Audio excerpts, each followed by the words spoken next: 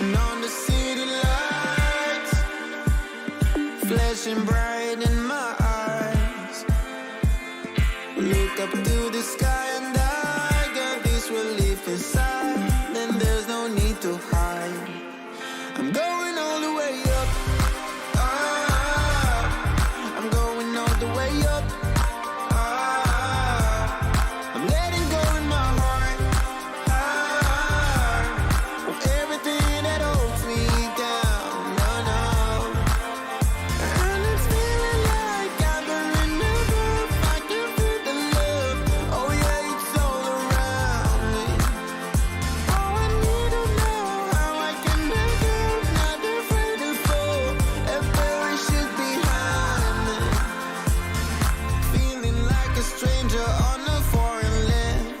Far away, far away, far away. I could get along, could be a different man.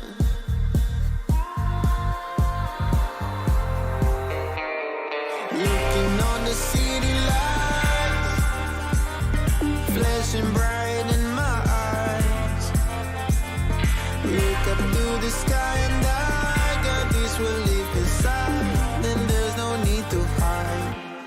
I'm going all the way up. I'm going all the way up. I'm letting go in my heart of everything that holds me down. No, no. And it's feeling like I'm in love. I can feel the love. Oh yeah, it's all around me. Oh, I need to know how I can make it. Not afraid to fall. If there is shit behind me. It's a clean slate, got a reason. The horizon is closer than it was. I will be there if you need me. I believe that we can grow. It's a clean slate, got a reason. The horizon is closer than it was. I will be there if you need me. I believe that we can grow.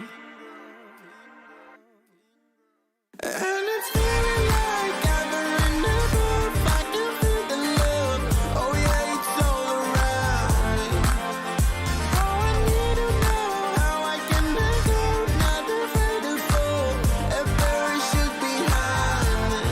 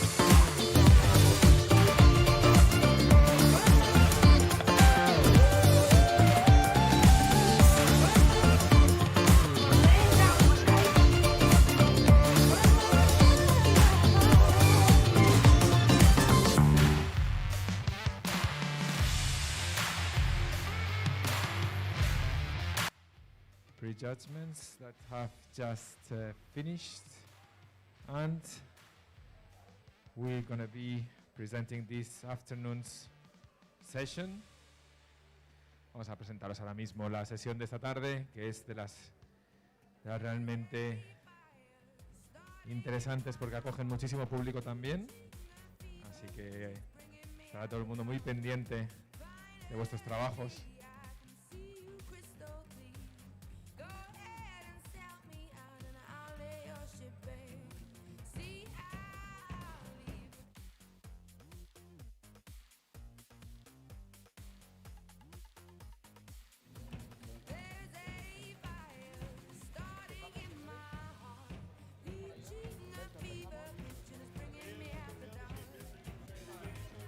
Scars of your love remind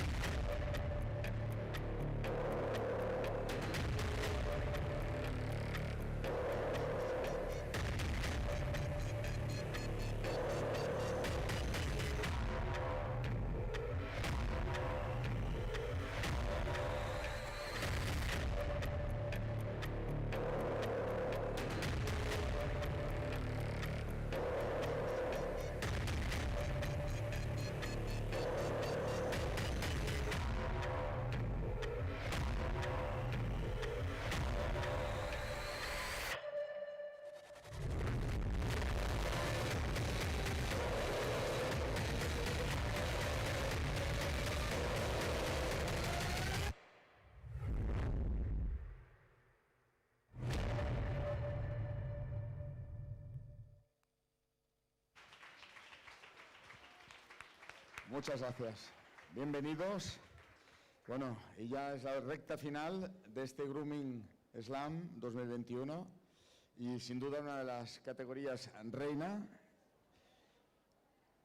So yeah, this is one of the last stages of this year's Grooming Slam 2021 with our Queen category that, as I said, has so much expectation from the public. Bueno, yo lo que después de tanto tiempo de no estar juntos os aconsejo que lo más importante es que disfrutéis el momento y seguro que así daréis lo mejor de vosotros. Ganéis o no, haréis grandes trabajos y nada, disfrutar el momento, que es lo importante, ¿ok? So yeah, after we've been saying this both days, all the time, after being so long apart one from each other, the most important thing here is having a good time, enjoying the moment, okay? So make the most you can and a great job, but please, please enjoy, all right? Y bueno, vamos a presentar a nuestros jueces. Adelante vídeo, por favor. So let's introduce our jury today with a video.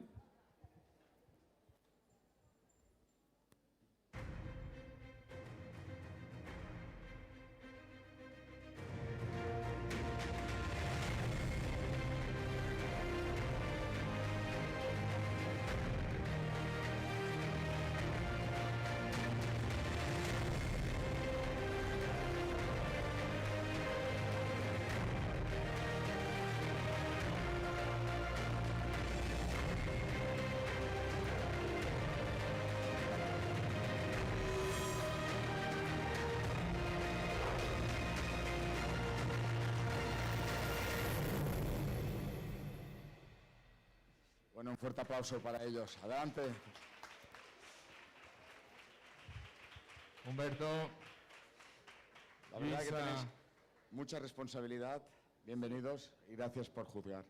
Gracias. Gracias a todos. Importante, como ha dicho Alex, participar. Después uno quiere ganar o no, pero es importante estar aquí ahora. Mañana todo será mejor para vosotros en vuestra peluquería. Entonces, gracias a vosotros por estar aquí. Que todo vaya bien, ¿ok? Gracias, Humberto. Un aplauso. Well, as through the competition, our presidents and best wishes to all of you and good luck. I think this is a good opportunity to be together instead of being at home. We are here in grooming competition. Enjoy and good luck. Gracias, Víctor. Bueno, y sin más demora vamos a empezar. Vamos a iniciar la cuenta atrás y vamos, público, a animar a nuestros participantes y cantamos juntos los 10 últimos segundos, ¿vale? ¿Sí? Venga, va, adelante vídeo y esto ya empieza. For the countdown with the video.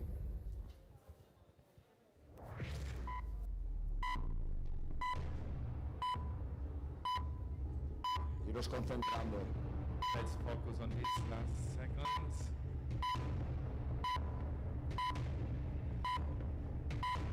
15 segundos. 15 seconds. Ahora sí, todos juntos, ¿eh? Va.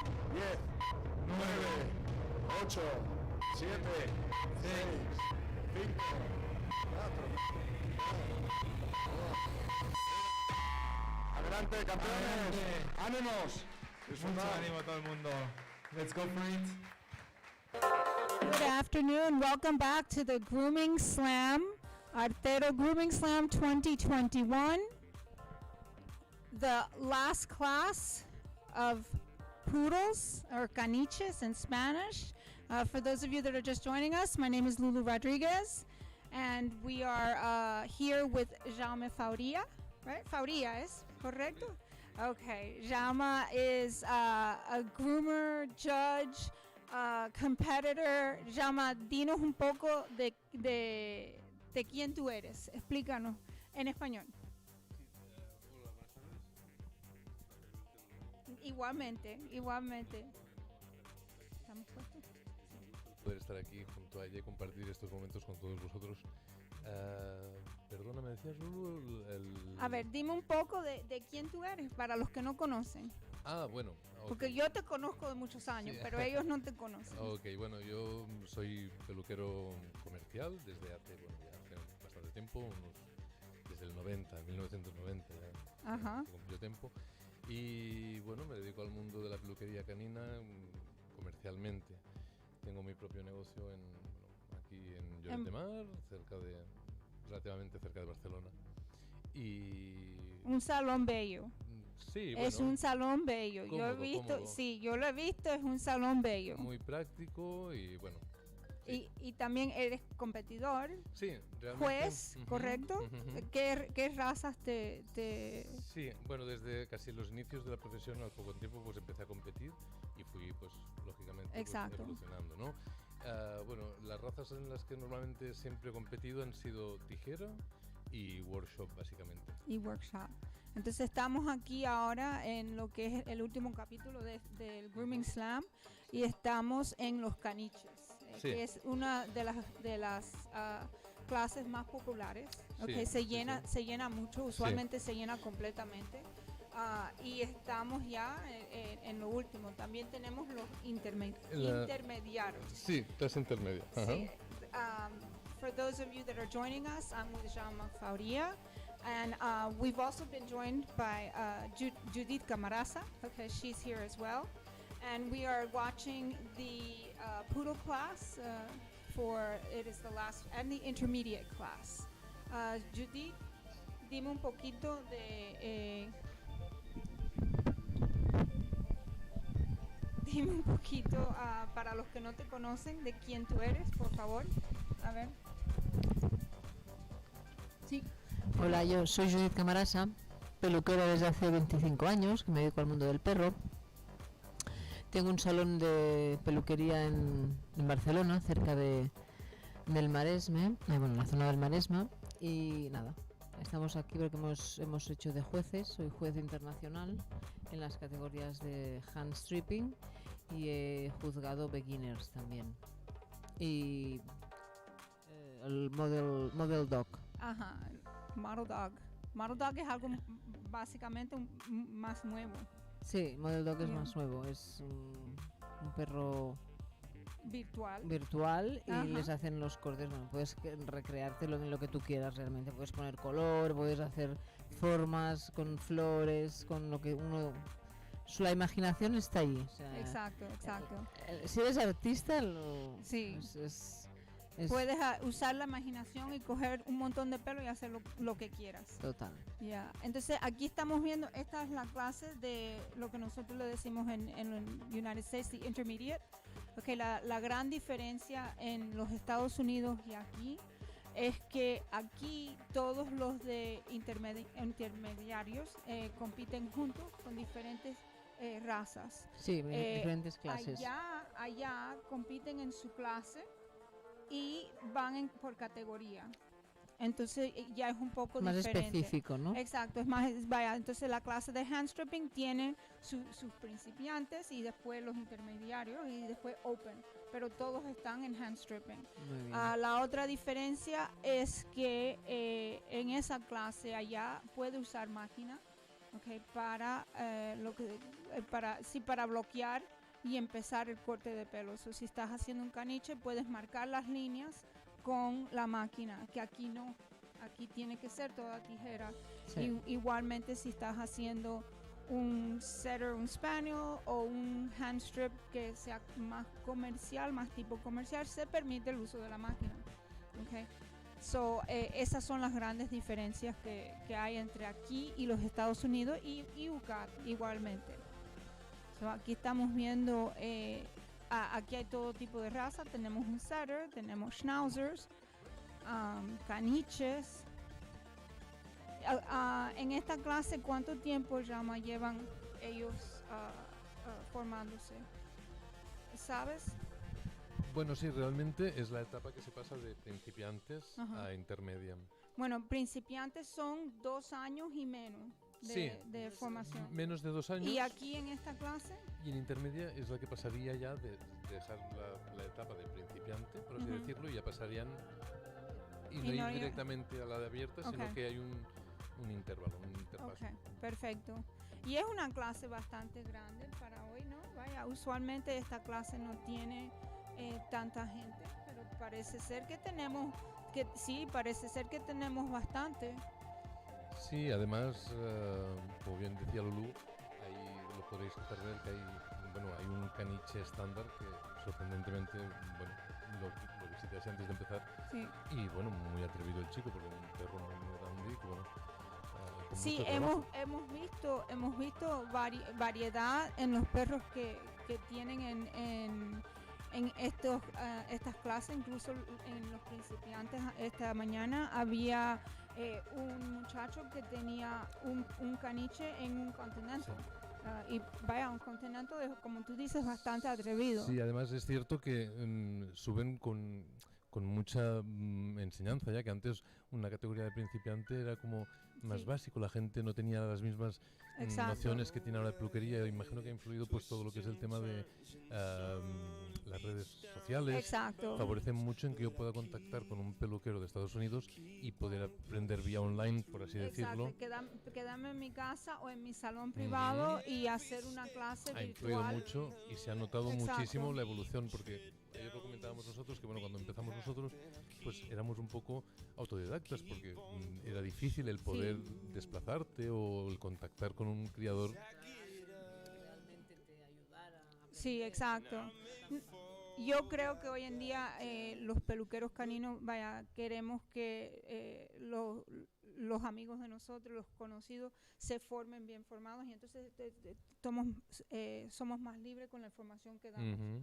Queremos que ellos suban para que suba la industria de nosotros. Pues la verdad es así como... No, y hay que reconocer que el nivel es muy alto, o sea que hay muy buenas calidades de trabajo. Yo como juez, bueno, Judith lo ha podido comprobar en estos días que hay mucha calidad de trabajo, buenos peluqueros y lo que es muy importante, con mucha motivación y ganas de seguir adelante y, como tú bien dices, tirar adelante lo que es la profesión pues, con buena calidad. Mientras seguimos subiendo todos como un grupo, seguimos la profesión formándose, sería mucho mejor para todos. A ver, vamos a ver, aquí tenemos, hay tremendos perros con un montón está de Roberto, pelo. nuestro amigo Roberto, que está haciendo un continental con un caniche gigante. Y sí, tiene un montón de pelo. Sí, ellos tienen 2 horas y media. En la categoría de gigante con top tienen 2 horas y media. Y la diferencia también me parece que aquí permiten aguantar la cabeza. Para aguantar el top. Puede entrar alguien al ring, ayudar y aguantar. Que allá en los Estados Unidos no es bueno, ahora están iniciando en varios, pero todavía no es muy popular eso de la otra persona entrar y aguantar. Y tienen 15 minutos más, ¿correcto? Sí, para subir el top, sí. Hay campeonatos donde la categoría de caniches se distribuye o se parte en 3. Toy, medianos y estándar. Entonces valoran los juicios dependiendo del tamaño del ejemplar. Sí, en los Estados Unidos habían empezado con algo parecido, pero no he visto que eso haya progresado. Entonces ahora hacen la clase completa de caniche y no importa el tamaño. Lo que te dan es diferente horario para cada tamaño. Sí. Bueno, también es bueno recordar, si quieres, un poco el tema de la presentación del perro en el prejuicio. Sí, exacto. Que, bueno, evidentemente pues hay que llevarlo preparado con su baño cepillado y, bueno, y ya preparado. Pues, y vamos a hablar un poco de eso, de la preparación. Pues estos perros llevan, no solo fueron preparados hoy o ayer, llevan también meses de preparación. Sí. Pues este pelo, este manto, hay que mantenerlo. Hidratarlo, mantenerlo, color. Entonces, vamos a hablar un poquito de eso. Aquí, cuando ustedes están preparando, de su experiencia, ¿cuántos baños se le da? ¿Cómo hacen ustedes? Sí, a ver, normalmente, específicamente o realmente en el caniche, solemos bañarlos una vez por semana. Sí. Entonces, dependiendo un poco del color y la textura que queramos, si vamos bien a mantenimiento o cortar, pues utilizaremos un tipo de cosmética u otro. Entonces, normalmente, como bien digo, una vez semanalmente se le baña. Entonces se hace con un baño hidratante y normalmente pues ayudado pues por un champú de color, en este caso utilizamos blanc y tanto para negros para blanco para Exacto, intensificar el exacto. color. Y luego una buena hidratación, que es muy importante para los días restantes después del baño, que se mantenga el pelo hidratado, con menos rotura, menos que se enrede menos, evitamos el que se enrede. Y bueno, bien, pues utilizamos con queratina o Y en un perro proteína. con top knot hay que vendarle el pelo, Sí. ¿correcto? Sí, sí. Entonces, bueno, lo que se hace el mantenimiento sí, es sobre todo en la zona donde el pelo es más frágil y que hay que ir que mantenerlo en mejores condiciones. En el top knot, pues entonces sí, se les recoge el pelo, se les hidrata y se le empapela con los papillots para que se mantenga hidratado, con buenas Exacto. condiciones. Y eso sí que hay que ir con cuidado y el mantenimiento tiene que ser sí o sí puntual para que no se nos formen. Entonces, para los de habla inglés, what we're talking about is the maintenance of the dog. The dogs are not just prepared from the day of the show or the day before the show, as we all well know as groomers. It takes a lot of maintenance to have these dogs ready. Jama was telling us that most of these dogs are bathed on a weekly basis. The groomer will bathe it and will make sure to use a hydrating shampoo or something that will perhaps enhance the color, something such as a blanc, which is used for both white and black dogs. It's an optical brightener, and so it can be used on either color. But we will go ahead and bathe this dog on a weekly basis, and then we will go ahead and band the neckline or band any areas that are fragile that might break. So it's a process to have Bueno, pues os to recordamos have these que dogs in ahora coat las tres- for a show is quite the process. And then we have to be careful that they, when they're being dogs, which we let our dogs be dogs, that we allow them to enjoy themselves. And we are cautious that we try not to have them break coat, but that sometimes that's not possible. So we do the best we can. Los perros de nosotros los permitimos ser perros. Y muchas veces eso quiere decir que o se le rompe un poco el pelo del cuello, pero eso es natural, eso es lo que hacemos nosotros porque Sí, sí.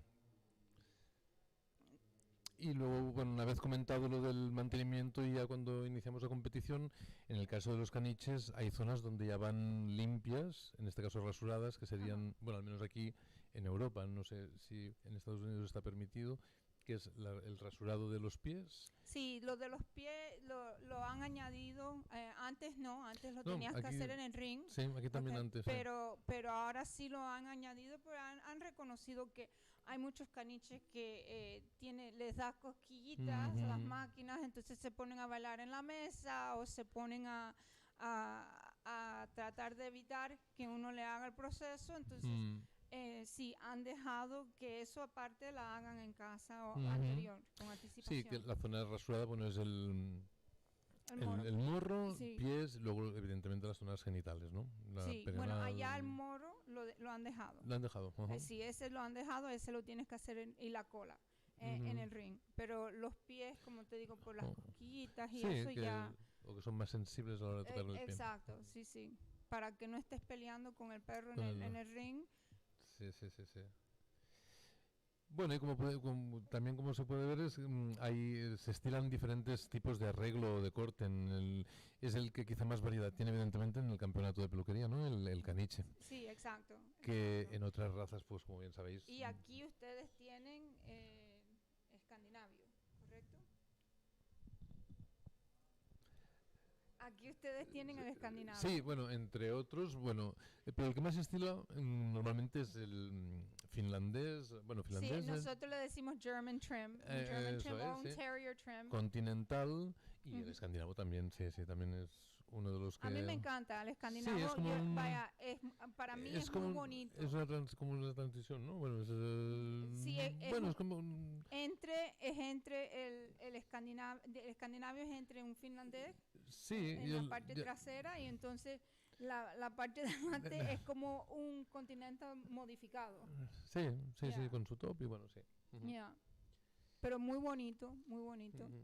y bueno, es una de las categorías que normalmente se suele hacer ya en el final de un evento, ¿no? Cuando hay eventos, porque es quizá el rey de la competición ya, de la fiesta, Sí. que finaliza con un espectáculo pues Allá que siempre es en, muy en los espectacular, muy los llamativo. en los Estados Unidos siempre es la clase más popular, Ujú, siempre es la ujú, que ujú. primero se llena. Ajá. Así que si quieren competir allá en los Estados Unidos, vaya, tienen que inscribirse enseguida. Estoy segura que aquí es igual, así que Yo creo que, si me perdona, pero Sí, yo creo sí. que el amante de la tijera, todo el mundo tiene ha tenido o eso, deseo es tener un caniche sí. para poder practicar bien y sobre todo cuando te inicias o cuando ya estás de lleno en ello, es el rey de la peluquería, vaya.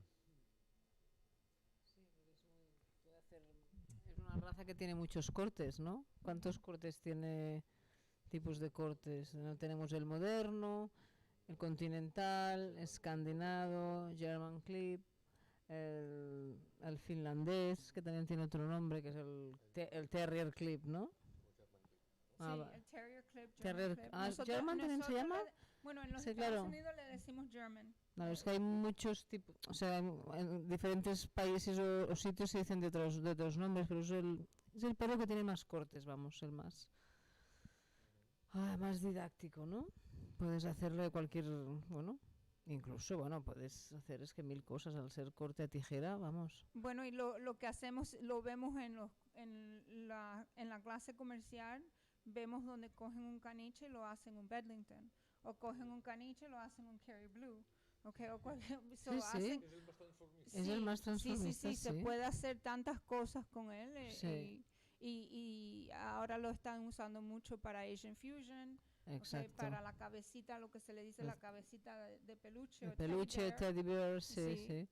O sea, aquí en esta clase veremos que cómo es digamos, la raza original, ¿no? Vamos Sí, a decirle, exacto, el exacto. estándar de la raza del caniche, ¿no? Sí. Que en las pet shops, en las tiendas nuestras, no quieren esto. O sea, los morros afeitados, los pies afeitados, todo esto la gente no quiere una persona particular. Son muy reacios a todo esto. Ellos quieren ver su Teddy. Sí, sí, su perro Teddy, ¿no? La gran mayoría, sí. Sí, yo... Antiguamente no tanto, ¿eh? Yo recuerdo años atrás que sí que te dejaban afeitar morros, Sí. son modas. El caniche, bueno, de ahí viene el marilín, ¿no? Que bueno, al menos aquí en Europa, mucho el marilín, porque... ¿Cuál es el Marilyn? A ver, expliquen eso. El caniche, yo imagino que viene de Marilyn Monroe, que ya Ok. tenía, entonces a partir de ahí es como el collie que le llamaban, ¿cómo era? Lassie, Sassy, ok. o Tintín, el fox de... Ah, sí, tienes razón, sí, sí. Entonces a día de hoy vienen y yo quiero un Marilyn, o tengo un Marilyn, no Ah, tanto, pero aún se estila. Ah, pues mira, eso es algo nuevo que yo no había oído Sí. nunca, un Marilyn. Y es cierto que influenció mucho también las estrellas del momento de los años 60. Sí, sí, sí. Que tenían los perros esto y andaban Sí, por ellos. Audrey Hepburn no tenía caniche también, me parece. Que tenía su perrita que se llama Marilyn. Sí, ¿ves? Yo sabía que era de una actriz. Era de una actriz que tenía su perrita que se llama Marilyn, que era una caniche, y yo creo que toda esta historia viene de aquí. Así que eso sería como cuando vienen ahora y te dicen quiero un boo. De pomeranio, quiero un boo. Yo quiero que me hagan un boo. Y entonces Sí. te traen un shih tzu, pero quieren un boo. Ok, y tienes que explicarle que el shih tzu no puedes hacerle un boo, so tienes que hacer alguna modificación. Entonces era eso, ¿no? Que, Muy interesante. no, a eso me venía a referir que, claro, fueron épocas de moda, ¿no? Como ahora pueden ser otras razas. En aquella Sí. época estaban las estrellas de cine que lo tenían. A lo mejor era una marioneta, te podría decir. Entonces, pues claro, en aquella época querían el arreglo que llevaba el perro de la actriz, por así decirlo, ¿no? Sí, exacto, exacto. Sí, 60. Entonces, claro, todo tiene influencias en las modas, ¿no? Incluso ahora hoy día en las razas, que hay muchas razas, pues que bueno, que las tiene una actriz, una modelo, un cantante y todos quieren. Y bueno, todos quieren la misma perrito de raza. Sí, o hacen una película, muchas veces también, como el de las Dalmata, que hacen una película y entonces todo el Eso es, mundo quiere sí. quiere un dalmata, sí, Sí, exacto. claro. Y el carácter y la locura que tiene, sí. Ujú. Porque yo con mucho amor diré que me gusta mucho como raza, pero no creo que pudiera sobrevivir con uno. El dalmata es mucha energía. Sí, hay que En tener un en cuenta, paquete. claro, cada raza con las posibilidades de medio de vida que puede tener en la casa bueno, con quien tiene que compartir. Bueno, en cuanto al tiempo, no sé si habéis hablado del tiempo. No hemos hablado del tiempo, pero yo tenemos un listado que nos regalaron con el tiempo para cada uno y el caniche hasta aquí tenemos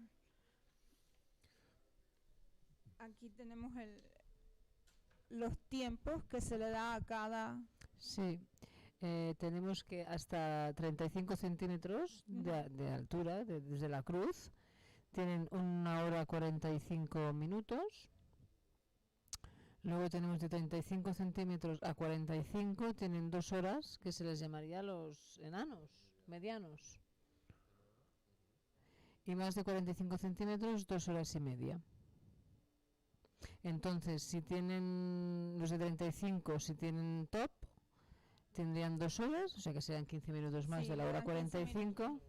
Sí, todos los otros ya, pues si tienen el top knot para montar, tienen 15 minutos 15 adicionales. minutos más. Y aquí Y aquí hay se hacen... el intermediario, ¿no?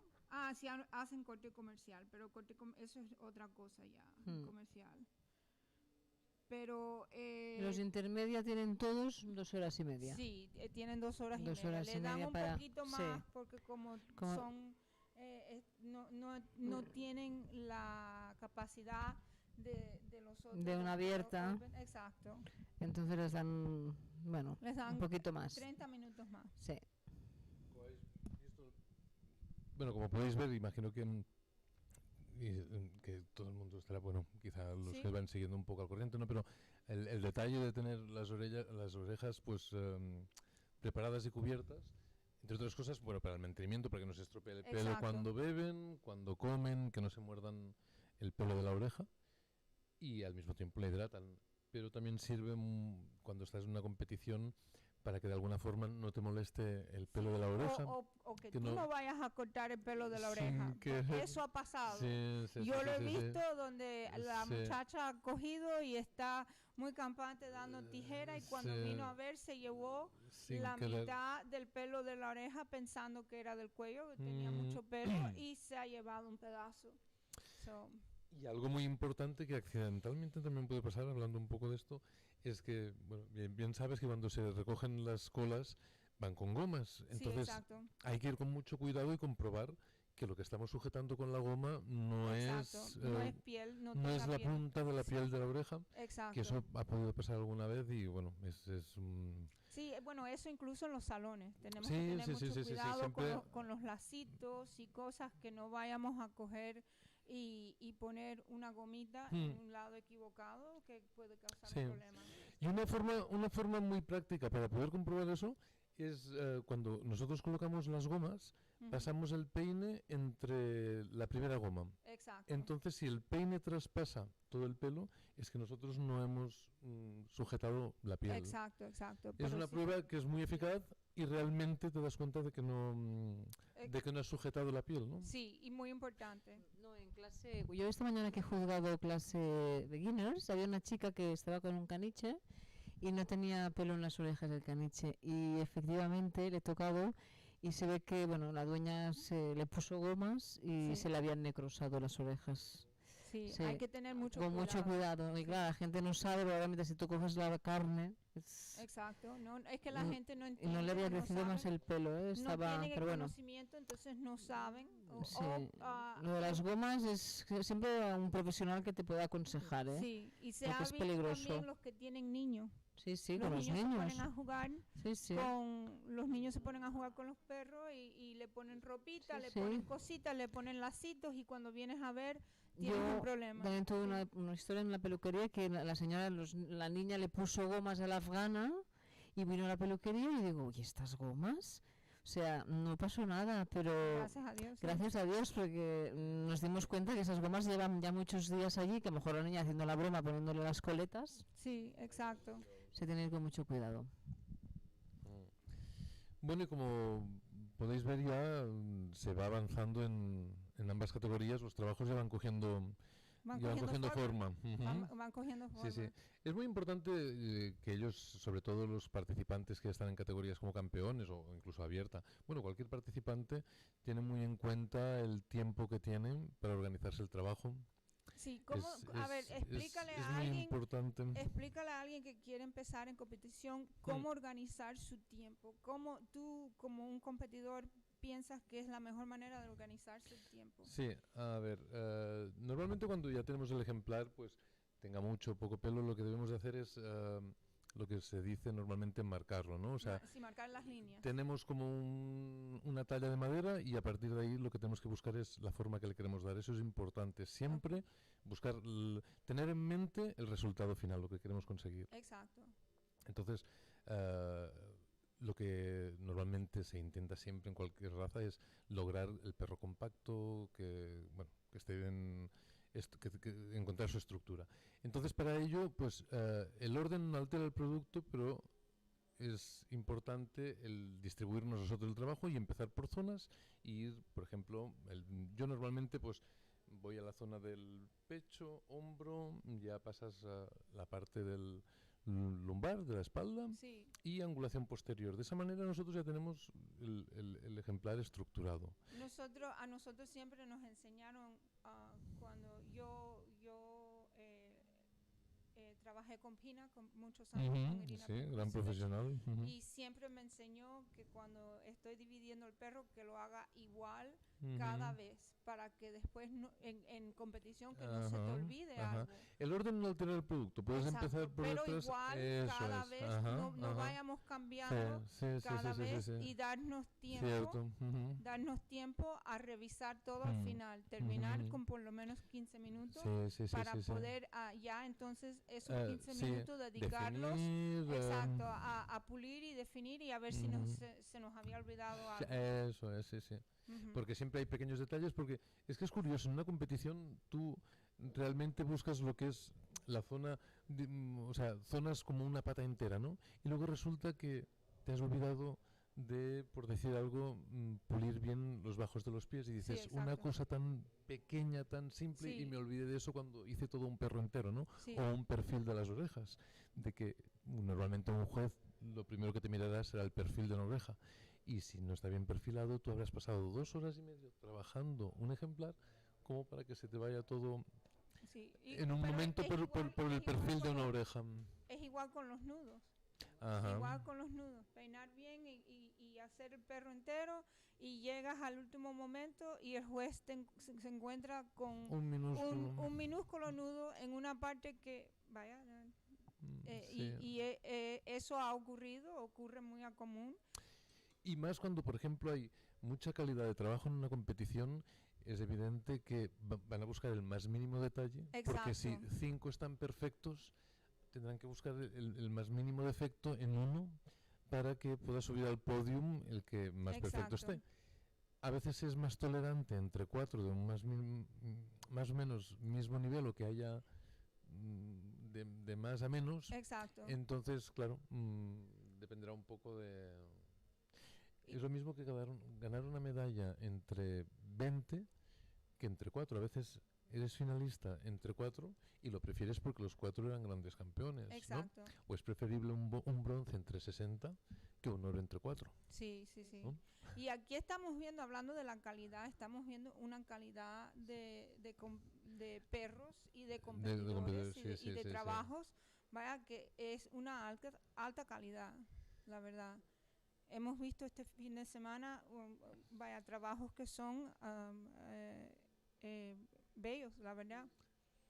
Tiene que ser un trabajo muy difícil para los jueces que están juzgando. Sí, la verdad es que no ha sido nada fácil el tomar la decisión o poder deliberar en cuanto a los finalistas, pero bueno, siempre es lo que decíamos, ¿no? Cuando hay tanta calidad, pues el más mínimo detalle es el que puede influenciar a la hora de quedar clasificado. Exacto. So we have what we're looking at here, for those of you that are joining us now, are the Poodles and intermediate category. And we are just talking about the quality of work. It's absolutely amazing. The quality of the dogs. I think that we've been waiting for a competition in Europe for a very long time. And so we're all excited to be able to have the competition, and the quality of the work that we're seeing is awesome. And there's a lot of work that's gone into doing these dogs.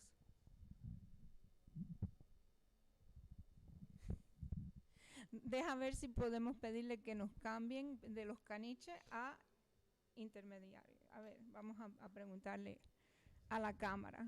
Aquí tenemos a Pedro haciendo un caniche gigante, su caniche.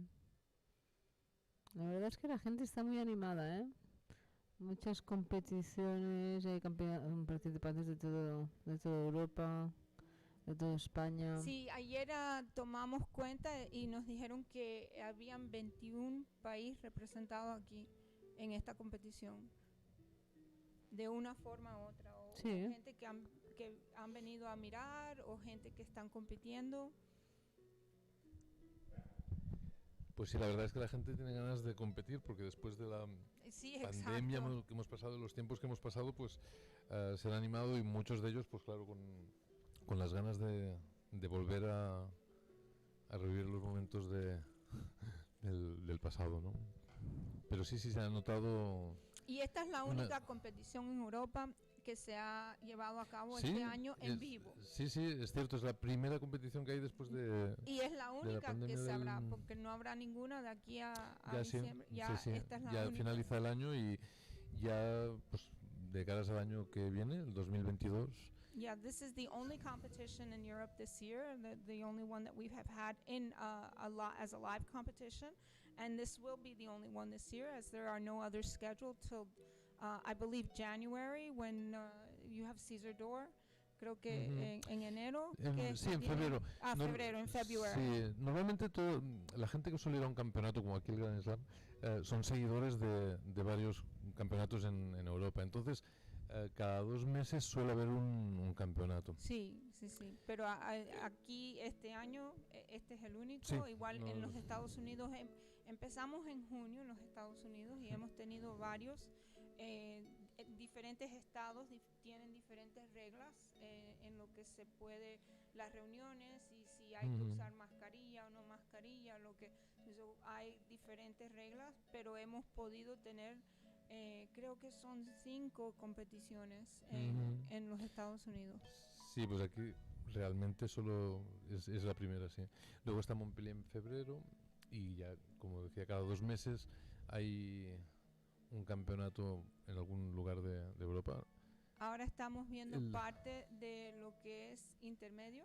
Sí, esta es la categoría intermedia, sí. Sí, entonces tenemos aquí, hay razas de todo tipo. Estoy mirando un Schnauzer, hay Un cocker. allá atrás. Entonces al otro lado había Un poodle estándar, un wire se puede fox. ver aquí en el. Sí, Un estándar poodle. pero el standard poodle es parte de intermedio. Sí, está ¿O en es parte de...? No, está en intermedia, sí. Okay. Sí. Sí. So, Fox. hemos visto... sí, mira, aquel de allá del otro lado también.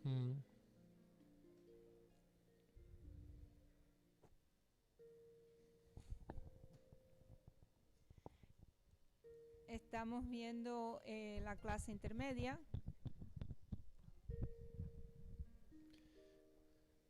Bueno, ya hoy, cuando finalizan esta categoría caniches intermedia, ya se pasa a la entrega de... Sí, la entrega de premios. Vamos a la entrega de premios y vamos al Best in Show. Al Best in Show, sí. Al Best in Show. Bueno, realmente, tanto en el día de ayer como el de hoy, se dan los finalistas de cada categoría, y en el caso de hoy, pues ya se pasa a escoger el orden de premio. Sí. Eso es algo que no hacen en los Estados Unidos. En los Estados Unidos, después, al final de la clase, dan el orden del primero, segundo, tercero. Directamente. Y entonces lo que queda para el último día sería el Best in Show. El Best in Show. Sí, pero lo demás ellos lo hacen y ya anuncian. Entonces aquí tienes que esperar un Sí, día, hay vaya, que- es difícil esperar al final Hay que para esperarse, saber, vaya, sabes que has calificado, pero no lo anuncian no en anuncian, ningún- no saben Sí, exacto. el podium que tiene, si Exacto, plata, no se sabe. No oro, se plata o sabe. bronce. Ajá. Y luego ya, finalmente, de los oros de cada categoría, pues ya van a escoger el Best in Show. Estamos mirando el stripping de Wire Fox. Hablemos un poquito, Judith, del hand stripping. Sí, es una categoría que son todos los perros de pelo duro. Normalmente hay la categoría de stripping que tienen 2 horas, que es la categoría que son perros que llevan máquina, o sea, como el Schnauzer, el Scottish, hay varios que tienen, todos El los que lleven Sealy, el Sealyham. Sí, Sí, aquí, hasta aquí. ¿El Westie le hacen el cuello o no? Yo lo hacía, por ejemplo, todo siempre el cuello, arrancado. correcto. Ah, todo arrancado, ok. Entonces, todo arrancado ok, tienes 2 horas y media. ok. Entonces, el resto de razas de pelo duro son 2 horas y media. Y creo que el Airedale, que es más grande, tiene 3 horas. Sí, el Airedale tiene 3 3 horas. horas, porque sí. claro, ya es un tamaño más grande. Nada, es la rotación de los mantos, ¿eh? O sea, son perros de pelo duro que no mudan. Y nosotros los peluqueros le hacemos su muda, como una muda artificial, ¿no? Que es renovar todo este manto para que siga el pelo duro, mantenga su textura y su color.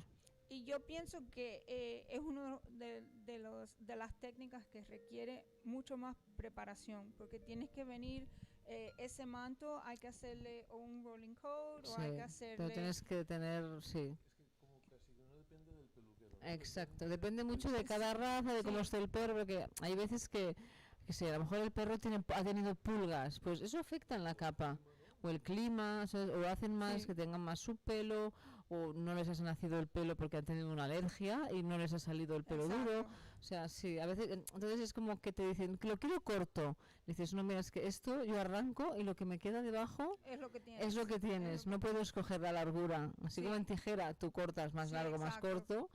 En esta categoría es lo que hay debajo, que la tienes que tener preparada, porque si tú arrancas bien, Sí, hay que hacerle las capas, hay que ir Exacto. trabajándolo y haciéndole cada las 8 capas. semanas, 10 semanas, también depende de cada raza. A lo mejor el Tekel, que es como un perro más rústico, necesita 3 meses para ser arrancado.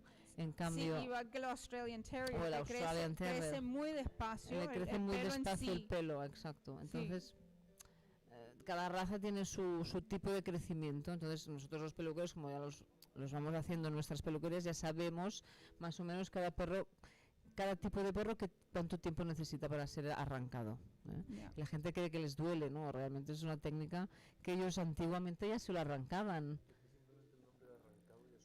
Queda un poco como agresivo, ¿no? Es una renovación del manto, básicamente. Sí, es lo que, sí. Ya Así cuando tú alas ese pelo, si está preparado a salir, sale facilito. Fácilmente, Facilito exacto. sale.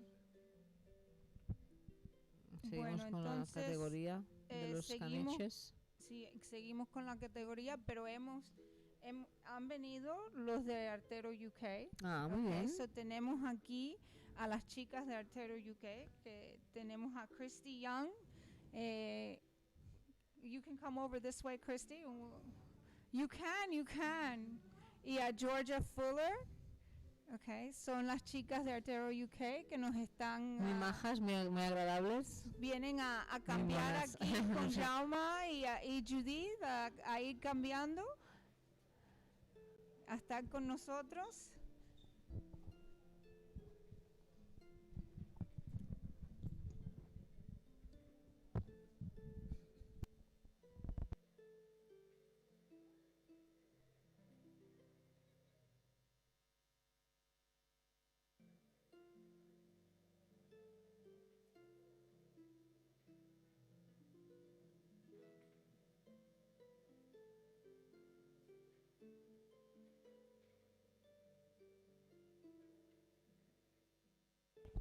Entonces ahora estamos vamos a ir cambiando. Ladies, welcome. Wait a minute, let me get your mic on, and there we go. Okay, welcome. We're gonna go changing.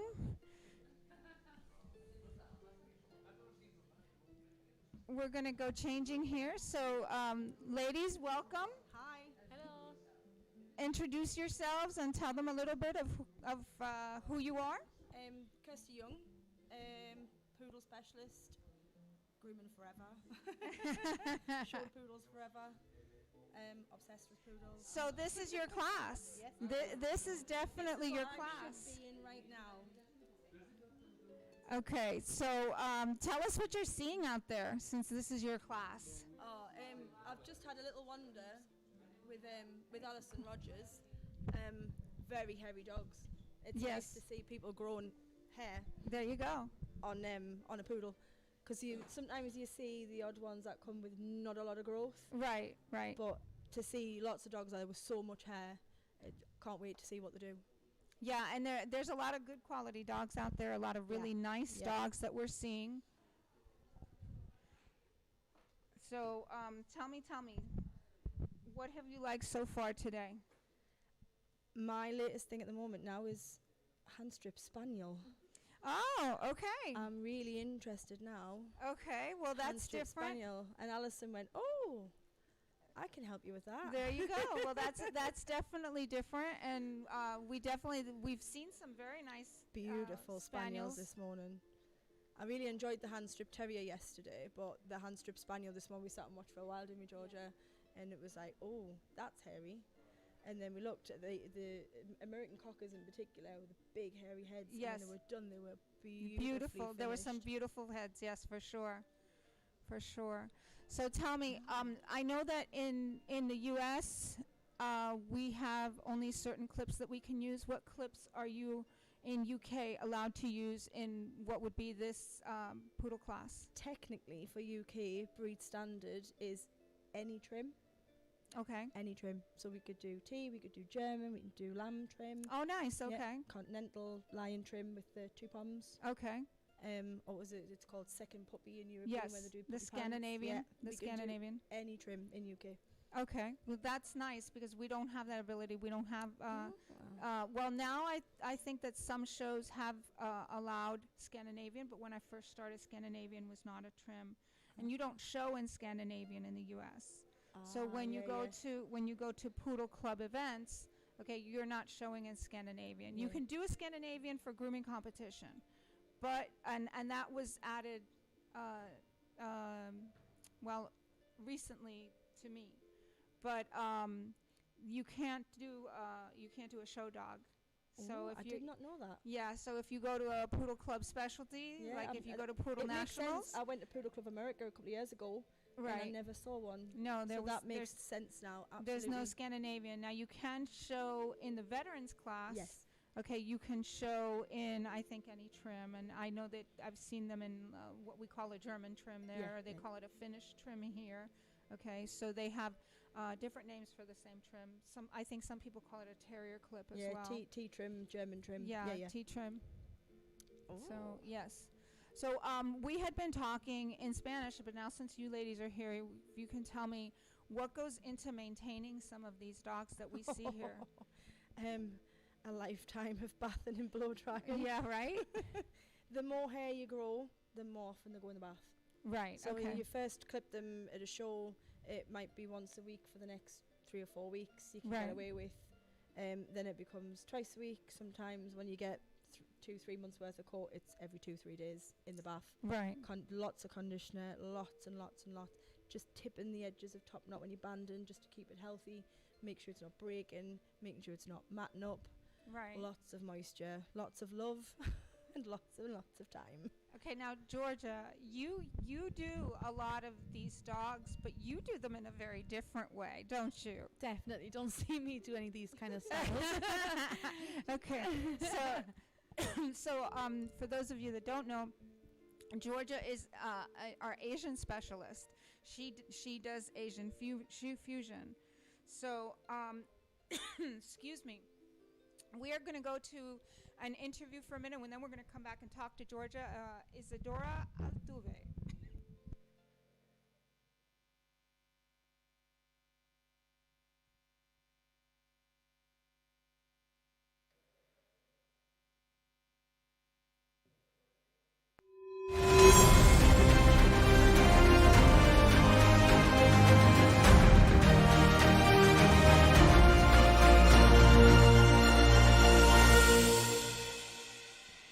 Bueno, tenemos el placer de tener con nosotros a la ganadora del Best in Show del Artero Grooming Slam Online, que se hizo en 2020, Isadora Altuve. Hola Isadora, enhorabuena por tu éxito. Cuéntanos un poco, ¿cuándo empezaste la profesión? ¿Cuándo empezaste a competir? Empecé la profesión hace unos 16 años y a competir cuando volví a vivir aquí en España hace 3 años. Vale, ¿y en qué raza competiste y por qué escogiste esa raza? En el Best in Show. Competí con un Springer Spaniel de un cliente que he hecho en varios países, lo he hecho en Colombia, en Venezuela y aquí en España. Bueno, lo escogí porque me gusta mucho el Spaniel, o sea, me gusta muchísimo esa raza y bueno, probé a ver qué tal. Probaste y ganaste. Una pregunta que nos gusta hacer a los competidores, ¿no? El competir, ¿por qué te gusta? ¿No? Bueno, si te gusta, que me imagino que sí. ¿Qué crees que te aporta a ti o al sector en general? Bueno, yo creo que el competir aporta el medirte a ti mismo, el ver en cuáles son tus fallos o en qué puedes crecer. Igual es ver a tus compañeros también los trabajos, ayuda muchísimo. La valoración de los jueces también ayuda un montón a que puedas ir puliendo esos pequeños detalles que faltan. Nos llega el rumor de que eres una competidora muy metódica. Entonces nos gustaría saber un poco pues, cómo te preparas tú y cómo preparas al modelo para competir. Bueno, para prepararlo siempre trato de ir antes a hacer clases de la raza específica que vaya a hacer. Todavía no he hecho muchas, pero sí me gusta ir como dividiendo el perro por partes. O sea, no lo hago todo un lado o el otro, no, sino que voy, qué es lo más importante o para mí cuál es lo más complicado y voy haciendo las partes del perro, de lado a lado. O sea, no hago un lado y luego el otro, sino que voy un lado y luego voy por partes. Vale, ¿este año compites?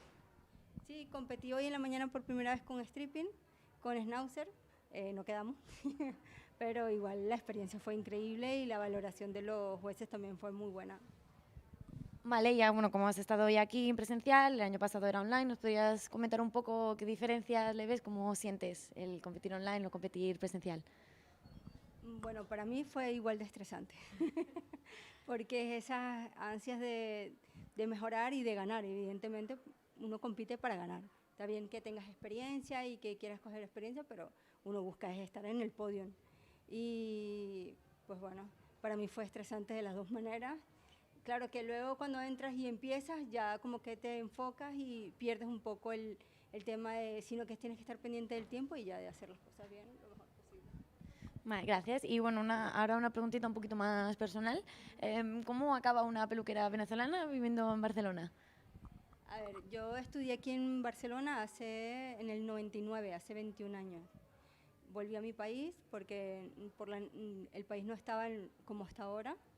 Mis hijos y mi esposo son españoles y bueno, nos gustó mucho esa vez. Volvimos, aunque yo estuve primero en Ámsterdam y luego me vine a Barcelona.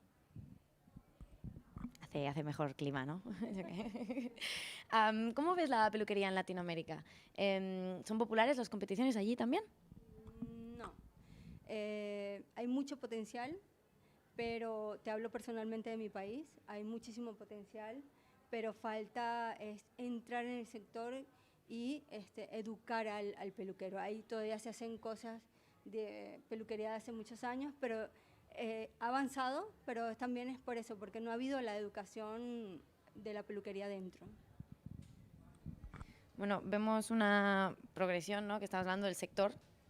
Como comentabas ahora, hay potencial, se está avanzando, a lo mejor no tanto como te gustaría.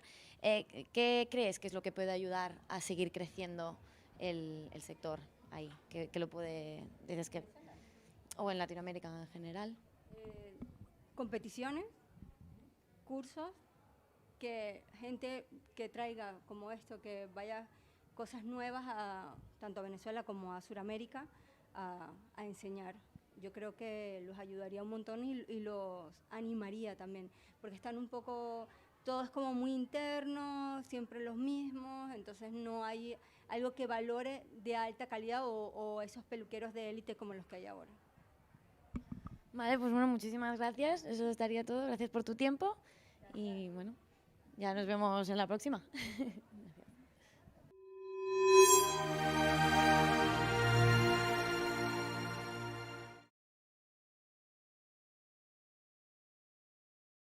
Back to the competition now, and we just had an interview with Isadora. Isadora is the winner of Grand Slam Best in Show 2020, not 2019. There was an error in our banner. Okay, so Isadora fue la ganadora de Best in Show del 2020, no 2019. Teníamos un error en la pantalla. And so we are continuing here with Georgia, who was telling us that she does poodles, but her poodles look very different than these poodles that we're looking at here. Georgia, tell us what you do. So my passion is Asian fusion. So I tend to only work with poodles. It's very rare I do a Bichon Asian really, and I don't do the crossbreeds. But yeah, they don't look like this. So all full faced. Okay. No shaving of the face on an Asian dog, which is Kirsty's nightmare. It's like death to Kirsty. Well, it's funny. It's funny that you say that, because the breeder of my poodle, even though my poodle is not in an Asian trim, he has always been in a Kerry Blue trim. Recently, he's in a Schnauzer trim. But the breeder of my poodle is Michael Lamb from Kayara Poodles. Yeah. And funny enough, he's always telling me, when are you going to shave that off? Because you guys are all the same. You want that nice, clean face that represents your elegant breed, to be able to see the beautiful structure. Definitely. And we don't. No. We want something different. Well, right. You want cute teddy bears. I want something that's just a little different. I want to create something where there was no something. So we create structure where there was no structure. So tell us more about what you do. So like I say, Asian my thing, but workshop was also my other passion before. Okay. For competing. So I have also got 2 miniature poodles in Kerry trims. Okay. So yeah, that's what I started competing with. Was I've had them in Bedlingtons, Kerry Blues, basically everything bar. Sorry, Kirsty. A poodle. A poodle. Right. So I turn them so into you're the anything. client. You're the client that comes into the salon that says, "Don't poodle my poodle. Yeah, that's Don't me. poodle my poodle." I'm probably a groomer's worst nightmare. Yes, probably. But yeah, no, Asian's my thing. So cute little faces. Not obviously these styles. But now you do shave structured. bodies short, because Yeah. some of these bodies are actually shorter than what people think they are. Yeah. I mean, yes, the Continental is a large jacket, but when you're doing some of these trims, there's actually a whole lot less hair here than what most people think.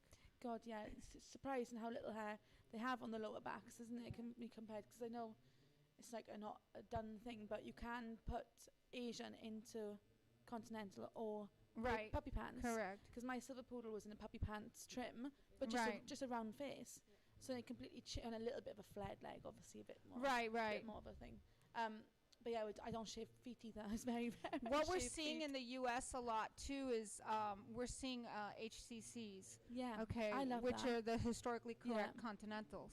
Okay, we're seeing a lot of those, which is a modified trim. This that we're looking at here is an English saddle. Yeah. And I love the English saddle. I think on the right dog, the English saddle is a beautiful trim.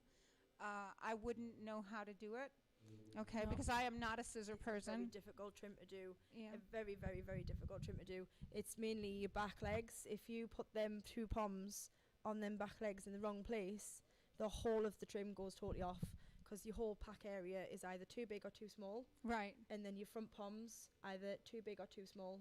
Okay. So it's that whole, these 2 back legs, where your 2 poms are, if they aren't set correctly, evenly, Right. it's all out. Okay, and in the U.S., I know we put what we call kidney patches on the flank right areas. on the what we call the pack. Yes. Okay, so here we also have. Do we have that in Europe as well? We don't tend to do it in England. Okay. We've probably had one. I'll mention her name, Feebrook. Hope you're listening.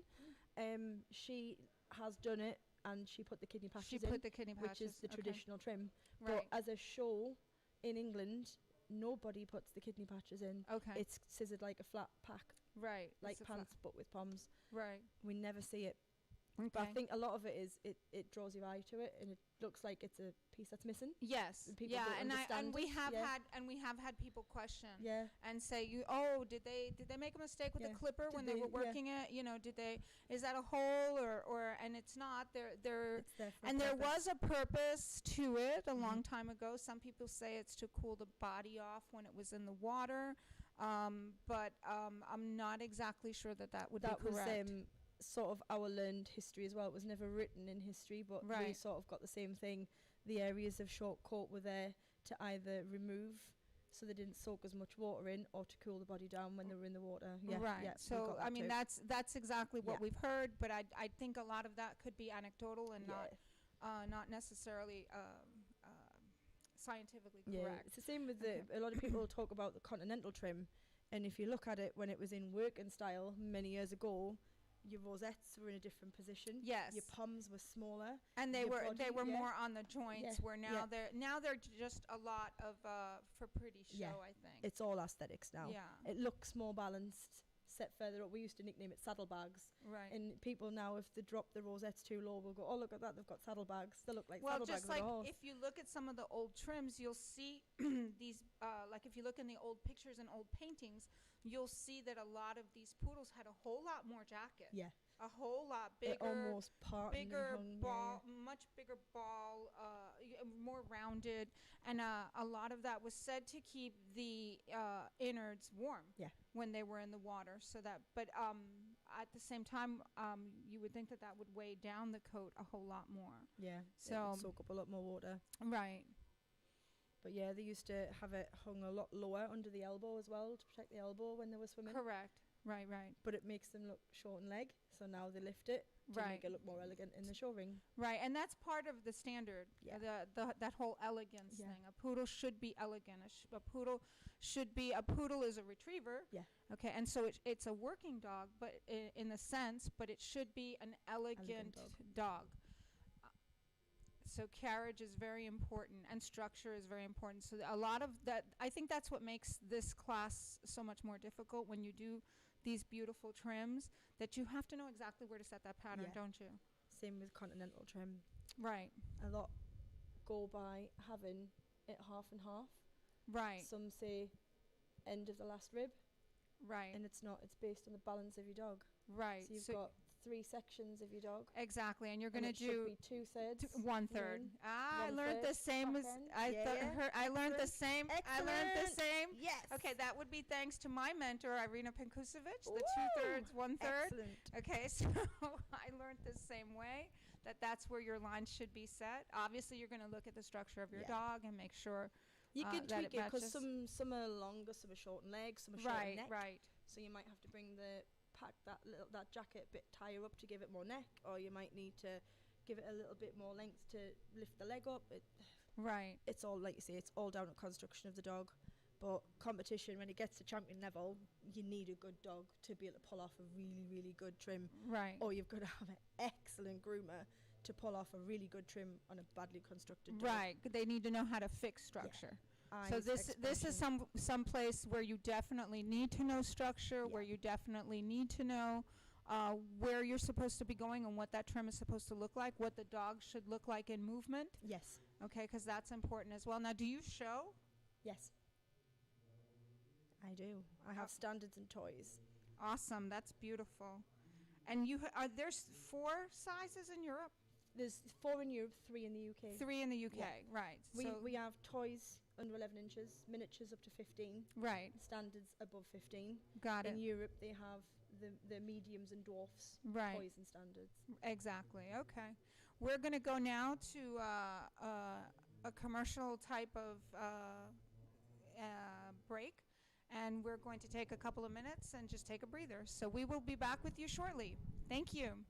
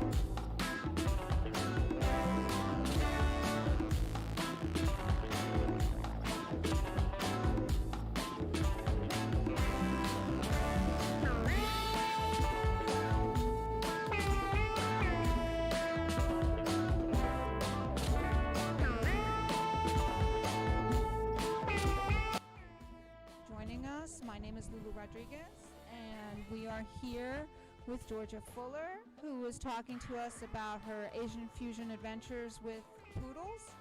And we are with Christy Young, okay, who is a poodle connoisseur. This is her class, this is her thing. She loves poodles. They are part of the Artero UK team. Para los que están con nosotros ahora, mi nombre es Lulu Rodríguez. Bienvenidos al Grooming Slam 2021 en Barcelona. Estamos aquí con el equipo de Artero UK, Christy Young, que su pasión son los caniches, y Georgia Fuller, que también trabaja con caniches, pero de una manera diferente, pero la pasión de ella es Asian Fusion. So, ladies, are you having a good time here? Oh, the best. Yes. We did some Instagram stuff earlier on Georgia's Instagram, and she asked a few questions, didn't you? Yeah. And we got a good few questions asked of like what we thought of the competition, because obviously it's my first time abroad. Right, okay. Obviously you compete abroad, and like somebody asked, pick one description of the whole experience. Right. We can think of just one phrase. Just really, Inspirational, okay. The only one we could like think of. All of us, even Chris and even Mitch, we've all come and said, after this, of what we've done and being able to watch and not having to be stressing of competing and not watching Right. We've all now said we want to do something else specific. I want to do Spaniels. Chris was like, I want to do Asian. Right. We was like, oh my god, I want to do everything. We're going to do model dog. Yeah, we're going to do model dog together. Well, I found out today that Mitch does model dog. I had no clue that she's just it was funny because I think of her as a terrier person, as the hand strip person, and to find out that Mitch is a lover of model dogs and has been doing them for a while now.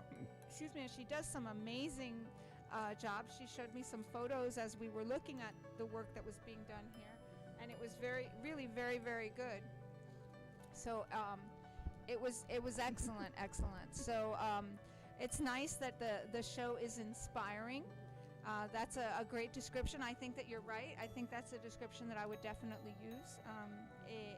Los shows de Artero son una inspiración para los que vienen.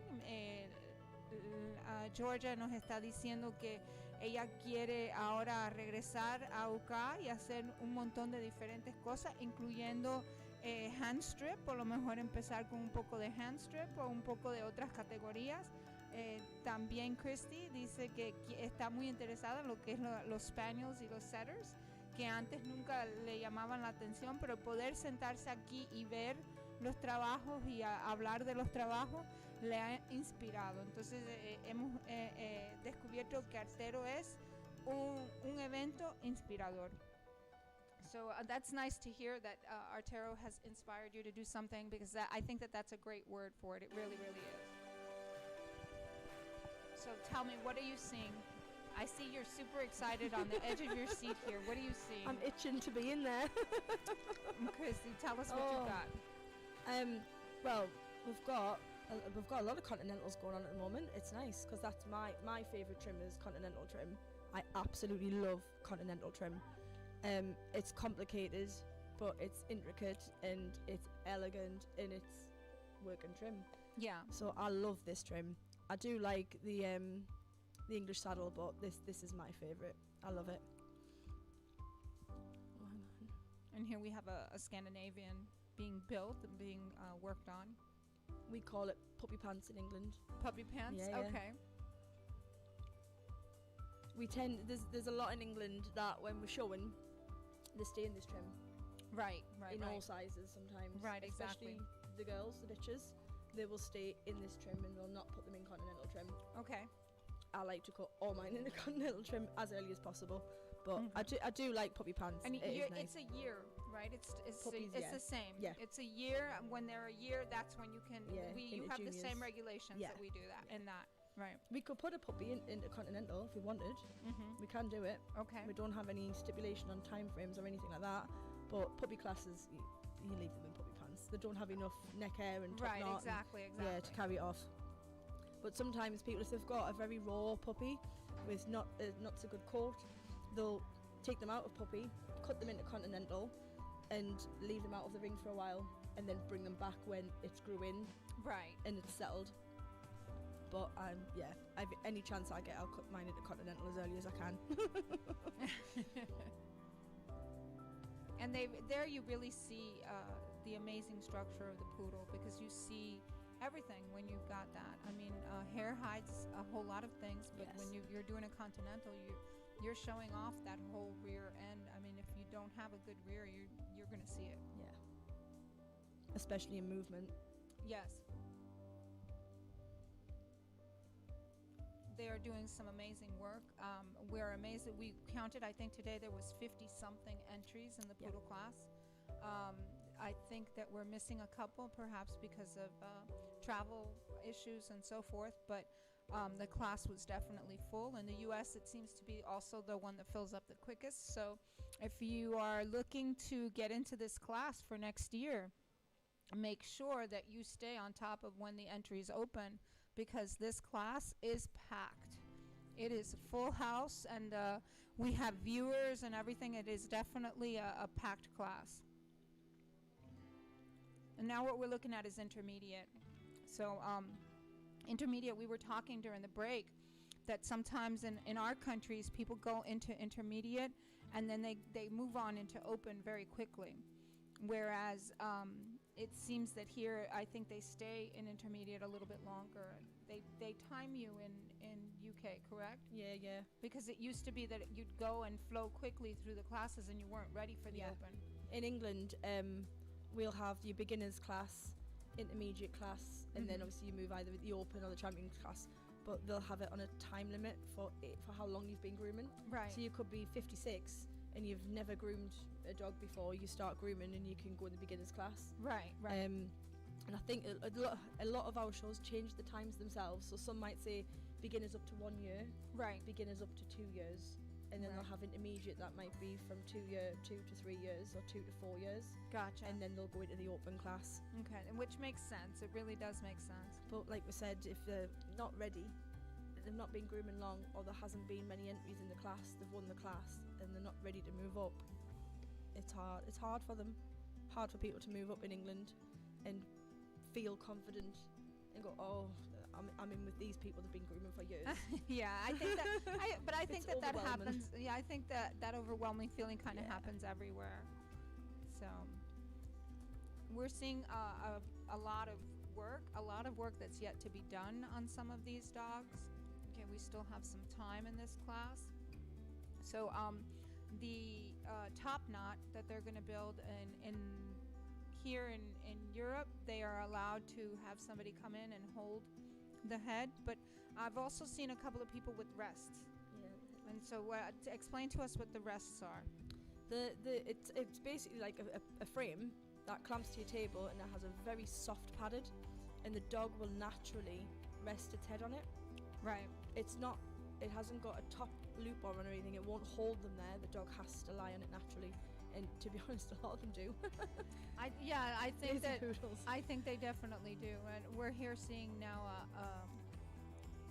an English. I call them Ingies, and I have an issue with calling them Ingies because that's not what you call them here in this country, but that's what we call them in the U.S. And this is an English Cocker Spaniel.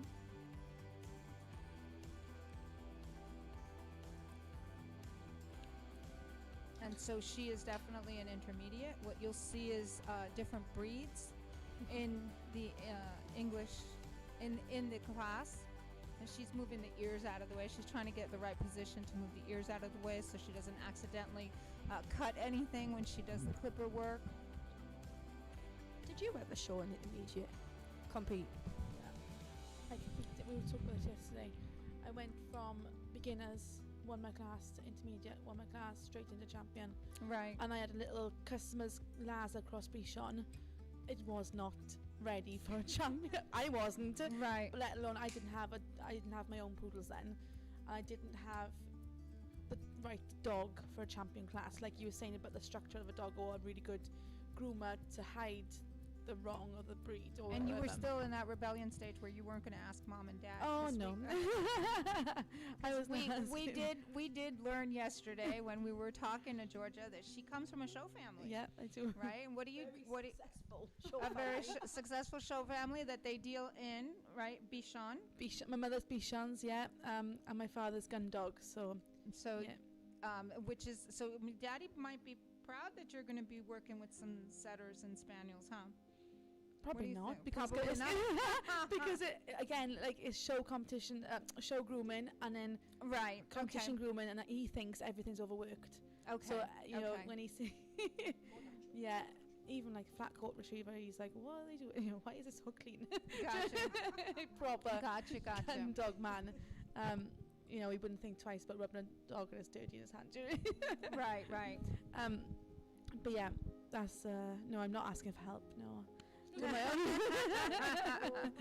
No, but yeah, so I had to change my dog very quickly because I moved up so quick, and now I'm kind of stuck in the champion level with everything because I've got the showing background as well. Right, right.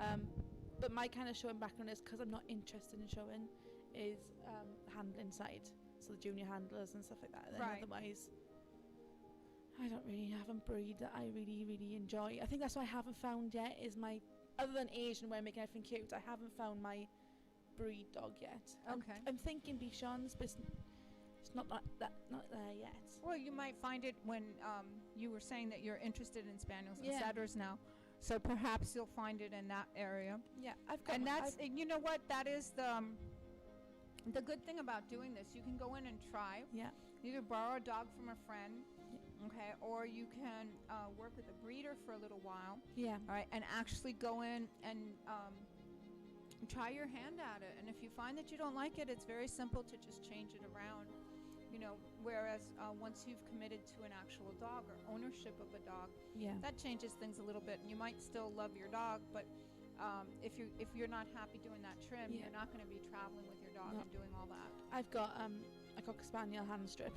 I've actually got a Cocker Spaniel hand strip, which should be perfect, but I don't do any of the hand stripping on her. My husband does all hand stripping. Okay. Because I'm just like, oh, yeah, he's well trained. But yeah, he preps a lot because he now shows dogs. He's got a massive passion in showing dogs, and it's just, I think it's either there or it's not there. Do you agree? It's my sisters both show all the time, every weekend. It's just not in me. I'm like a black sheep. I've got two siblings and neither are interested in dogs or showing at all.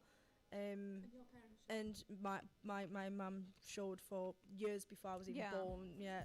So It definitely does- happens. It Yeah. definitely happens. It does. There are some of us that come from show families that stay in show families, and then there's those of us that, you know, we are new to this whole show world. Okay, and I would be one of those. In my family, the only thing we were shown was we're from farmers. So the show that we got to see was your dogs were supposed to be kept outside, and they were farm working dogs.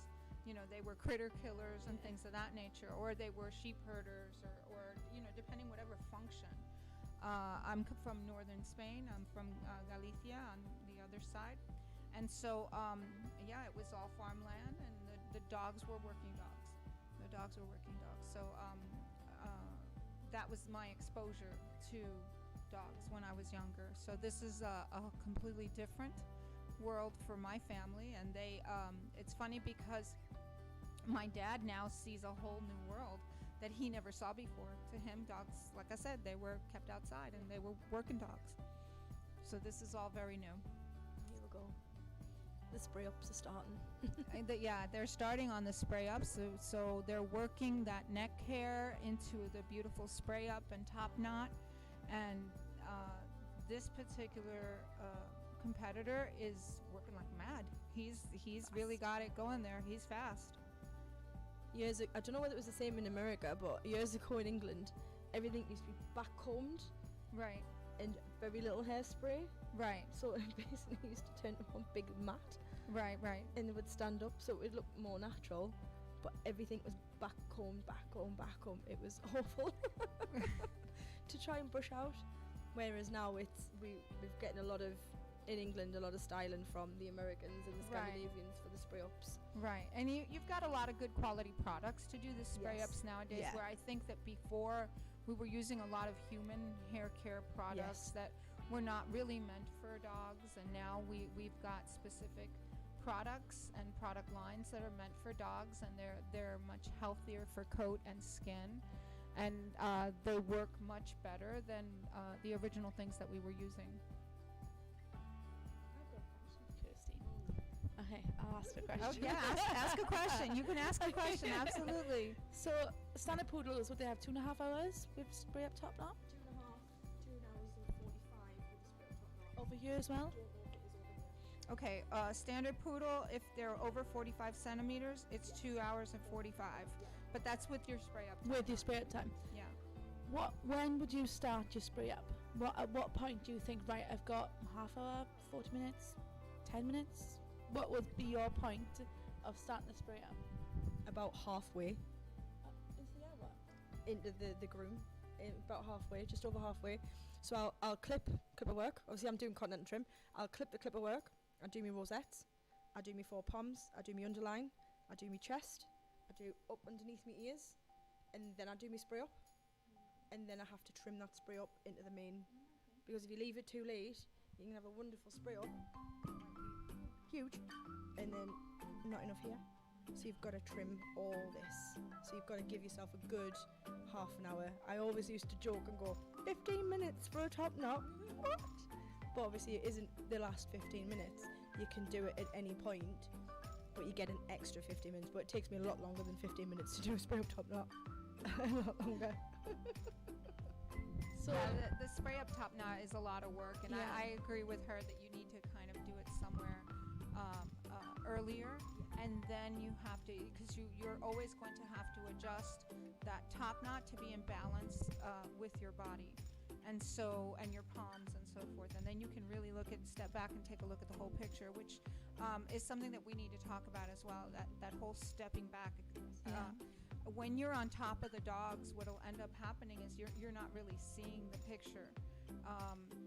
When you take a step back from your dog is when you're really going to take a look at the whole picture. So the competitors, and in our salons, when we're in our salons, we really need to sometimes take a step back from the dog so that we can really take a good look at what's going on with the dog. Or work against the mirror. That always helps me. Yes. Well, and here in these shows, they give you that 10-minute break. Yeah. That 10-minute break is really a good moment for you to put the dog on the table, let him shake out. Yeah.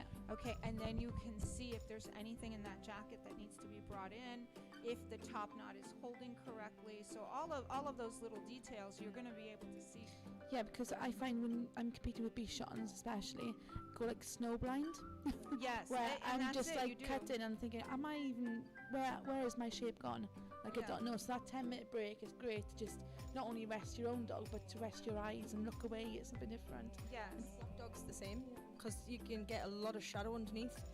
I'll take a light up strip light to put underneath to light up the underside of the dog, because you've got all the light above, nothing underneath in a black dog. It's like try to take a picture of a black dog. You need that light contrast, and if you've not got it, you've got to make it. Sometimes I've even used the light on my phone and turned it on and put it under the dog if I forgot it or the batteries have died. And I've trimmed nearly a whole dog at the grooming show a few years ago. We had a really bad light, and we actually nearly all the competitors used their phone light, and we were actually grooming the whole dog using a light because the light was so bad. Right. And it's like you say, you go snowblind. We do the same with the black, so you can look and there's so much shadow, it just looks like it's all one dog, and you can take too much off. But when you step back and you look, you go, oh my God, there's not enough off. Right. And you can see the underline is just not right. So you've got to step back and have a look. You really have. Yeah, they're all working really diligently to get their dogs done. I mean, it's a lot of dog. Poodle is a lot of scissoring, and so it's a lot of dog to work through. Even if you have 2.5 hours, it's still a lot. Especially with the amount of hair that we saw being brought in here. Yeah. So we also saw some intermediates before this where they were spaniels and setters and so forth. This is Verity Hardcastle, guys. Okay. Anyone watching in England? This is Verity Hardcastle with a dog she's never met until today. and that's hard, huh? Yes. When you go into when you go and you rent dogs, and you have to rent dogs often in Europe when you travel, especially if you go to England. If you go from Europe to England, correct? That you guys have a quarantine in place, or you have no quarantine? We've got passport from Europe. We haven't from here, from ours to America. Okay. But we could go from ours in UK through the Eurotunnel to France or to Amsterdam, and fly from there straight to you, and straight back. But we can't go straight from UK to you. Okay. But we can go in and out of Europe with the pet passport, and we can go straight there And and you straight can back. go straight Yes. out and straight We back. still have stipulations. The pet passport, they have to be rabies tested every year and jabbed, Right. and they have to be wormed within a certain number of days before and after travel to make sure they don't bring anything back. But they can go straight there and straight back. So you can. Now, what if I wanted to come from the U.S. to you? You would have to come via Europe. So I need to come into Europe Yeah. first and get a pet passport from Europe, is what I would do? Because we don't have such things. Probably yes. It would take. The problem you'd have is if you don't do a pet passport from America, you would come into Europe. It could take up to 21 days to get Right, your in passport quarantine and- because the rabies jab has to be done, and then they have to blood test Okay. a few weeks later to make sure it hasn't So got that makes it difficult to Yeah. transport dogs to, Yeah. to the UK for us to from the compete. US. Yeah. So a lot of you're going to have to rent Hire a a dog. dog, yeah. You're going to have to rent a dog, and that's what happens. You go and you either request from friends. That's Yeah. why if you're in this world, social media becomes very important. It really does. Yeah, because you begin to make connections with friends and with other groomers in other countries where you can borrow or rent dogs. Yeah. A lot of times we have lent dogs, and we lend dogs with the idea that when we need one, we're going to borrow one back. Yes. So we're going Yeah. to be lent one back. So it's but those connections become important because you want to make sure that you get a good quality dog, that the hair is in good shape, Yeah. that the dog is in good shape, and that you're getting a decent pricing. Groomania in Belgium, I've competed there twice now. They actually have a Facebook page set up for the Right. competition for dogs for hire. Right, right. And people who have dogs available will put in the group pictures of their dogs, bathed and prepped, and say that's this dog is helpful. available for Correct. this. Some of them will stipulate what trim they'll allow. Obviously, poodle. If Yes. it's in continental, they'll say obviously it can only be in continental. Correct. If it's in German, they might not want them to put it into shave the tail. If it's got a terrier tail, or things. Right. So they might put stipulations on what you can and can't do with them. But they'll put in that they're available for hire, contact, and you can Yeah, actually. like don't do an yeah. Asian fusion on Yeah. my poodle, right, Julie? Shave my Asian face. That's right. Don't Don't shave shave that that face. Yeah, don't shave that face. We're going to do it the other way Yeah. around. Yes. I agree. Yes, we have an Asian trim available. Don't shave the face. So Belgium next year, then Georgia. Are you coming? Definitely. So, Asian and Bichon. okay, we're going to take a minute and we're going to go and take a look at some videos over at the shop and see what's going on there. So we will be back with you. Cogeremos unos minutos para ver la tienda. Nos vemos pronto.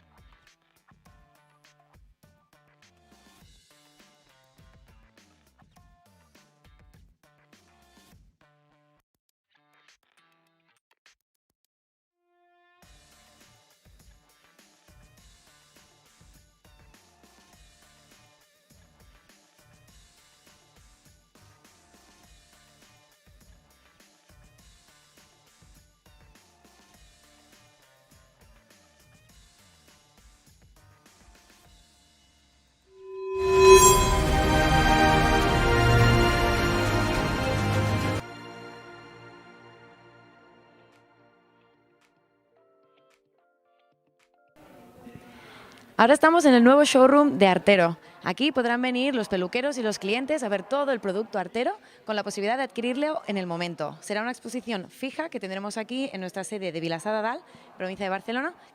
Y es una tienda, un showroom que cuenta con dos encargadas, Mariona y Bárbara. Ahora vamos a buscarlas a ver si pueden contestarnos algunas preguntas. Hola, hola Bárbara. ¿Qué tal? Muy bien. Bueno, estamos aquí enseñando un poco lo que es el showroom de Artero y queríamos preguntarte un poco, no sé cuánto tiempo llevas aquí, cómo lo ves, ¿te gusta el nuevo espacio, las mejoras, cómo lo ves? Hace un año que estoy aquí y la verdad es que esta nueva tienda ha quedado preciosa. Aquí se le puede dar mucha mejor atención al cliente, podemos tener todo nuestro material expuesto. La verdad que es un sueño esta tienda. Bueno, ¿os falta algo? Algo que digas, ay, esto todavía lo cambiaría? ¿Qué vas a... No. ¿Qué vas a cambiar, no? No, ¿qué vamos a cambiar? Estamos muy bien. La verdad que esta tienda es como un sueño hecho realidad. porque acá podemos tener todo y ahí podemos atender al cliente muy bien realmente. Bueno, pues nada, me alegro, deseamos lo mejor para la nueva tienda. Pues muchas gracias. Hi, hello, how are you? How are you today? Are you liking the new shop? Yes, it's fantastic. We can see the products and feel everything. We love it. Yes. Cool, and you're a groomer, you are a distributor?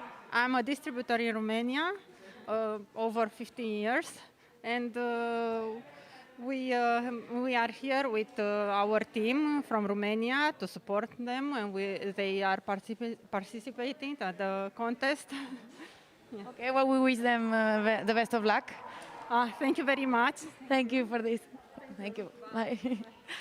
Bueno, pues nada, nos decía que está aquí es de Rumanía, es una distribuidora de Rumanía desde hace 15 años.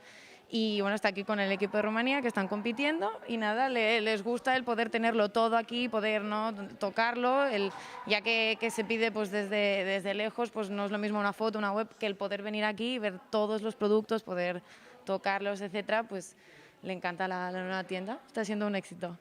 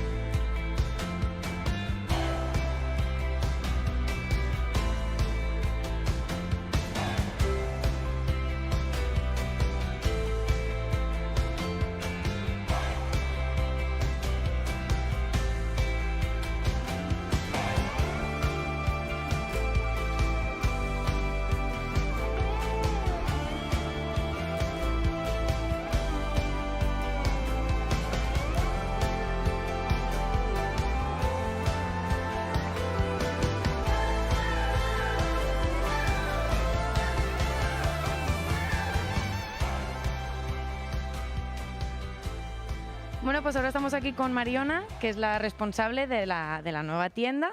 Hola Mariona, bueno, digo responsable de la nueva tienda, pero lleva siendo responsable de la tienda de Vilassar desde hace ya casi 10 años o más de 10 años. Sí, así es. Vale, pues experiencia de sobra. ¿Nos podrías decir un poco este cambio? ¿Lo esperabas? ¿Te gusta? ¿Qué te proporciona a ti, a los clientes, a Artero en general? Bueno, esta la verdad que es una tienda muy amplia en la cual podemos exponer todo nuestro género, tanto de peluquería canina como de humana. Va muy bien porque, a ver, contra más amplitud, más género puedes enseñar. Lo que es el cliente, tanto el profesional como el particular, cuando viene puede ver nuestro producto, tocarlo, verlo in situ, eso hace mucho. Y la verdad que aparte que es muy bonita, ha quedado muy bonita, muy espectacular, muy amplia. Y bueno, de la tienda chiquitita que empecemos aquí en Vilassar, que era el polígono, que era en la calle Eduard Calvet y Pinto, a esta, pues claro, hay mucha diferencia, ¿no? Sobre todo por la parte que ahora también podemos poner ya no solamente el producto pequeño de exposición, sino también el grande, ¿no? Y eso hace mucho, la verdad que sí. Sí, no, la verdad que parece, no digo museo, pero casi, ¿no? Porque te apetece entrar y visitar y ya poder y llevártelo todo. Sí, la verdad que es una tienda que es apetecible, ¿no? Tal y como está diseñada, es cómoda, es una tienda que está toda en una planta, tiene mucha iluminación, está todo muy accesible, tiene para aparcar tanto nuestro parking propio que hemos hecho en la tienda e incluso también dentro del polígono hay unos parkings que eso también facilita mucho que la gente pueda acceder aquí. Estamos cerca de la autopista también. Estamos en el Maresme, que nada, en 10-15 minutos estás en Barcelona y los clientes de alrededor vienen también muy rápido. O sea que yo creo que todos son ventajas. Sí, veo que todos son mejoras, todo va mejor. Pues nada, nos alegramos, deseamos lo mejor, esperamos que esta tienda funcione y que la gente venga, porque la verdad que es una gozada de ver. La verdad que sí, que es una, ya te digo, sí es para comprar perfecto, pero incluso es que es una tienda, es bonita en sí para venir a ver, para hacerte idea de lo que es el producto y bueno, como tú bien has dicho, es un pequeño gran museo, ¿no? ¿Cómo se puede decir? Bueno, pues nada, felicidades por tu nueva tienda, que la disfrutes y que vaya muy bien. Pues sí, muchísimas gracias y ojalá que vaya todo muy bien y gracias por tu entrevista. A ti. Perdona, ¿te puedo hacer un par de preguntas? ¿Sí? Bueno, entiendo, es la primera vez que es esta tienda, ¿no? Como todos. ¿Habías venido en la antigua tienda de aquí de Vilassar? No, primera vez. Primera vez, bueno, no podemos comparar, pero como primera vez, ¿qué te ha parecido este showroom? Muy bueno, muy bueno. Me gusta muito, muito.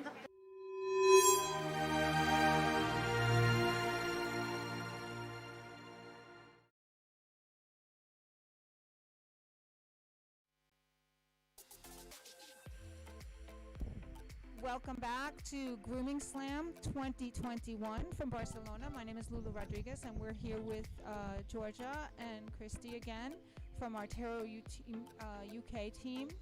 And we are watching the Poodle class and Intermediate Division. Buenas tardes, estamos de regreso. Grooming Slam 2021.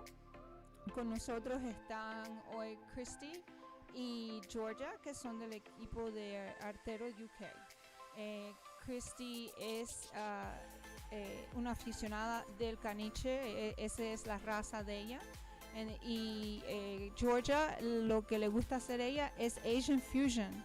Okay, así que ella también hace caniches, pero de una manera muy diferente a la que estamos viendo aquí. So, ladies, tell me what they're back from showing the store. Did you see the store downstairs that we have? Yes, we went shopping. You went shopping. Oh my gosh. Oh my gosh. You went shopping downstairs. How was it? Yes, we did.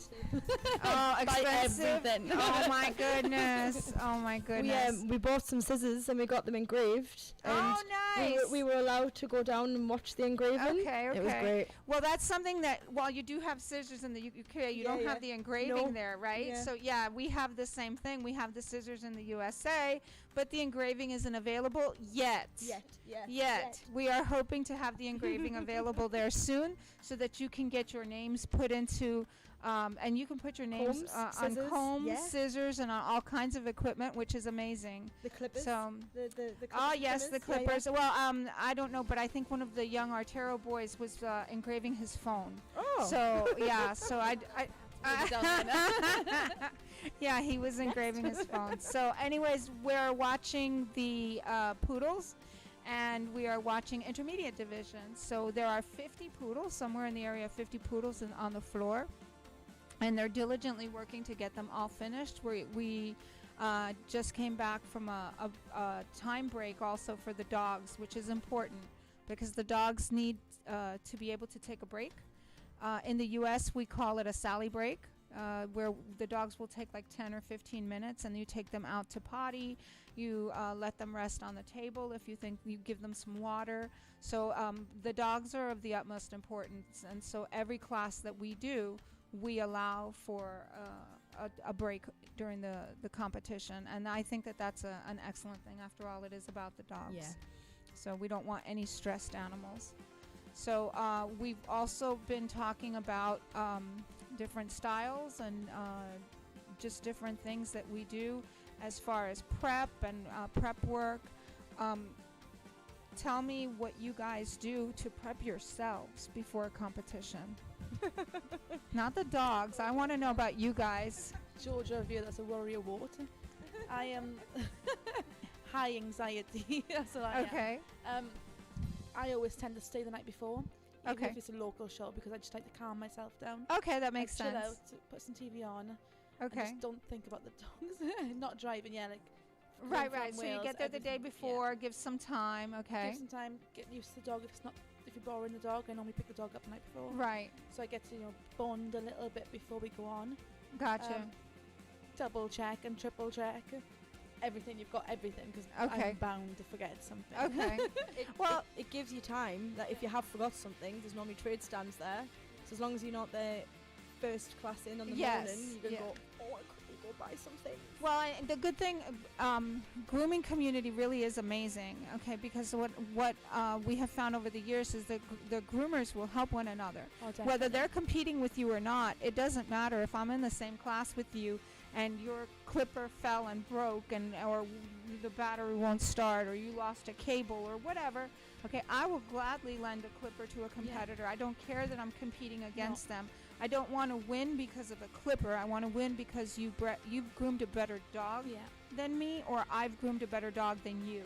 Okay, Exactly. not because of some clippers. So grooming community really is an amazing thing. We end up making lifelong friendships Oh, definitely. and having lifelong relationships, and not just in the country that we're in, but actually worldwide, right? We're Yeah. worldwide. You guys, you talk to people all over the world over, when yeah. you, especially being in UK. It's Yeah, much easier and- because you guys travel Yeah. a lot more to these competitions. So- a very tiny little country. Yes. Tiny country. Yes, for sure. And we all know each other, which is like you say. Yes, great. yeah. It's a bit more smaller and a bit more intermediate. Right. It's, So, what recommendation do you have for someone that wants to compete? How would you tell them to get started?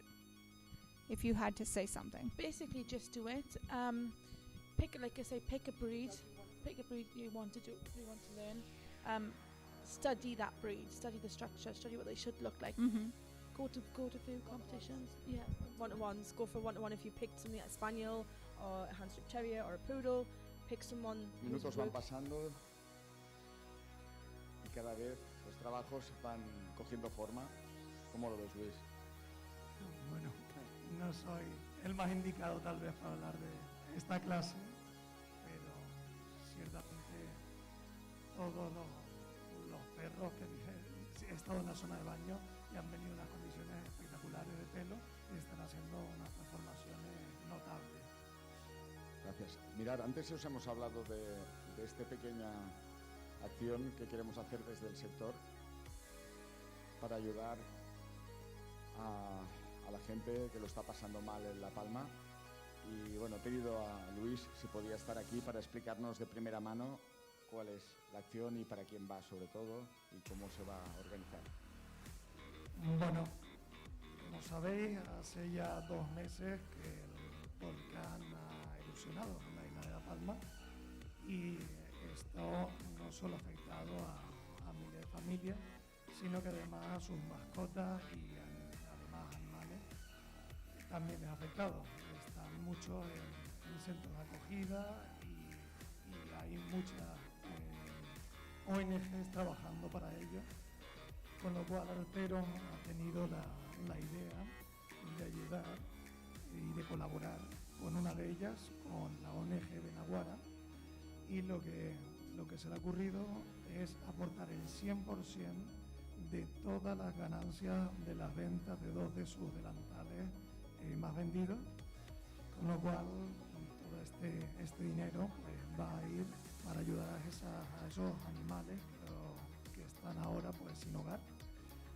Así que todo lo que podamos ayudar os lo agradecería, ya que yo soy canario y me siento pues, bastante... ¿Esta ONG qué hace exactamente? Bueno, esta ONG lo que hace es darle cobijo, aparte, evidentemente busca medios para alimentarlos, cuidarlos, asearlos, porque por culpa de la ceniza también se les pega en el pelo y les cuesta respirar, así que están haciendo muchas funciones, aparte de funciones veterinarias. Están cuidando de ellos, de todos los animales que están sufriendo la erupción, que al fin y al cabo los seres humanos podemos entender el fenómeno que está ocurriendo, pero los humanos sí, pero los animales no. Y realmente es un sufrimiento, así que por favor ayudémonos. Y lo que sí también les comentaros que esta propuesta va a estar activa hasta el 24 de diciembre. Así que todo lo que recaudemos durante este tiempo y hasta el 24 de diciembre irá para esta ONG Benaguara. Sí, vamos, resumiendo que todo lo que se recaude en este producto se enviará directamente a esta ONG y será hasta el día de Navidad. Y será nuestro regalo, el regalo que hará el sector para ellos. Sí, Víctor, ¿nos puedes traducir un poco? Gracias. Well, what we were trying to explain with Luis as representative of the Canary Islands representative. He's from the Canary Islands, so he was just trying to explain that this action that Artero has started and that will be live up to the 24th of December. You will see in the website that we are cooperating with this NGO called Benawara. Benawara is an NGO that is covering all the needs of the animals affected by the volcano in La Palma. So animals are getting all the ashes stuck in their coats. They need to be fed because there's no food around. And this NGO is covering all these needs. So everything that we get from selling these aprons will go straight away fully to the NGO in order for them to revert it to the island. So we look forward to everyone's cooperation, and as a reminder, as I said, it will be open until the 24th of December. All right? Thank you very much.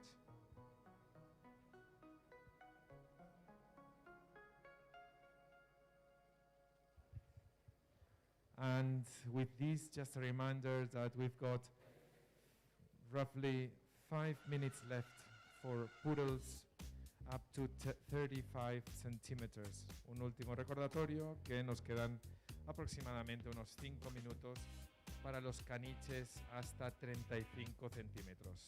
Gracias.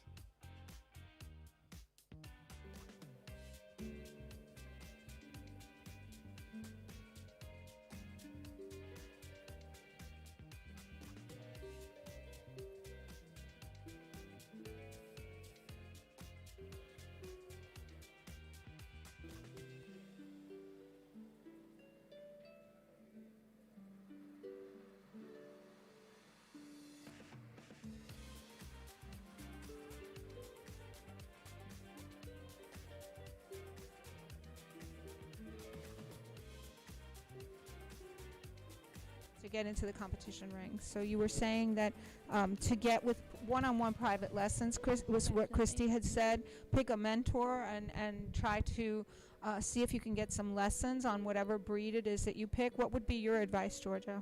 Picking a breed that you're definitely interested in, you want to learn with. Also, with the showing background, I don't know if you agree, Kirsty, but like go and offer ringside help. So like bit like mentoring, but come and help them get Right. Don't be in the way, obviously. Don't bug Right, them, right. but like normally majority of show people will help you. That's how I learned to groom. Yeah, I did too. I volunteered to work with Marjorie Good, okay, and she's the one that had the Sealy that won Crufts. Okay, so I actually worked in her trailer with her, and I worked on Airedales, and I worked on Sealies, of course. I think we had Westies, we had a couple of Scotties. So it was quite an enlightening experience. I had never really done professional hand stripping at the time, so that was quite the adventure. I spent 17 days in her trailer with her, just working the show, because we have something in Florida called the Florida Circuit, and it's over that 2-week period of time, and so I spent them working with her, and we did all kinds of everything. And at the end of the day, she was like, yeah, go ahead and do, the Airedale. And I was like, wait, what? You want me to do what? And so, you're right. That is a great way to get some type of an education. Yeah. And a lot of the breeders and handlers will accept your help. I'm very grateful for it as well. Yes. Yeah, absolutely. And they'll be happy to teach you. You tend to find if it's the breeders and people from the show background, they'll do it for free. Yes. Because you're helping them. Yeah, you're exactly. Work and strain off them and help and do things, and in return they teach you. Yeah, we have a term in the U.S. called being a bucket bitch. Yes. Okay. Yeah. All right. We have that. No, but that's what it is. We are out there just trying to get done whatever we need to get done. Okay, to help and assist. Okay, and you do whatever that entails. If it's feeding dogs, I cooked some meals, okay, because we were a trailer full of people and we had to eat. So, and you can't pick up and just go to a restaurant. So I cooked some meals for us while I was there. We fed dogs, we walked dogs, we cleaned poop. I mean, that's just the nature of what you're doing. So there is a little bit of everything. Yeah, for sure. There you go. But in the exchange, what you're going to receive is an amazing education. And I have to say one thing. I would just give anything for a little bit of the energy that woman has, because I mean, I have never seen somebody that is just go, go, go, go, and she's still go.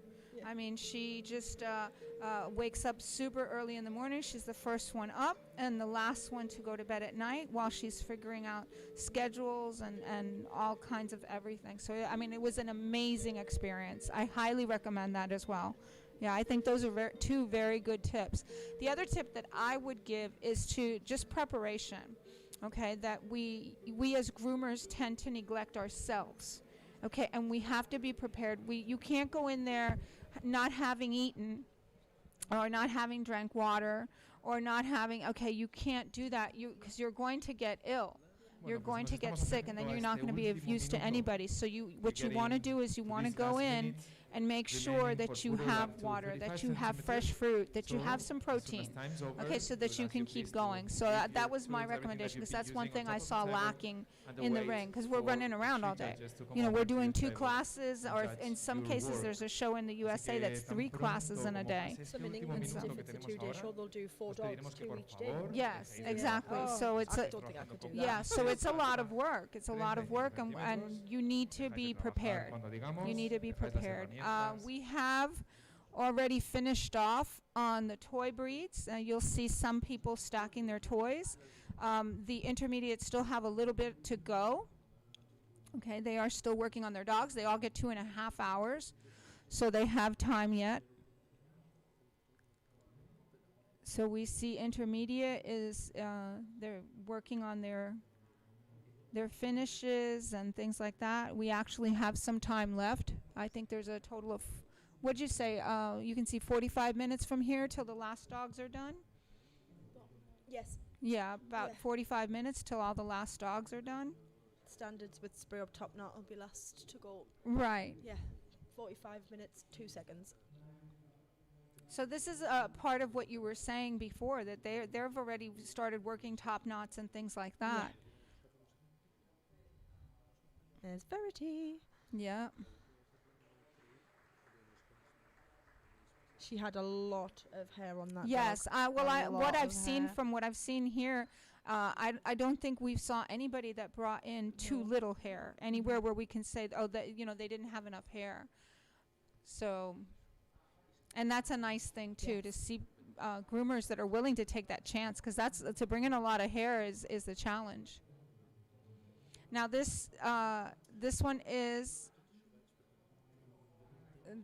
in a Scandinavian, and she's just getting finished here. This is a mini. Yeah. And so she has some more time, plus she has time for that top knot, which she's already done. Yep. She's already done her spray up. That's what I do. That's what you were saying before. Always give yourself at least 15 minutes on me for a standard, more if I can, to just get it all done, and then do as you said, step back. Right, and take a look at it. That's not quite finished. Right, I've got a little bit more on one side than the other. I've got one pom slightly higher than the other. You've got that time to put the finishing touches on, rather than go, oh my God, I've got 5 seconds left and I'm still doing a spray up top knot. It's so funny to me to see some of these dogs that people say, oh, it's the grooming stresses them out. that sleep on the table. Yeah, that doesn't look stressed to me. I'm a little envious today, because we've been up since very, very early doing all of this.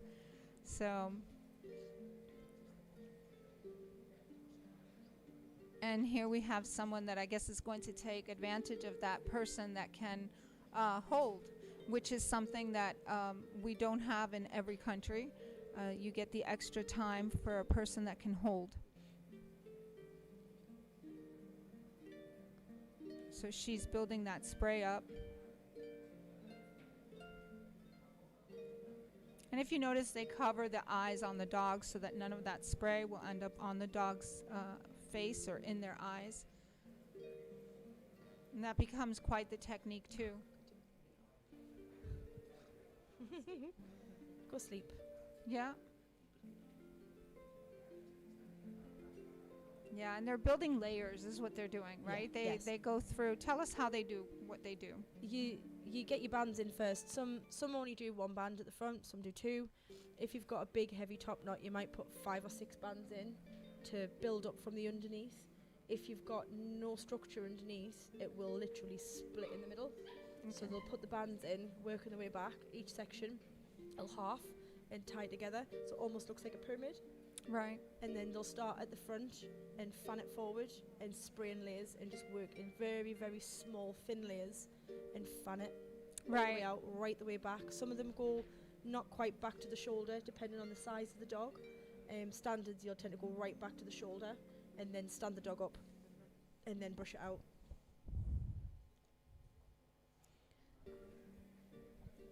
They're doing a lot of spray ups and things, and we're gonna. What do we have for the toys to spray up? What's left? 11 minutes? No. Yes, 11 minutes. So spray ups on the toys are left with 11 minutes to go.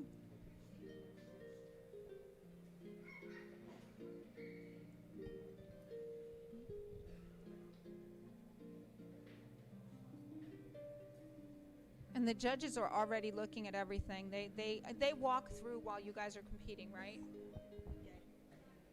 And they're taking a look at everything that you're doing while you're competing.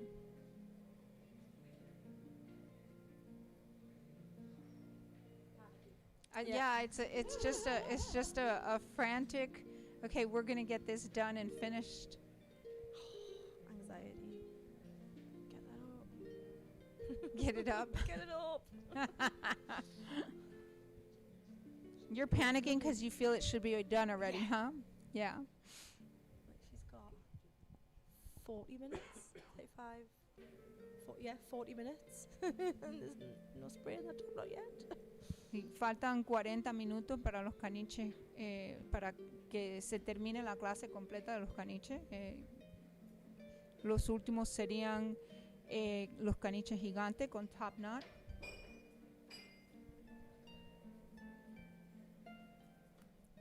Y estamos aquí hablando con Georgia Fuller y con Christy Young. Y ya vemos que hay jueces que están mirando y revisando los perros, los toys que no tienen top knot, ya han terminado. Y ahí vemos a Victor Rosado revisando. So we see Victor's already judging. Judging like a dog show. Yeah.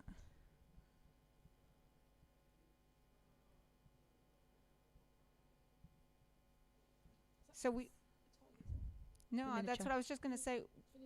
We finished a mini. The minis with no top knot, with no spray up have also finished.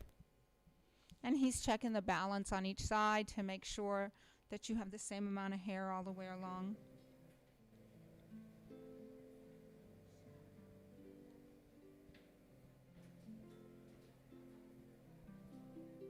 And they comb through. What are they looking for? Balance, mainly. They'll look at the balance. They'll obviously look at the finish. Mm-hmm. But it's all about even when it comes to most of the trims. It's not like Asian. Sorry, Georgia. Where you have big flared legs. Right. The legs should be, the front legs tubular. Back legs should be symmetrical to the front legs. So you shouldn't have a big wide back leg. And then Right. a skinny front leg. You'd want to have nice balance. Tail shouldn't be huge. It shouldn't be too small. And the head obviously should balance, depending obviously if they're in a terrier trim, they might have the tails like this one, right, trimmed down like a terrier, and they might clip the ears off. They might not. Some of them trim them so they're more like velvet. Right. There's loads of different preferences now, which it's nice to see all the different trims. So here we have somebody also taking advantage of that rule where you can have somebody come in and help hold the head. Now some people don't use that. Like I've never had anybody help me. Yeah, like some people do not use that. They don't feel they need anyone. You can see on that white there the build up with the different bands, right? It's nice to get a close up to see that. But Well, we have the advantage that we have some really great camera angles and some great camera shots going around.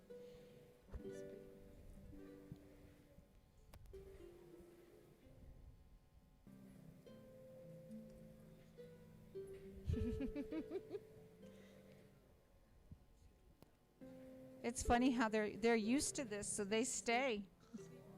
Yep, they stay, and you see us closing his eyes and gonna go to sleep. I love that.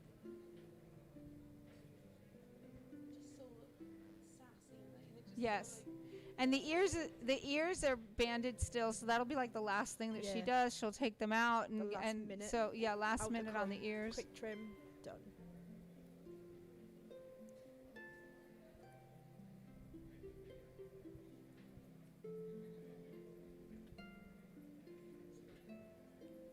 The scissoring and the technique is to me the most difficult thing of what I do. I'm not a scissoring fan, so this to me, no. I'm telling you, if I could hand strip a poodle, I would. I really would. Yeah, no. I'm hand strip, big dog, gun dog. Okay, I like those things. So this is not a class that I would feel comfortable in. I would do it, but I wouldn't feel comfortable in doing it. Yeah, and I doubt that my finish would look anything like the worst person out there would be. You know, I mean, I'm certain. So I admire. I can really sit here and admire the amount of work that goes into doing this, and the amount of proficiency that goes into doing this. These people are practicing their craft in the best way possible.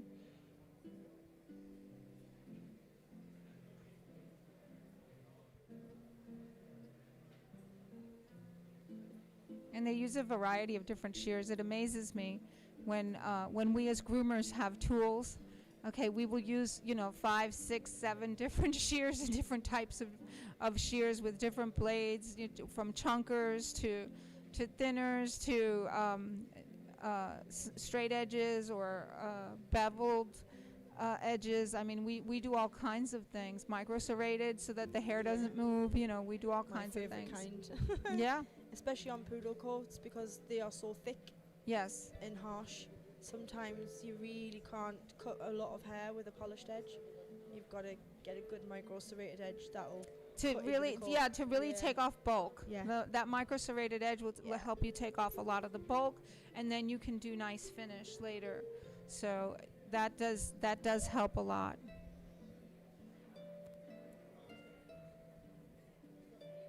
Okay, I have a question. I'm watching all these people. Do you guys tend to think that men scissor faster than women? Okay. Okay. We had this conversation yesterday. Okay. We've got a handful of male competitors in the UK. Literally, we couldn't even get two full hands between us. We couldn't pick 10 people.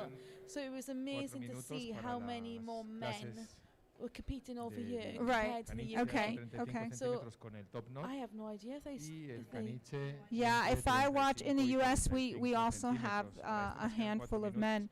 But when I watch, you'll see competitors like Jonathan David or Jay Scruggs, and they scissor amazingly fast. I mean, compared to some of the women I've seen.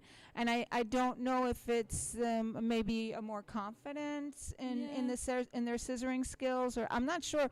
But I do find like a Colin scissors extremely fast.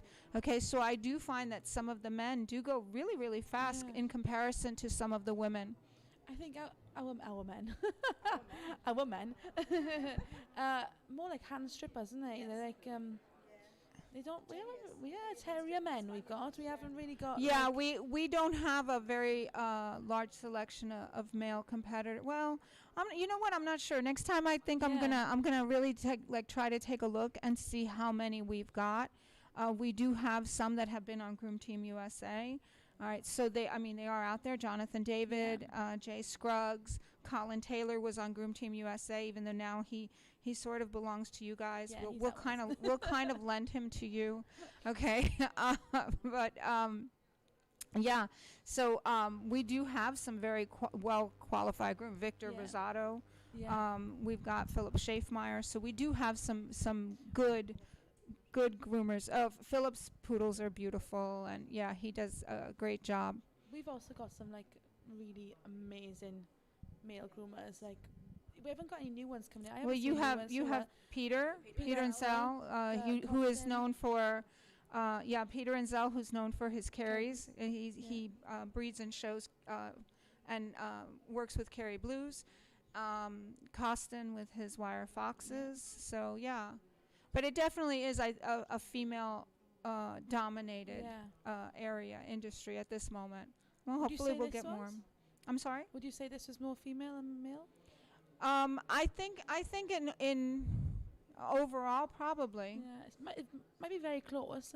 Probably. I think we should all take a vote and see what people tell us. Answer us on this chat. Tell us what you think. If you think there's more men in this industry than women.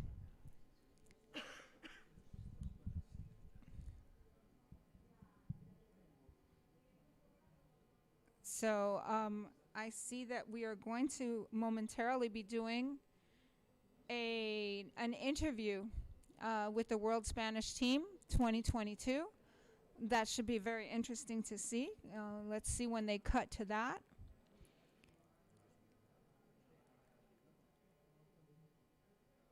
En breve tendremos una entrevista con el equipo español de 2022. El equipo de la Mundial.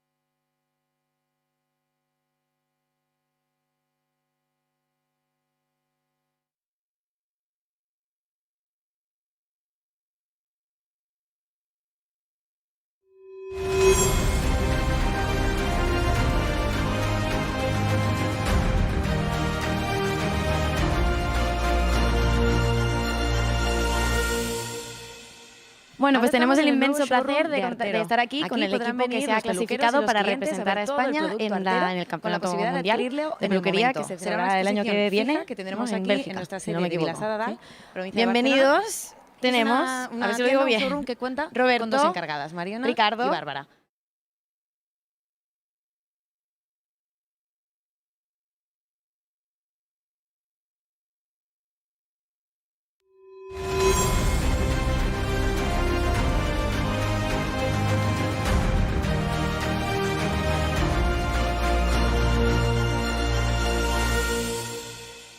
Bueno, pues tenemos el inmenso placer de estar aquí con el equipo que se ha clasificado para representar a España en el Campeonato Mundial de Peluquería que se celebrará el año que viene, ¿no? En Bélgica, si no me equivoco. ¿Sí? Bienvenidos. Tenemos, a ver si lo digo bien, Roberto, Ricardo, Santi, Sonia, Patricia, Maite, Maite y Patricia. Perdón, he fallado al final, alguno tenía que fallar. Somos muchos. Bueno, parece que después de 3 años de aplazamientos, ¿no? Primero un sitio y bueno, ya sabemos todos un poco la historia, ¿no? Finalmente se va a poder celebrar. Entonces, nosotros queremos saber si estáis preparados y listos y ya. ¿Estáis a punto, con ganas? ¿Alguien? Cuenta la experiencia. Bueno, pues, bueno, la verdad es que llevamos un tiempo de desconexión largo por lo que todos sabemos, por la pandemia, pero creo que todos estamos con mucha ilusión y muchas ganas para darlo todo y sobre todo pues que todavía nos queda 1 año y pico para poder prepararnos bien, que yo creo que estamos todos con muchas ganas de hacerlo muy bien y prepararnos bien. ¿O no, Ricardo? Sí, ¿damos su respuesta por válida o queremos añadir algo? Sí, vale, Ricardo dice que sí. Venga. Pues, ¿competís todos en Artero Grooming Slam? Yo no. Tenemos uno que no. O sea. No, yo este fin de semana he decidido no competir porque después de la pandemia tuve que retirar a varios perros que tengo ya muy mayores y ahora mismo perros en pelo tengo los justos. Entonces he decidido dosificarlos, venir a mirar, pillar otra vez el ambiente de competición y en febrero en Montpellier sí que voy a volver a los rings. Los que sí, que entiendo que sois el resto, sí. ¿Vale? Pues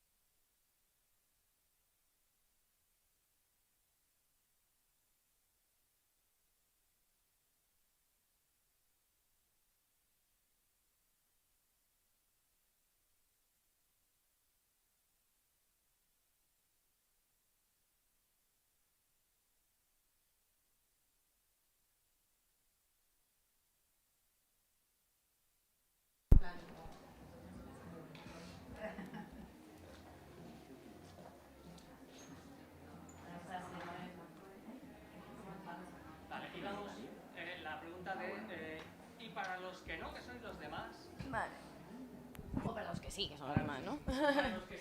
Estaba atento él. No, broma. ¿Ya? Directo. ¿Sí, no? Bueno, pues y para los que sí que competís, que entiendo que sois el resto, ¿cómo os sentís volviendo al ring después de... Mira, Hoy eufóricos, porque después de tanto parón, pues es un poquito prueba para ver cómo vamos y bueno, pues de momento yo creo que bien. Yo he competido esta mañana, me he clasificado y esta tarde competimos otra vez casi todos y a ver qué es lo que pasa. O sea, esperemos a ver que resulte todo bien. Yo os veo, yo estoy segura que sí. ¿Alguien más? ¿Sentimiento? No. Venga. Bueno, pues lo que dicen mis compañeros, ¿no? Después de tanto parón, lo hemos cogido todos con muchas ganas. Creo que ya no solo por la competición, sino por vernos otra vez todos, reunirnos, ver caras que hace mucho tiempo que no veíamos. Y bueno, yo creo que esta vez no lo estamos tomando ni como una competición, ¿eh? Lo estamos tomando como una reunión de compañeros y está guay porque incluso el ambiente se huele de otra manera. Pero bueno, que teníamos todos un montón de ganas. Y se nota que esto está lleno, está lleno. O sea que... Vale, bueno, a ver, pues vamos a probar. Ponen, podéis decir, en qué clase va a competir cada uno en el Campeonato del Mundo y con qué raza os clasificasteis. Ahora probamos, empezamos por ahí y pum, y volvemos. Venga, una. Yo voy a competir en categoría Spaniels y me clasifiqué con un cocker americano. Yo compito en categoría stripping y bueno, lo conseguí con mi perrita Ninja, una schnauzer sal y pimienta, y compito con una schnauzer sal y pimienta. Yo soy la capitana del equipo, muy orgullosa de ellos porque sé que lo van a hacer muy bien. Son grandes profesionales que llevan muchos años dedicándose a eso, mucho esfuerzo ha habido, así que estoy súper orgullosa de llevarlos a todos. Bueno, yo soy la suplente del equipo, así que yo me tengo que entrenar con todo, porque claro, si a alguno le pasa algo me toca cualquier categoría. Y bueno, yo competí sobre todo por caniche y stripping, pero lo que pueda pasar, pues aquí estoy yo y si no, ayudar a lo que haga falta, porque todo salga bien. Yo voy en categoría caniches y me clasifiqué con un caniche gigante y es el con el que voy a competir. Mi categoría es tijeras, yo clasifiqué con un Kerry Blue, pero yo creo que lo importante no es la individualidad, yo creo que es el equipo, la sensación, el que en cada clase en la que estemos, al final el grano, el poco que se puede hacer, el poco que se puede ayudar, el saber que se va a estar ahí, es importante para todos, ¿no? Esa confianza de equipo no se puede perder. Así que, bueno, como os digo, yo lucharé con Kerry Blue y se dará todo lo que se pueda. Vale, pues gracias. A ver, ahora si alguno de los que coja el micro nos puede contar un poco, pues, cómo funcionó un poco la clasificación o cuánto tiempo duró. Y empezaríamos de aquí para allá, para cambiar un poco. Y a ver alguna anécdota, la más, no sé, que recordéis con más cariño o ilusión del momento de la clasificación. Ahora tú tienes poco tiempo para pensar, tú tienes mucho tiempo. Bueno, la clasificación son 2 años, ¿vale? Más o menos, no son exactos, pero son 2 años entre que se hace una competición, se celebra, se para y entonces empieza otra vez de cero a puntuar cada uno en su categoría. Y bueno, yo creo que anécdota como tal no, pero tengo un grato recuerdo porque fue una de las perras que tengo en casa, que ya no participa, y yo creo que la última vez que competí con ella fue para puntuar y son momentos un poco más entrañables y que me quedo para mí personal y es el disfrute que nos dejan los perros, que es la verdadera pasión que engloba todo esto. Yo tengo un momento en el que me eligieron a mí, lo que pasa que es un momento muy agradable y es un momento un poco triste también porque competía contra Patricia y yo me sentía muy bien porque gané y me sentí muy mal porque ella perdió, entonces es un poquito ahí un conflicto, porque esta es una competencia, pero claro, al final todos nos conocemos y todos somos compañeros y te duele, pero bueno, lo intentaremos hacer lo mejor que se pueda. Yo estoy convencida que sí, Ricardo. Yo me quedo con las ganas y el propósito tan fuerte, el esfuerzo que hicimos cada uno por todos esos 2 años, muchas competiciones. Y muchas veces 2 competiciones en un mes, preparar perros, viajar, o sea, es mucho esfuerzo. O sea, quien está aquí es porque ha luchado mucho, en el punto en el que estemos cada uno, ¿vale? Entonces me quedo con ese esfuerzo del equipo y me encantaría que sigamos con ese esfuerzo que hicimos anteriormente, porque es como decía Ricardo, tú te puedes entristecer porque a lo mejor tú no has clasificado, pero también te alegras por los demás. Entonces sé que luego vamos a estar todos compitiendo y ayudándonos, porque ya ahora es equipo, ya no es nada individual, ahora es equipo, sí o sí. Entonces tenemos que ir todos a una porque España tiene que entrar y si es oro, mejor, claro. Te paso con Ma. Bueno, pues sí, como dice mi compañera, al final son muchas horas que estamos juntos, muchos viajes, bueno, es que anécdotas habrían un montón. Muchas horas en coche, he pasado con mis compañeras, con Santi, y a veces te pones tú más nervioso viendo a tus compañeros cómo están ahí trabajando, cómo, si van a clasificar o no, y te emocionas más que cuando es para ti. Yo muchas veces estoy más nerviosa viéndolos a ellos y que lo hagan todo bien, y yo creo que tenemos un gran equipo, todos son muy profesionales porque son muchas horas, los que estamos aquí es que nos gusta, es una locura, nadie nos entiende si no es del mundo del perro, porque es nuestra vida, es estar con perros, trabajar y además es duro. Entonces estamos aquí, yo creo que se lo han ganado, nos lo hemos ganado todos y con muchas ganas de participar. Bueno, pues yo por mi parte, la categoría en la que compito con todos mis compañeros, lo que dicen, ¿no? Al final somos un equipo, pero yo tengo muy buen recuerdo porque la perrita que escogí fue con la que he estado los 2 años trabajando. No he cambiado de perrita en esos 2 años. Y ha sido unas veces mejor, otras veces peor, ibas comparando tus trabajos para mejorar, este no te gustaba, este sí, este, en fin, ¿no? Y ves la trayectoria y las mejoras, que me imagino que nos ha pasado a todos. Y ese es mi recuerdo de esos 2 años, ¿no? Toda la trayectoria, lo que dicen, ¿no? Al final lo que cuesta esos 2 años de viajes, de cansancio, de no comer, de no dormir, de nervios, de risas, de lloros, de todo. Hay unos altibajos impresionantes. Y la verdad es que al final sentirte dentro de un equipo que al final, al principio, éramos rivales, ¿no? Como quien dice, y ahora tenemos que ser una piña. Y al final es que en ningún momento hemos tenido que ser rivales, porque es así, es lo que nos gusta, es lo que hacemos todos y bueno, yo me siento súper cómoda, además voy con 3 enormes, que parezco yo aquí, que voy con guardaespaldas, me siento pequeñica, o sea que voy súper segura, ¿eh? No. Bueno, yo creo que sobre todo lo que dicen mis compañeros, todos tenemos que unirnos y tenemos muchas ganas de dejar a España donde se merece. Creemos que ha habido campeonatos donde hemos merecido más y quizás nos ha podido llegar arriba y nosotros queremos intentar poner a España en el lugar que se merece. Y hemos trabajado muy duro, han sido 2 años viajando mucho, durmiendo muy poco, combinando mucho esfuerzo en viajes con mucho trabajo en peluquería. Y ahora tenemos ganas de disfrutarlo y de ir a por todas. Bueno, pues sí, la verdad es que todo el mundo habla de esta preparación y cuando se escucha pienso, uf, no, o sea, que enhorabuena ya por la parte... Sí, pero aunque guste, de enhorabuena y jolín. Y bueno, es un campeonato mundial, así que habrá muchos países. Y la pregunta que viene ahora sería, pues, ¿cuáles crees que son las selecciones más fuertes? Que comentabas de poner a España donde se merece, pues cuáles os pueden hacer la competencia y qué puntos fuertes les veis, qué os hace pensar, quién quiere el mic. Mira, ya lo piden, venga, todo tuyo.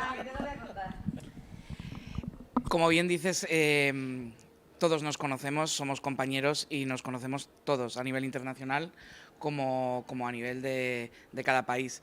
Y hay 3 potencias mundiales que hay que tener en cuenta. Una es Rusia, la técnica, ¿vale? La cabeza pensante, el arma que nunca falla y que siempre estudia el milímetro de su rival. Luego está Estados Unidos, que Estados Unidos es una potencia en global. Es un equipo, como tal funcionan. No hay una pieza que les desencaje a niveles formativos ni ejecutivos porque son uno, ¿vale? Y luego está la pasión, que en estos momentos yo creo que se la lleva Italia, que son increíbles. Entonces hay que tener mucho cuidado con esos 3 oponentes y España siempre ha estado ahí. Eso sí, hay que tener cuidado con España. ¿Qué decías, Ricardo? No, está bien lo que dices, pero tampoco sean, yo por lo menos no veo que nos puedan hacer mucha sombra. O sea, yo oigo por ahí cosas y la verdad que nos respetan. El equipo de España es para respetar. Sí, claro que nos respetan, pero yo creo que a nivel de conocimientos y de exponentes de rivales es un poco la competencia tener un estudio de lo que son capaces de hacer para estar a su nivel y poder equipararnos. Y es que, por supuesto, que yo creo que somos cada uno, especialista en su raza. Santi se hizo especialista en stripping y lo centró, como ya bien ha dicho, en schnauzer. Maite y Patricia son hiper mega polivalentes. O sea, al final él es especialista en caniches, su raza es criador y amante y apasionado de años. Entonces yo hice lo mismo con mi raza. Entonces somos un equipo de especialistas y especiales, pero hay que darlo todo, ¿vale? Y lo vamos a dar. O sea, que al final una mundial es un cara a cara, es un tú a tú y es divertido. Deberíais de estar y grabarlo, porque es muy divertido, Uy, perdón. Vale, bueno, pues si nos invitan vamos a grabar el mundial. ¿No? ¿Sí? Algo que añadir, yo creo que... No, me lo he explicado todo perfecto. Bueno, pues nos queda solamente desearos muchísima suerte. Lo que sí que nos gustaría saber, espero que no lo fastidie, pero nos gustaría saber si ganáis, ¿cómo tenéis pensado celebrarlo? Uy, hay algunas sonrisillas de uy, lo que haría y unas de ay, no. Algo. Yo creo... Paso el micro para... ¿Cambiamos el...? Todavía no hay una propuesta real. Nos lo tenemos que plantear muy bien. Y estamos un poquito desamparados todavía, entonces es como que todavía no hemos arrancado. Claro, es que he escuchado que no hay una propuesta real, pero eso significa que hay unas cuantas, ¿no? Claro, yo creo que ahora es el momento de dialogar, poner cada uno un poco... Claro, a ver, hay que decidir cosas. Y a ver quién se tatúa, no sé. No sé, tendremos que ver. Pero yo creo que puede haber, oye, que se admiten propuestas. No sé, pero tampoco os paséis, ¿sabes? O sea, no, bueno, lo tendremos en cuenta. ¿Es alguna propuesta de celebración? Yo, por si acaso. ¿Alguna...? Fiesta, mira, que os Sí, vengáis. celebrar, sí, pero tatuajes y todo esto, y corte de pelo y cosas así, ¿no? Sí, es celebración, fiesta y tal. Se tira una lo que piscina, haga falta, ¿eh? Claro, no, yo iba por ahí, ¿no? Una celebración y de repente aparecen barbas fuera, tatuajes y digo, bueno... Iba por ahí, hombre. Ahora... una semana en el Caribe. Claro. Mira, ves, si tengo que proponer algo, pues sí. Yo voy... Sí, Caribe, vente al Caribe. Nos invitan también. Bueno, pues nada, chicos, muchísimas gracias por estar aquí, por el tiempo y muchísima suerte. Gracias. Gracias a vosotros. ¿Alguien más que el micro, tío? España.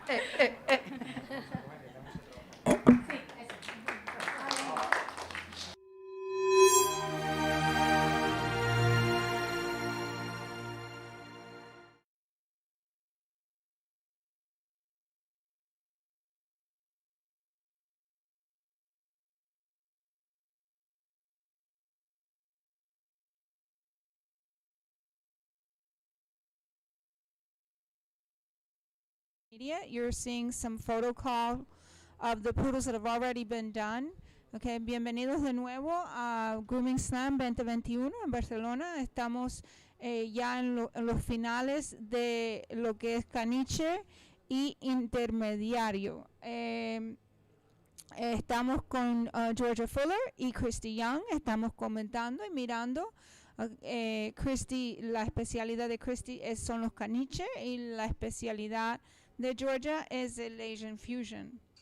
Quedan 11 minutos más o menos para acabar la competición por completo, así que los caniches que tienen Top Knot les faltan todavía 11 minutos para finalizar. Vemos los jueces que están ya revisando todos los que han terminado. We are almost at the end of the competition. We probably have about 10 more minutes left on the large dogs with the standards with Top Knot. And we see the judges are going over all the dogs that have already finished. In the ring, we have right now, we can see Victor Rosado going around and checking on some of the dogs. We are joined by Georgia Fuller and Christy Young. We're looking at photo call. Tell us some of what you see, ladies. Some really, really lovely work. Really, really lovely work. Finishing work's looking really good. Shape's looking really good. And so, some of these dogs came in looking like yetis. Yeah, you're right. Yes, you're right. That's lovely. So this is photo call where they take before and after photos, which is really nice. It is something that we see here at the Artero shows. It lets you, as a groomer, actually, as a competitor, be able to see what you came in with and where you ended up. A lot of times we take these photos ourselves and they don't come out looking so professional. So this is nice. It's a nice thing for you to be able to see your before and your afters, and to be able to see. I find that that's good for me later on, as I matured as a groomer. A lot of it was with pictures. Like I see things that I did when I first started that I don't know how I did those things because they're kind of scary. But so it does help. It helps you to grow. And I think that is a valuable tool for sure, right? I like the photographs. Even sometimes if you're in the ring and the competitions aren't actually doing photographs, you can always ask the next door groomer. Right. If they're not busy working, if they're finished and the dog's resting, can you just take a quick picture? Right. Ask them a phone, take a picture. Because like I say, if you look at a picture, when you were saying earlier to step back and look away from the dog. Correct. It's the same principle. Yeah. It's the same principle. Yeah, Take you can back see what you need to and improve. see where you need to improve. Like I said, I've looked at some of the photos of things that I did in the past, and some of them have been quite scary. Yeah. So yeah. So hopefully we all get better as we go along. We all keep learning as we go along. Artero's big on education. And for anyone that wants to continue to work or is looking to learn or is looking to get into this field, we have arteroacademy.com. In this country, we are also throughout a lot of Europe. All right, and we have partners that we partner with in other countries where you can get an education, so that's a nice thing. So we have, can you see that clock up there and see where we're at right now? It's right down the bottom. I can't see it. I'm trying to see if I can see it on here. We have 8 minutes. Tenemos todavía 8 minutes was standard. 8 minutos para another 15 minutes. 22. Okay. 22. 8 minutes and 22 for the standard with spray up top knot. Okay, so tenemos todavía 8 minutos con 22 segundos para los caniches gigantes que tengan un top knot. Okay, así que y los jueces ya están revisando. Son bastantes perros para ir revisando. Cada juez tiene que pasar y revisar y mirar, y estamos ya en lo que es el final de la competición de Grooming Slam 2021. So we're almost at the end of Grooming Slam 2021. So we are super excited to have made this event possible, made this event happen. It's really great that this year, that's been tough, I think, for everyone, we have been able to get together and really enjoy each other, enjoy the company of other people, of our grooming friends and family, and we really are a family, don't you think, girls? Oh, absolutely. I mean, we were talking early with some of the Spanish team, and Right. was going, "Oh, Georgia, can I ask you some questions about Asian fusion?" There you go. You literally like went through trimming this dog's face and how to do the legs, and I was just, oh my god, thank you so much. Thank Right. you so much. It So is, even it's helping fun. The other teams, it's a massive family. It's Yeah, great. it really is, and it's a lot of fun. We enjoy each other's company for sure. It helps when you're in the ring as well to know you've got people around you for the support, even though they're not talking to Yeah. you. You're all in there, and it, like you said earlier, if you need something, you go, oh my god, you can sort of wave at someone. I need some help. Exactly. Yeah. And it's nice. I love coming here. For those of you that don't know, my name is Lulu Rodriguez, and I'm actually from the United States. And I come here normally once a year at least. This year this is the first time, but normally we do March for jornadas. And this year I was invited to come for Grooming Slam, which was an awesome honor to be able to be here. So I'm so glad when I was able to come in and see faces that I hadn't seen in almost 2 years. This is an awesome event. So they're busy doing final touches. I see final touches being done on spray ups, final scissoring in. By this time, the spray up should be pretty much finished. And you should be scissoring in all of the sides and balancing the jacket and doing anything else that you need to do, right? Yes. Yes. Anxiety moment right now. For sure, yeah. This is where you think that you're never going to get it done. It's beautiful, isn't it? And I'm seeing some really beautiful grooms. There are some amazing grooms that stand out. I don't envy the judges at all. No, Okay. it's a beautiful Estamos grooming viendo un nivel de trabajos que son magníficos. No le envidio nada a los jueces que van a tener que revisar estas obras de arte, porque verdaderamente son obras de arte.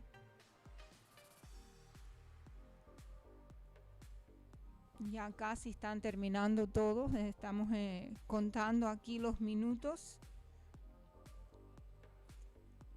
And we're seeing some very pretty, I like that dog. Look. He's like, hey, what you doing back there? Hey, what you doing back there? Pretty face, very pretty. Smiley. Smiley poodles. Love Yes. smiley poodles.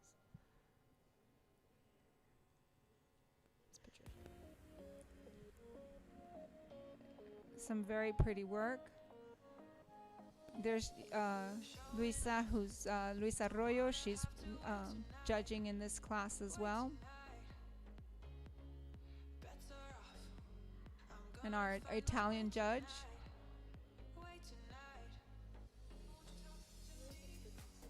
Yeah, yes they do. Yes they do. The Italians always look good in. They do it best.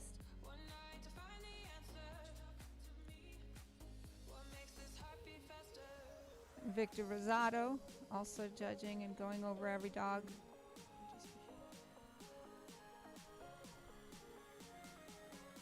And what they do here in this country, as opposed in Europe as a whole, as opposed to in USA, they have 3 judges that tabulate points. They judge and they give every dog a point, and then those points are added up, and that's how they calculate first, second, and third. In the U.S., most of the judging is done by one judge. We do have 1 or 2 where there's something called panel judging, but the judges confer with one another in panel judging. Okay, in here, the judges don't talk to each other about what they're seeing. They just give numbers.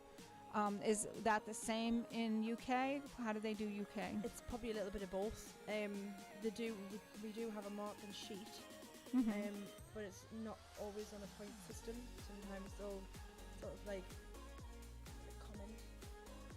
Right, they'll put comments down. On Okay. the sheet and say obviously like prep work, Right. cooker work, scissor and finish, shape. Okay. balance, and then they'll work it from there. And sometimes they will confer, especially if they've got 2 or 3 dogs that like one person's picked one, the other hasn't picked that person at all. Right. And they've put them first. So Okay. why we put them first? We haven't placed them, and they'll discuss in the night sort of Right, split right. between the 3. But it makes much more sense to do it that way. Yeah, see Point here, by point. here there's no conferring with one another. They're not really supposed to speak to one another about the work that they're seeing or anything that they're doing.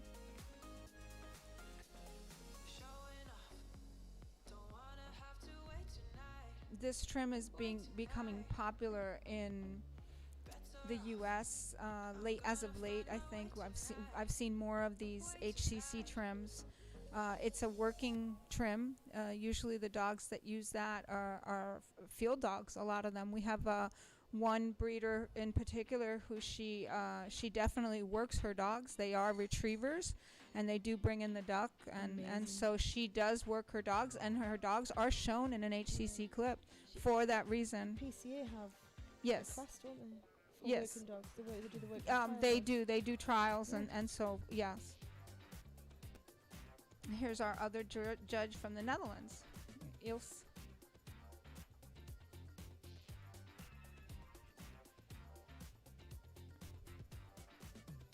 And what we tell people who are going to compete, if you're going to compete, you'll see that a lot of these groomers have cleaned their table off. They may have put down a tablecloth.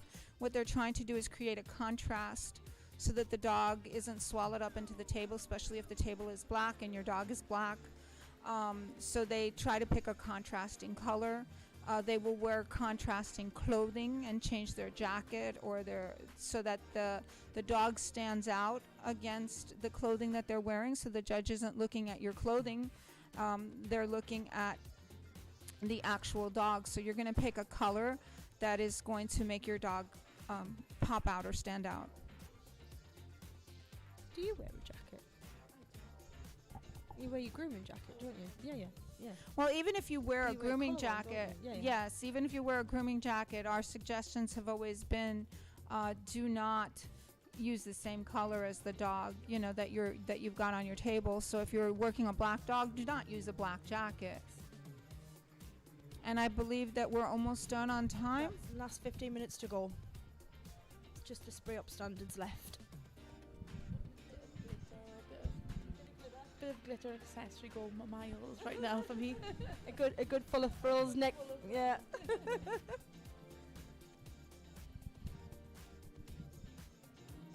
Especially on the T trims and the German trims around the neck. Yeah. Bit of glitter. Couple of diamantes. Yeah. Bring on the Asian, Georgia.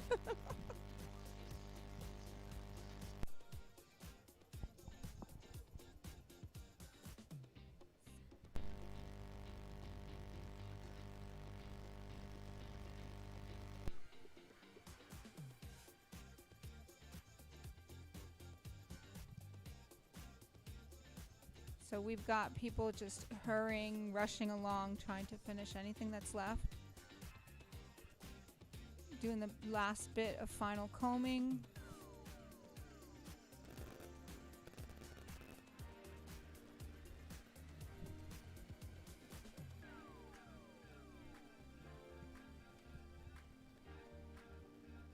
We've got them just finishing. The only thing left at this point are the standards with those top knots. And we see people, the folks with these standards are rushing to get things finished, get things done. Everyone else is cleaning off their tables and prepping up their dogs and so forth.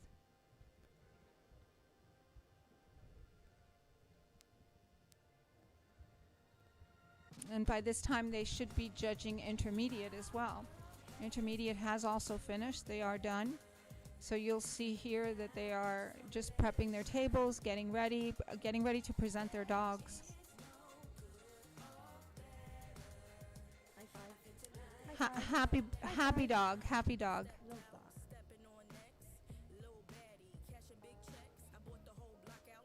Now in intermediate, they are finishing up. Do we know who's judging intermediate? I don't see. Alison. Alison has intermediate today. Okay. I think is Ilse judging. I think Ilse is judging with her. Ilse is also okay. She still has a little bit of time left to finish that whole dog.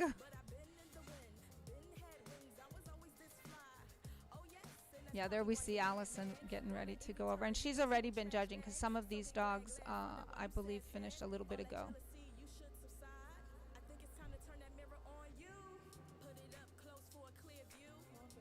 Umberto as well. Umberto's got the That's the intermediate. three. There you go. That's not. Luisa. So not Ilsa, Luisa. Ilse must be doing poodles. Ilsa's doing poodles, yes. there's our 3 judges.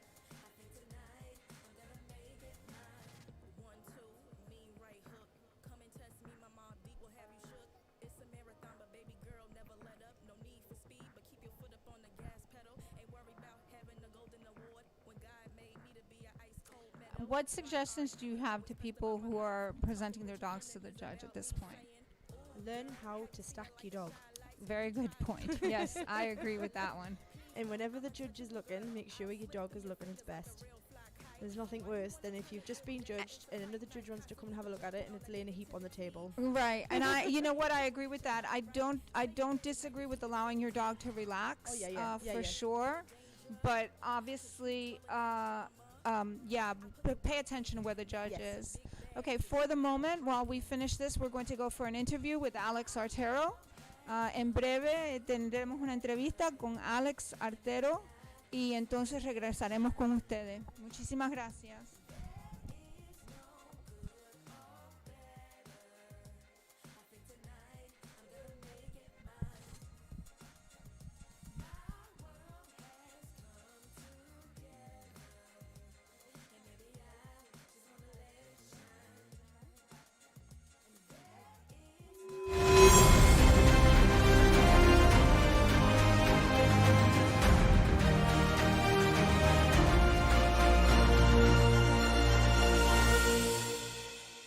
Bueno, pues ahora le toca el turno al capitán de este buque, probablemente la persona que más ha creído y apostado por la profesionalización de la profesión de la peluquería canina, Alex Artero.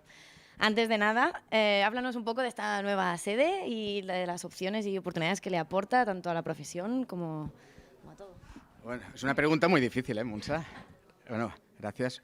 A ver, la verdad que ha sido un año muy, muy largo. Ha sido un año largo y duro porque, míralo.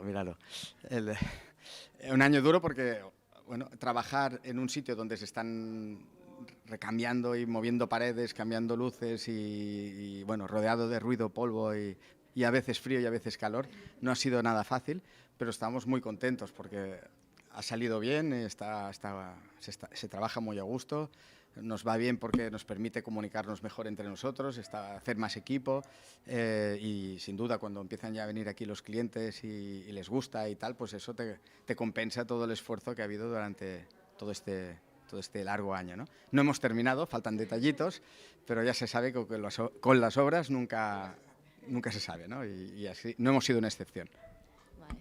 Bueno, y perdona, que yo con los nervios, claro, con el jefe no te da ni la bienvenida ni nada, yo respóndeme, perdona. Y bueno, celebrar este año Grooming Slam aquí en estas nuevas instalaciones ¿es debido al COVID o hay intención de continuar haciéndolo aquí?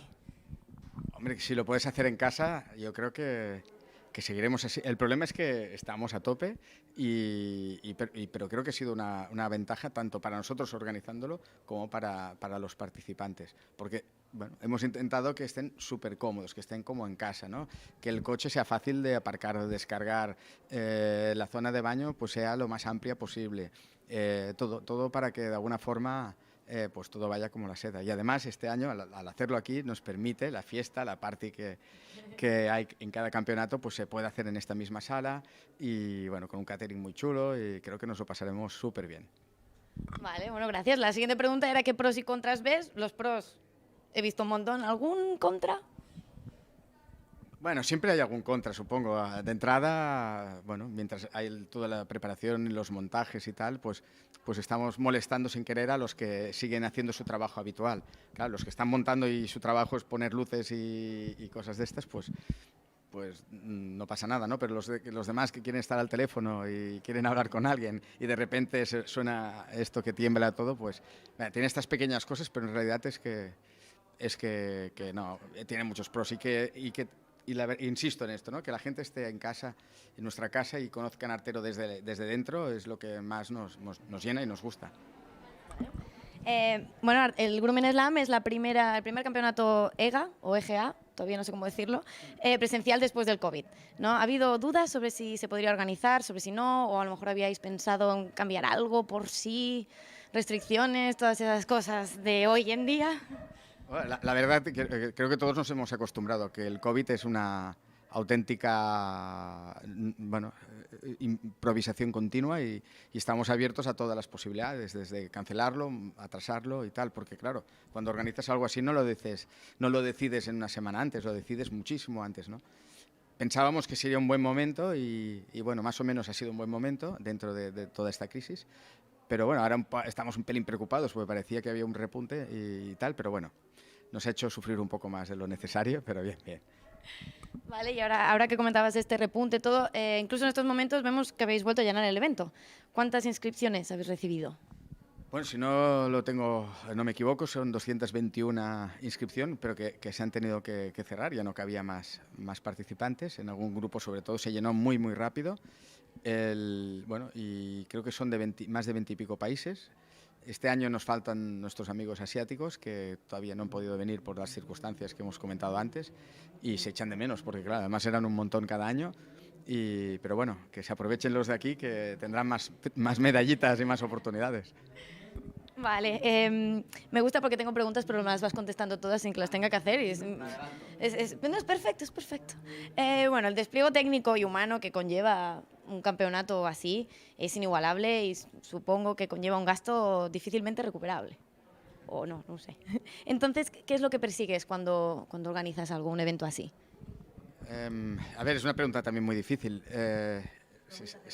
Sí, un negocio no es hacer un campeonato, pero sí que pretende, pues, primero acercarnos a nuestros clientes, de alguna manera que nos conozcan un poco más, que somos una familia, a fin y a cabo, que estamos trabajando para ellos el día a día. Nos permite, pues, también llegar a más gente, a dar una buena promoción de la marca, hacer mucho branding y en definitiva esto, y sin olvidar que todo lo que sea potenciar el sector para nosotros es clave, ¿no? Hoy, por ejemplo, ya hemos tenido a Telecinco con nosotros aquí y bueno, que eso lo difundan, pues automáticamente hace que el sector se conozca un poco más, que todavía necesita esta ayuda, ¿eh? Bueno, y ahora que estamos ya llegando al final del Artero Grooming Slam, queremos saber cuál será el próximo gran evento artero. A ver, déjame pensar, que hay tantas cosas encima. Bueno, nos viene un mes de marzo muy complicado, con muchas ferias. Creo que el mismo fin de semana tenemos 4 cosas. Hablo de memoria, pero me parece que coincidimos con el Craft en Inglaterra, en Birmingham. Coincidimos en Bolonia, en una feria de peluquería en Italia. Coincidimos con el Propet y coincidimos con las jornadas que se hacen Propet.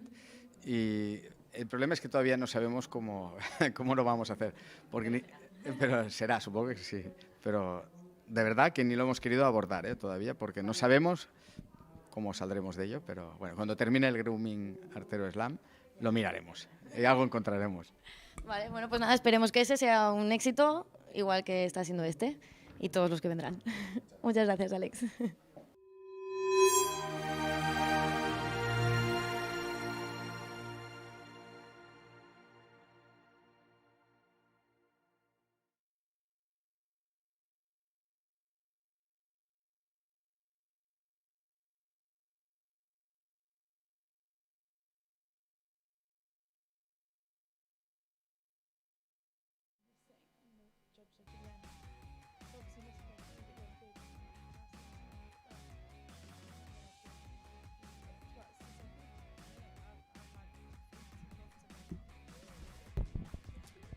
Buenas tardes, ya estamos de regreso al final de Grooming Slam 2021 in Barcelona.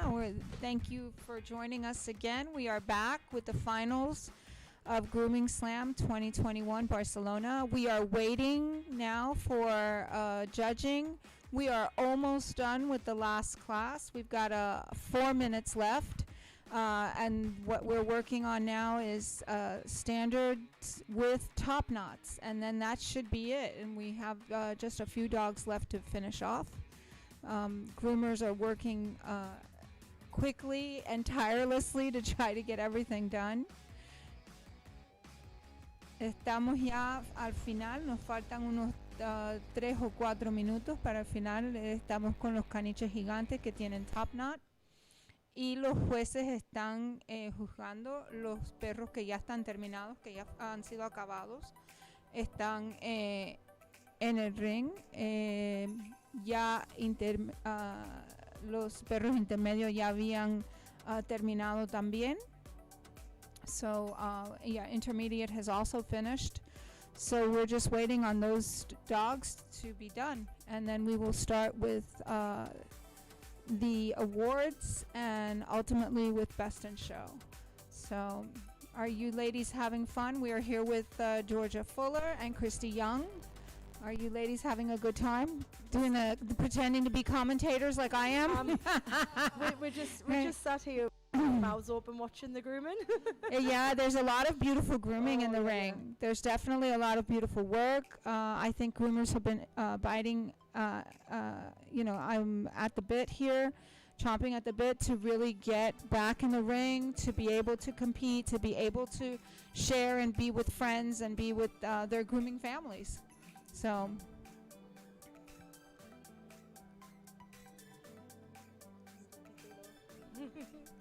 Love a sleepy poodle. That's nice. pretty faces and pretty trims that have been done.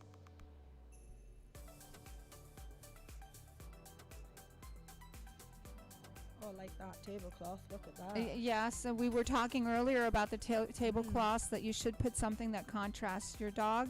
That's definitely a very contrasting tablecloth. The one in the background with the sparkles. Sleepy. So yeah, I think a lot of our dogs are sleepy. Probably a lot of our competitors are sleepy too. They have been grooming since yesterday. A lot of people have participated in all the events, in all 4 events. And that's a lot of work, for sure. They have... That's it. And we are done. Time's up. Well done. We are done. So now we await the judging.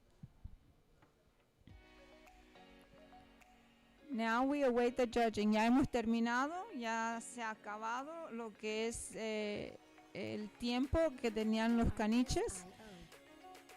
Ahora a juzgar y a dar los plazos, a ver los clasificados. Estamos esperando ahora a los jueces. Los jueces están mirando todos los perros que quedaron. The judges are in the ring checking on all the dogs. And there's a lot of hair on that floor, huh? Yes, there is. Yeah.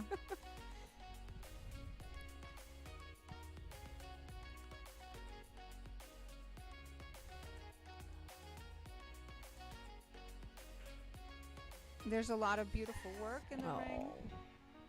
That's always nice to see. love when the that is always nice to see when the dog is happy and happy to be with their groomer. In some cases, they are their owners.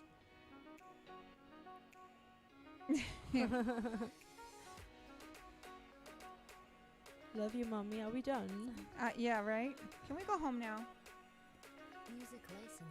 But a lot of the dogs do enjoy this attention, and they enjoy doing this. Our poodles love this. Yeah, people often say, "Oh, you make the dogs do this." No, we don't make the dogs do anything. If they didn't want to do it, they wouldn't be standing on the table. There's no way. You just can't get them to do it if you don't want to, especially at this caliber.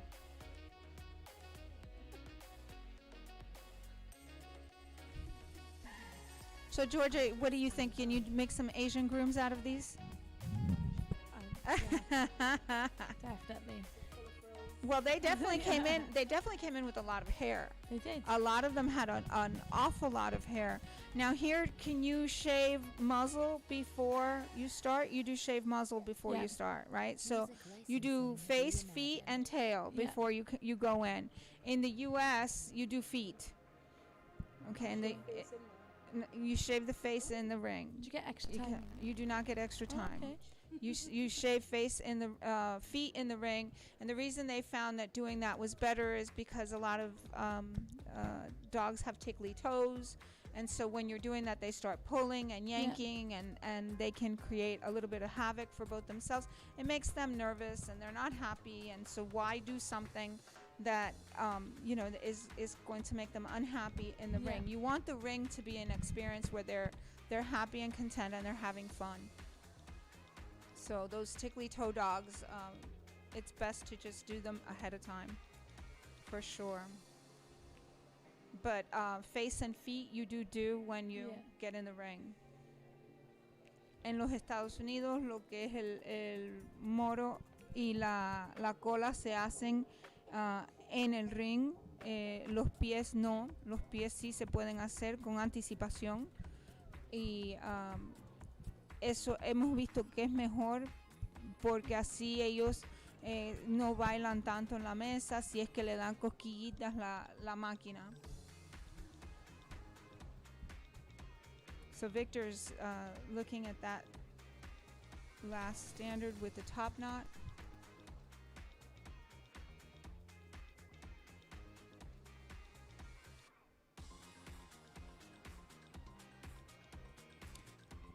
So now everybody's rushing to prepare their tables, and I suggest anybody that is showing their dog to a judge, please clean your table.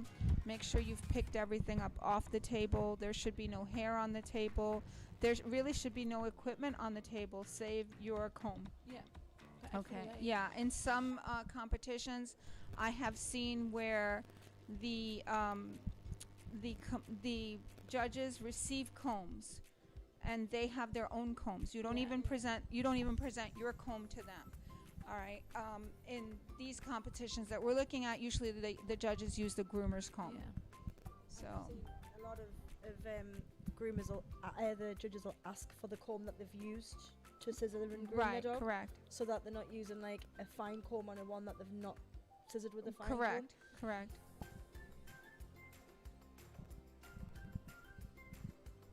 But I know that we attended an event where the judges each had a comb. Yeah. And I do know that because they were Artero combs. they used we supplied the Artero gold combs for the judges to use at that particular event. And so This one? yes, that would be the one in her hand. Yes. That would be the one.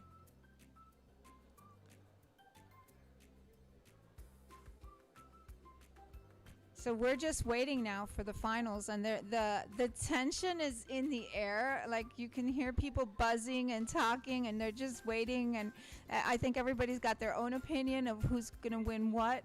So. When you're watching the Poodles, especially not if you're not in the ring and you don't compete with them, you're watching in awe. Like everyone's like, oh, yeah, exactly. Like you're walking around, and people like you probably can't see from here, but.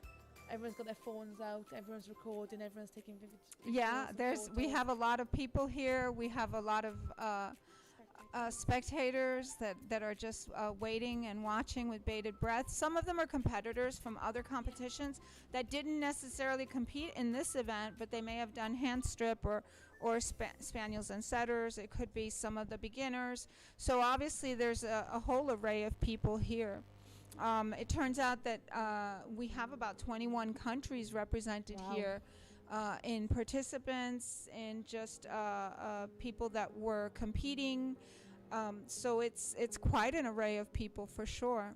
Especially in the times that we are with COVID, that's a wonderful number of countries. Yes, it is. It definitely is. And I don't know about you guys, but I have felt for those people that have wondered if there's concerns of COVID or anything like that, everybody's wearing masks. Everybody, for the most part, who I've spoken to has been vaccinated. Yes. I don't think I've spoken to anybody that hasn't been in order to come into the country. I think Spain requires vaccination. So we are all definitely, I don't know, but I feel very safe.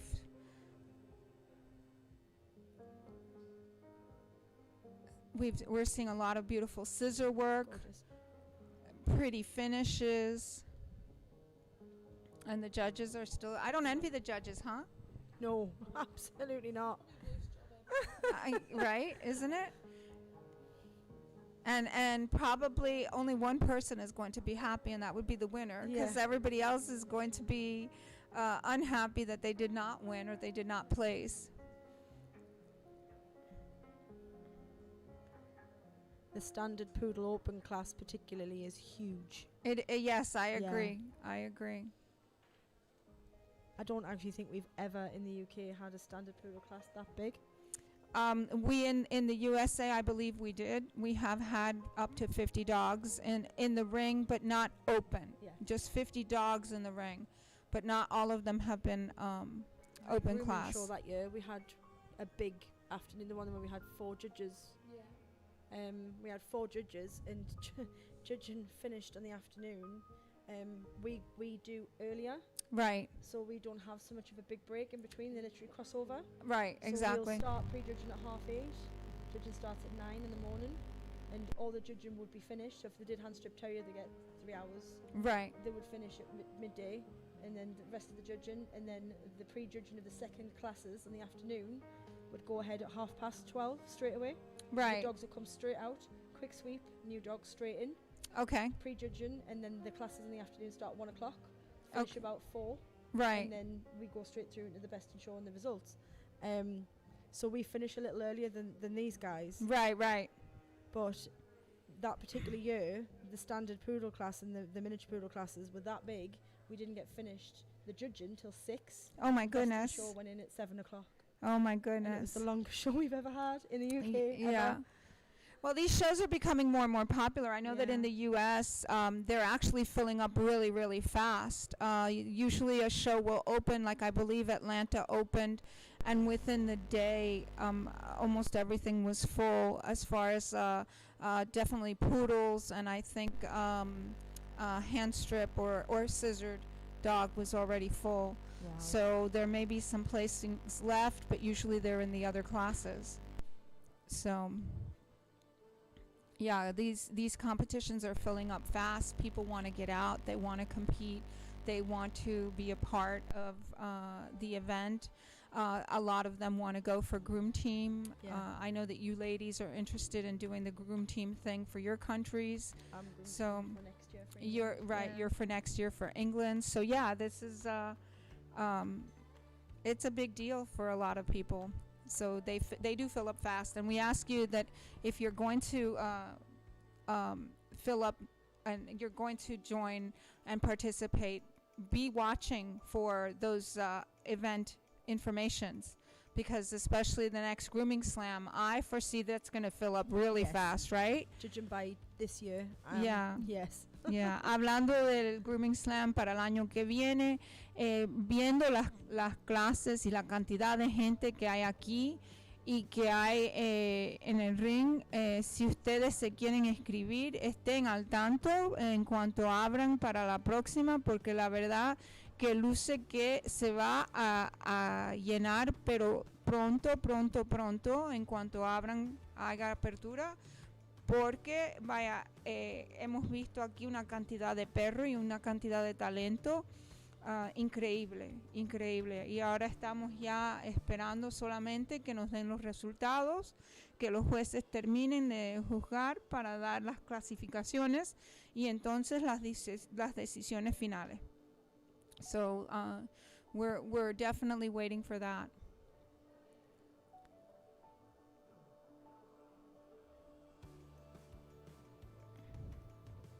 We're seeing an amazing amount of talent and workmanship. Georgia, what do you like? Everything. Everything? Everything and anything. No, I do. I can really appreciate these grooms and how hard they are, how much effort they put in, and look how elegant they all are. You cannot not like a poodle, can you? Yeah, I agree. So have you competed in poodle class at all? I have competed in standard poodle class. You have, okay. Yeah, it's not my thing. Right. Like I said Right, before, but I you've really done it. But struggle- you've done yeah. it. Okay. I really struggle with breed standards because I just want to do something they shouldn't do. Okay. No. Minis, maybe. Yeah, maybe. I wouldn't do a toy. Toy's too small. Yeah, I'm not a toy. Oh, really? I love minis. See, I've got one toy, 2 standards, and the rest are minis, and I've got 15 dogs altogether. So Oh my goodness, yeah, woman. 11 of them are poodles. So yeah, poodle mad. Ay, ay, But ay. Minis are my kind of. Ay, ay, but ay. Minis are my kind of everything. Yeah, I do like minis. I do Yeah. like minis. I like standards as well, but I find that standards are a little bit more active and Yeah. just not I don't have the time to give them for that activity, which Yeah. is, I really want them. You want your dogs to be dogs, and you want to God, take yeah. them and give them the very best and let them do that. And so I don't have the time to dedicate to a standard. It's more activity and more adventuresome. Toys, on the other hand, while less active, I find they have to have the last word. Yeah, in they do. everything. Definitely. In everything. They run the house. They Yeah. run your life. They run your house, your car. They run. I'd go. I mean, they run. Yeah, No they more. run it all. Everything. So. The last word, yeah, the last word. Children are not for me. No. Okay, so Minnie is like a balance between Yeah. the two. Minnie's definitely in control, but more even keeled. At least mine is, and he definitely and he's the perfect size. I can take him anywhere, but he's rough and Yeah. tumble. I'm not going to end up. No. And standards I find are like big dogs and little bodies. Like, bleh. Little dogs and a big dog. big bodies. And a big body. They think they're tiny. Like my standards wouldn't think twice about trying to push me off a sofa to try and get on my lap. Very nice. But yet they are bonkers, aren't they? They are. My standards are like humans. They all live in the house. They all come to bed. I share the bed with a 6-foot man and 2 standard poodles, and one on the floor, and a toy poodle that has to sleep separate because she murders the standards, and she lives by herself on a night time. There you Quite go. quiet. This Yeah. one that we're seeing is an intermediate, and remember it came in with a whole ton Yeah. of hair and a whole ton of coat, and she has done a fine job of reducing that amount of coat for sure. The intermediate class is Yes. outstanding. Yeah, Yes. very, very strong. Yes, here we have a Schnauzer, and she's done a lot of work on that jacket as well. Was it a black cocker as well? Mm. Oh, he looks so sad. Always look grumpy, don't the Schnauzers? They're so sad. This wire fox, very pretty. I competed one year in a beginner class in Belgium, and I thought for a moment I was in the wrong class because beginner class is just one class with all different breeds, and I showed up with my wire fox, and there was setters and spaniels around me, and I'm like, oh my gosh, like, am I in the wrong class? Am I in the wrong place? Because that's not how it is in the U.S. In the U.S., every class participates with its category, but there are intermediate competitors within that class. So, and they get judged the same as the other. There is a first, second, and third for each position. So that ends up being quite a lot of positions. So in the United States, if you were to go compete, you'd have beginners, intermediate, and open, all within the same category. And then they choose a first, second, and third for each level. And then it gets even a little bit more complicated because then they go in against each other to compete in what we call like groups. The best of each Each area. group, yes. Yeah. Yeah, so it gets even a little bit more complicated.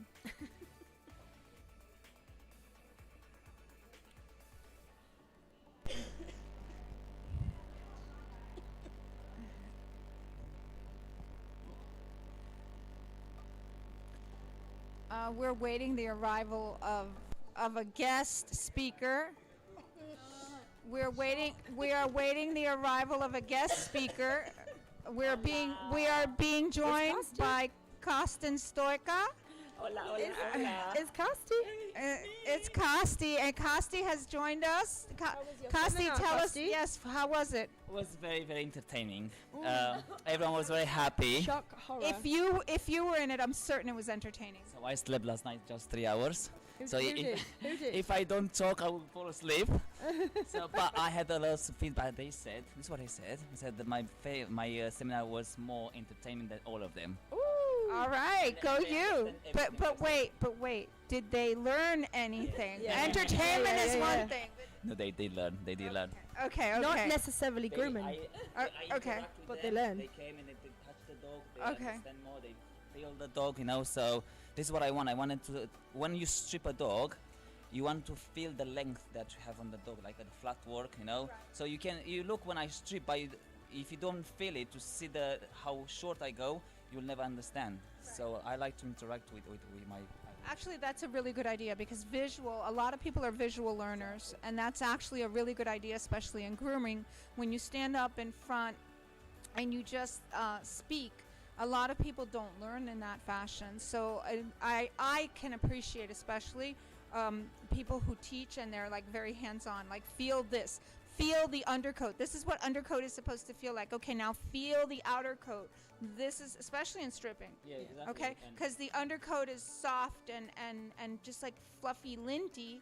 Okay, and the outer coat has texture to it and has. So if they're not feeling it, they're not understanding exactly. So the layers also, you know, the layers, because you have layers on a jacket, on the flat work, you know, so they understand that what I mean when I explain to them. Oh, you have to strip with layers, you know. And also when you have a dog, a top line on a dog, some dogs they bend in the back, so you have to cover, you have to leave more hair to fill that gap. And some people they don't understand when I say, oh, you have to fill that with hair, and then you have to on the bottom of the top line you have to take really really short. So it's like, what do you mean? So then when they feel it, it's like, oh my God, so much hair here, and it's nothing here. Right, and that does make a difference. So I can appreciate that type of teaching for sure. No, I think that's really good teaching. We do that a lot in England though, don't we? We have a lot of interactive seminars. So we'll do a seminar, but people will sit around so they can see all the sides of the dog, and they can get up and come and ask questions, and we'll say, right, we're doing a spray up top knot, see how we do it closer. When I start to go to seminars, some seminars they made me so bored that I want to follow. Yes. I was like, fall asleep. And I said, if I ever do a seminar, I don't want my audience to get bored or to fall asleep. Well, you know something, teaching is part of my passion. I really do enjoy teaching, and you're absolutely right that sometimes when people get up and they try to teach you and they teach you all these little details, the details are important, okay, but okay, they have to be imparted in the right fashion. Yes. Okay, and so a visual learner, a touch and feel and actually a hands-on learning, okay, is an amazing thing for sure. By feeling and touching, you understand more. You understand exactly how much to leave on that coat. And I think it doesn't apply just to hairshipping, it applies also to poodles. When I do like cockapoo or poodles, top lines, the top lines, so like you explain, oh, you have to leave like 10 millimeters, 5 millimeters. Sometimes I don't understand. But when I go and put my finger into that coat, I was like, oh, okay, this is how short. Because this with me, I don't understand in inches or in centimeters. With me, is like you have to show me. I try to explain on to the construction people, of the dog. Yeah, if you come like, oh, point the shoulders, whatever, I don't understand. So you have to be really, really explicit, like softer learning. So this is what I learn, you know. Well, I think that's a great way to teach. So we're going to go off subject from Costa, and we're going to go back to our grooming competition, and we're waiting for results. And they're up here just talking and trying to make decisions, apparently. It looks like they've already judged everything. So now they are up there and discussing and so forth. So this is your favorite class, isn't it, Costin? It is. It is, because I do poodles also. We know that you do poodles, but I know that you're mainly hand strip. Is what you like. I just came from out there. Okay. And they're so amazing grooming stuff. Oh my God, like really. Yes, we've been commenting the same thing. The actual talent. Talent that they came in with so much hair. And open classes, to be honest, you think, is this a champion class or it's open class? Like before, you knew straight away champion. You could tell right away. But exactly. now I was like, which one is a champion and which one is open class? Because open class, they become so high in quality and in style that I was like, now will be his big competition. I'm telling you. The standard open class is the biggest class. We've never had a standard open class that big in England ever. Yeah, and here we have 50 participants at least. There's 50 which are open and champion, but there's still 50 of them, and that is an amazing amount But also they of- come from of different dogs. countries also. Yes, we have Yeah, 21 so- countries represented in the competition as a whole. Now, in this particular floor, I don't know how many countries are represented, but in the competition for the past 2 days as a whole, we have had 21 countries represented, and that is a huge amount of countries, for sure. I love to pull in, but I get bored. If I do, this was with me, I do one side of. Yeah, I do one side and I do it so beautiful, and then when I was like, oh, do I need to do the other side? And then when I can't match it, sometimes I can't match it. And it's like the anger is like, I don't want to do Poodles anymore. And then is this what I don't, the waiting. The waiting. Oh But my you're God, waiting yes. in any class. In reality, you're waiting in any class. Because to be honest with you, the judge has to go over every single I dog, feel sorry because for the they. judges. Yeah, I do I too. feel But sorry. but the competitors are deserving of that, because that's Oh, yeah, how of they're going to course, of learn. course, of That's course. how they're going to make their grooms better. So every dog should be reviewed as they have been reviewed at this particular properly. show. Exactly, and I urge every competitor to go and get their critiques. Oh, yes. To wait for the judges, to talk to the judges, get their critiques, find out what they were thinking, because that's how you're going to learn. You know that when I win first places, I go to the judge and I have Yes. feedback, and they're like, "Why do you came to me? You won first." I said, "Yeah, but always is for improvement, space Yes, for improvement." because you know? listen, no one and nothing is perfect. Exactly. And so therefore I know that even if I took first place, I made mistakes on that dog. There were Exactly. things I could have done Yeah. better, and I want to know what those things are. Right, exactly. Exactly. Exactly. No, it's a tough class. It's really tough. And even an open class, look how many they are. It's really a tough class. I'm going to leave it and see. Technical problem, huh? So, yeah.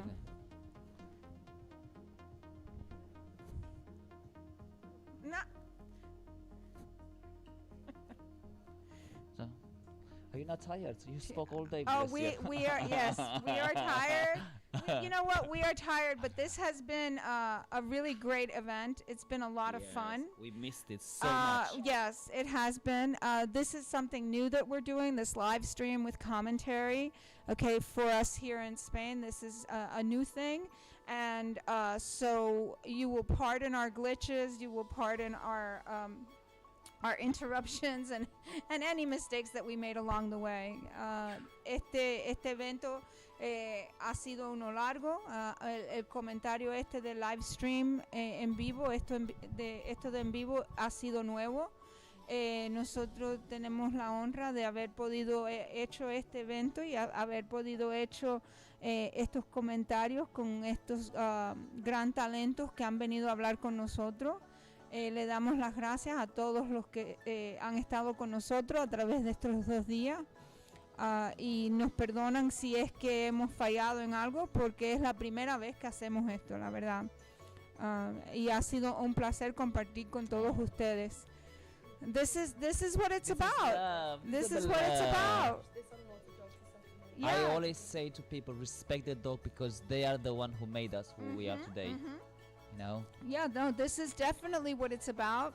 Okay, it's about you and your dog going out there and The doing bonding relationship, Yeah, and having that relationship with bond. your dog, and respect him. You know what? Even when we borrow dogs, okay, I had a cocker that I borrowed when I was in Italy.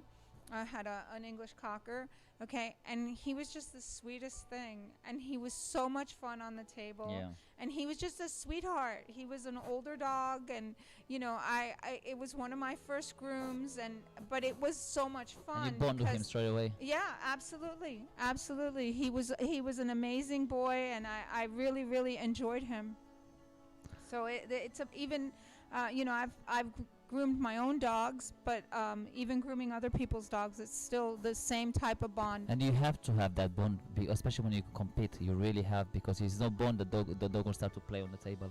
Well, and not only that, you won't be able to do the groom. If the dog doesn't like it, if the dog doesn't like you, you won't be able to do the groom. There's just no way. People that say that we groom the dogs and that, you know, that we force them, there's no forcing a dog that doesn't want to be groomed. Yeah, exactly. Okay, you especially see it. You see it more with terriers because they're feistier. The terrier, Yeah, they have in their and own of mind. themselves, in they and of have- themselves, they're feistier. Yeah. Okay, and if they don't want to be groomed, you ain't grooming them. Yeah, It's exactly. not happening. I was like, look at this. My God. it's Especially for a gorgeous. competition, because this takes time. You know, putting them on the table and working with them, okay, it takes time. Yeah. You like it? Yeah. Who is that? Oh, hi, Louise. Hi, lovely. Someone commented on Artero, Louise. But is this not the chat here or not? What- Yes, but we're not seeing all the chat. Like I said, I think there's still a bunch of little quirks. We're seeing the chat here, but we have it on YouTube. We have it on different chat, Facebook. It's yeah. on Instagram. It's on all different venues. That's awesome. That's awesome that we've had I 61,000 really love views for this this. top knot. I love this. You know the round top knot, not the Elvis Presley top knot. The Elvis Presley. I'm not a fan of Elvis Presley. I really hate. I didn't. and I hate didn't now, know. it's I not a- didn't I know like we it had a myself. technical term of Elvis Yeah, Presley you know top when knot. when Okay. they go like this, I don't. Oh I my like gosh, the roundness. Costi. I will show you the Elvis Presley top knot. I don't know. This is what I because it looks like Elvis, you know when. Yes. Yeah, Yes. you go like- Yes. Yeah, I like it rounded. Really, really. It makes more elegant on the dog. I really feel sorry for the judges because it's such a tough class. All of them. Yes. Such It a is tough a very. class, It is a really. very difficult class for sure. I No, think. no, I still, think they're still that judging. They're still judging. I saw Farouche she was still judging. I saw him there. Even intermediate. The intermediate Yes, class. even the I was intermediate like, classes. Is this intermediate class was Yes, champion? they Like, oh my have. They God, have like, some pretty dogs. Yes, there's I'm been a telling lot of you, work. people they've been in lockdown and they've been in training and training and I training. think so. I think they've been watching a lot of videos Yes, and a lot of yes. home TV and things of that nature. Yes. You had 2 years to practice and now you're coming exciting and then you see all this amazing grooming. Like, Right, it's right, right. ridiculous. I'm scared to enter in the Poodle class Uh-oh, now. uh-oh. And I'm in champion. Like, Okay, Georgia, pass that over. chin chin girls, chin chin. Yes, right? And the finishing, look at this finishing, it's so Yeah, beautiful. there is amazing really beautiful. finishing going on. There's amazing technique. There's pretty patterns and beautiful dogs. And you're surprised like how much hair they have and then still they put the nice Oh, shape and, yeah. and finishing. Yeah, for sure. So, well, we were certain some of these were not going to finish their top knots. Yeah. We were certain. We were certain. I'm like an hour in and the top knot's going up. Yeah, And yeah. I had anxiety. 22 minutes to go. No banding. No spray. Still in bands. Still in ears. I was like, oh my god, get that spray up done. Oh. Sometimes surprised why you're doing like 10-15 minutes. Yeah.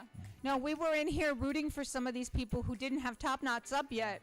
And we were encouraging from inside. Yeah. I think always Poodle class was the biggest in even It in is. England. It Even in is. England it's always. Yeah, that's true actually. Yeah, but it's much work with the standard. but yeah. it is true. Even in the U.S., the poodle class is the first one to fill up. It really is. It will be the first one done. They'll open it up, and within I don't even venture to say hours anymore. Yeah, I like- think within minutes. Okay, the poodle Yeah. class is full. In England is the Poodle and the workshop. Yes, workshop is My very God, popular too. We is call it? it salon free zone. Oh, it's the Yeah. same thing, no? It's the same thing. Yeah, huh? salon freestyle.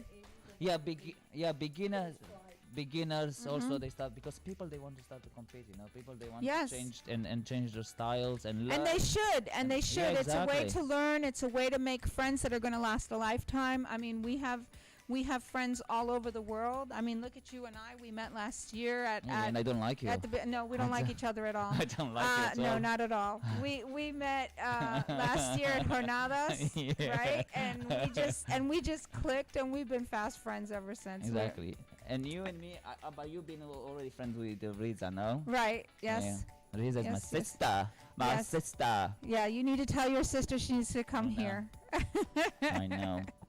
Yeah, but you make friends all over the world. Exactly, And the exactly. funny thing is that when you travel to these places and you get together. It's like seeing family. Exactly. Yes. It's like seeing yes. family. I think I see some of you guys more than I see some family.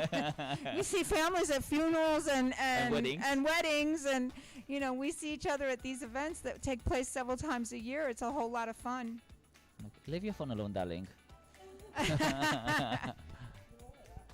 Yeah. So this is an Elvis Presley top knot. Oh, okay. Straight see? up. It's straight up. You see, it's no Okay. fan. I prefer fan. Yes. Do you I understand agree. what I mean? Yes, I agree. I agree. You need this. Yeah, I need that roundness, that elegance. Yes. In a Well, look at Garcia. And your poodle Yeah.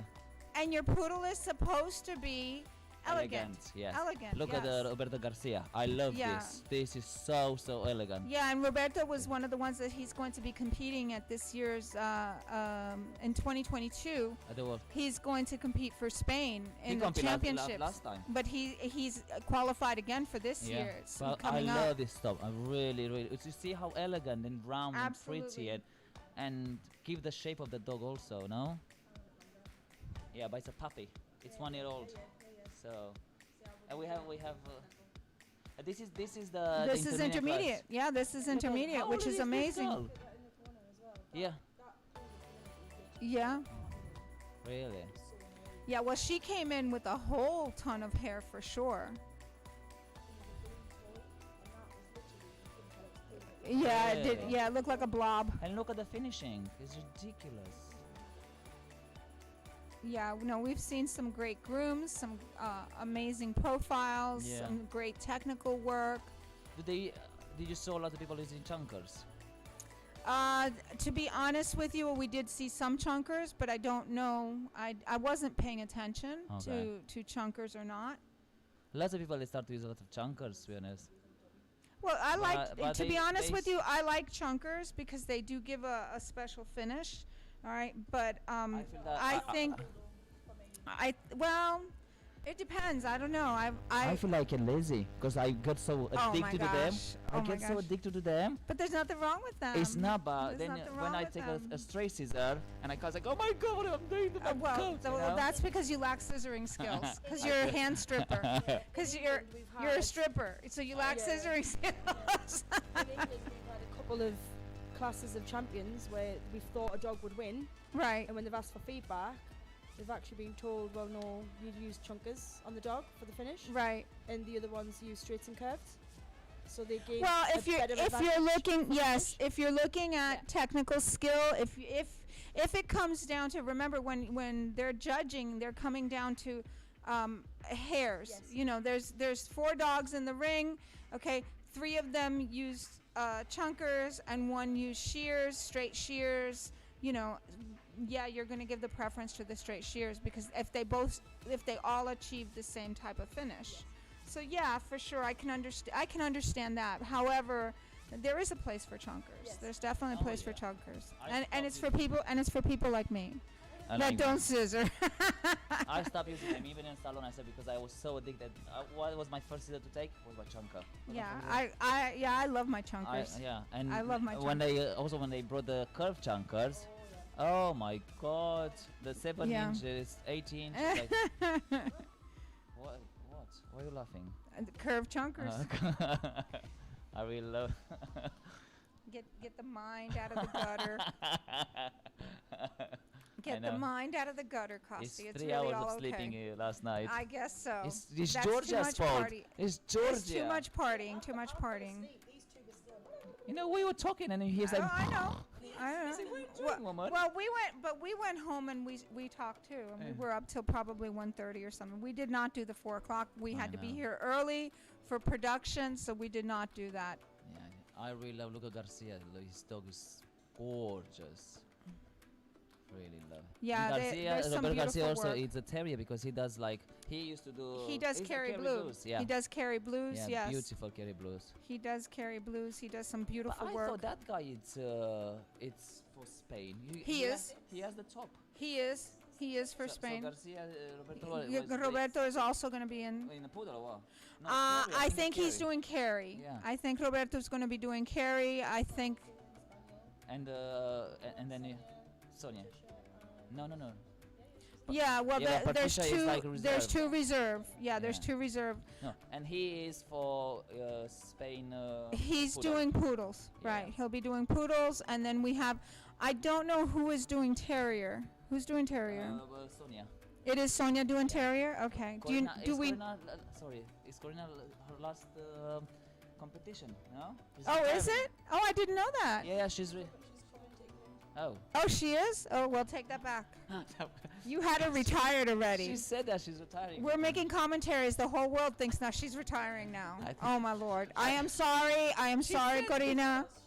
She said. Okay. But said if she could find the dogs, which she's potentially found, Okay. come to England in January for the group show. So that's the last okay, show okay. then. But so, Her last show. So okay. she's retiring Okay. then.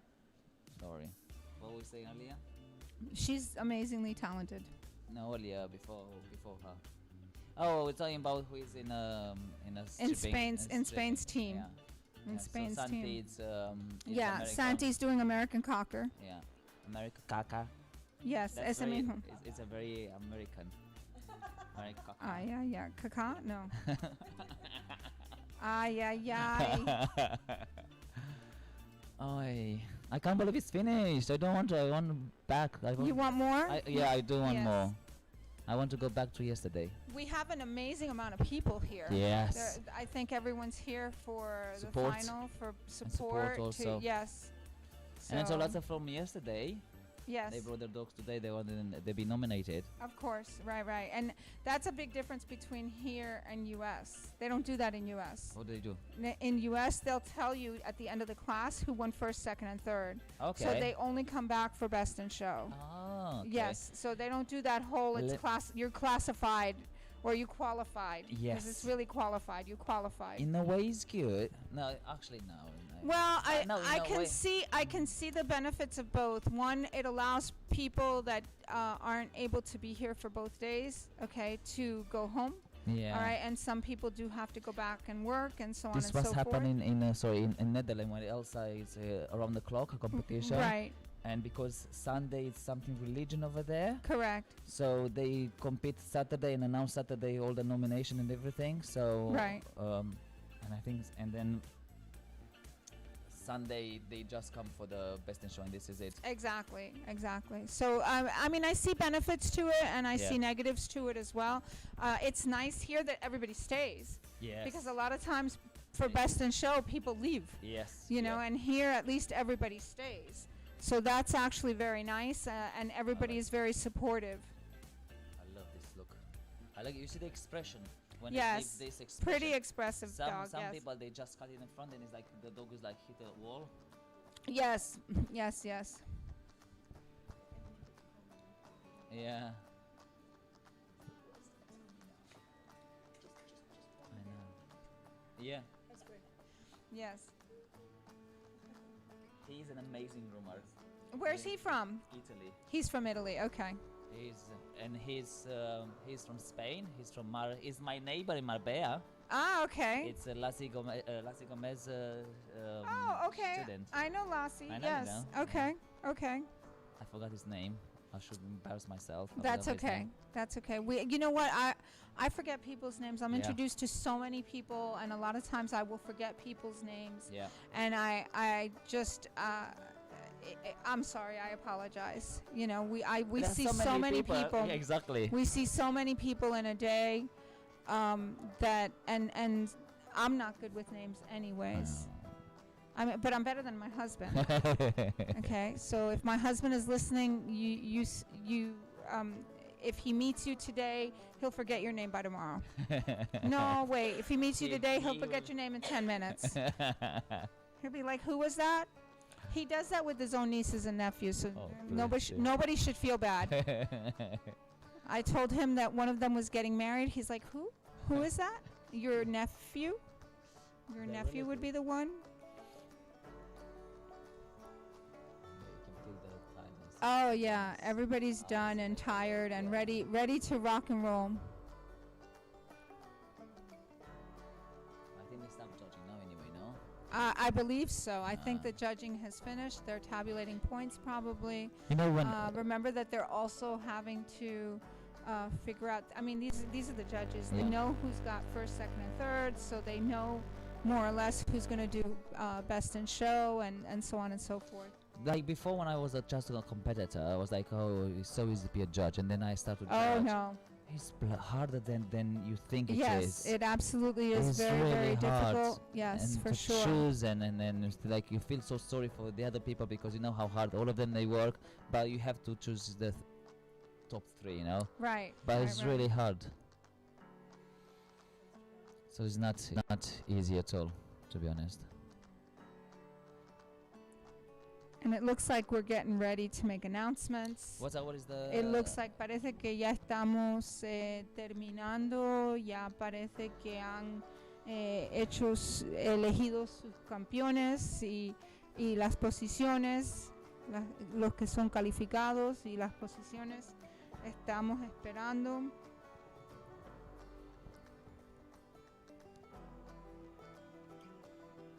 They were 2 amazing days, to be honest. Absolutely. 2 beautiful days. Absolutely. The weather was lovely also. It helped. The party last night was wild. And in all honesty, I mean, it's been an amazing event. It's been an Yes. amazing adventure. This is the first time that it's done here at our new location.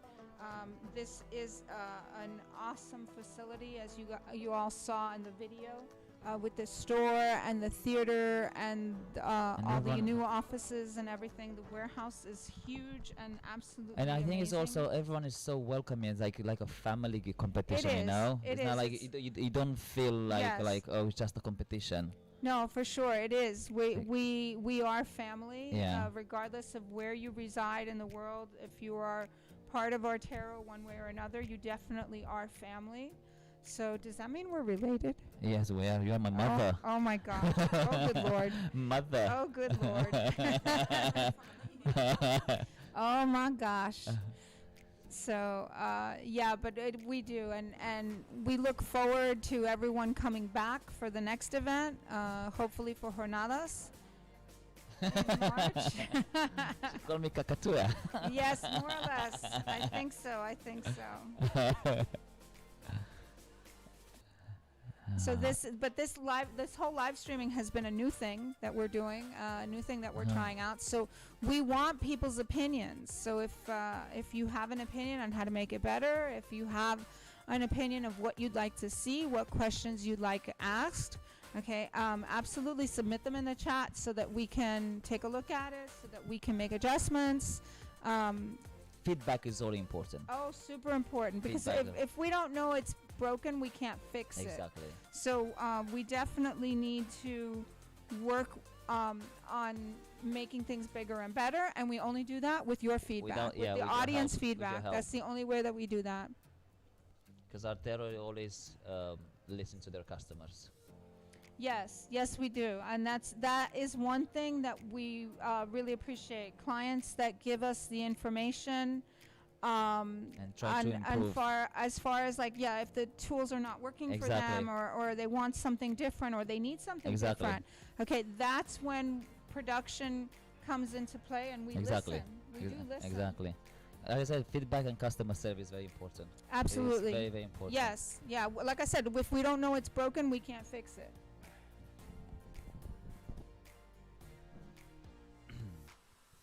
I think that's almost done.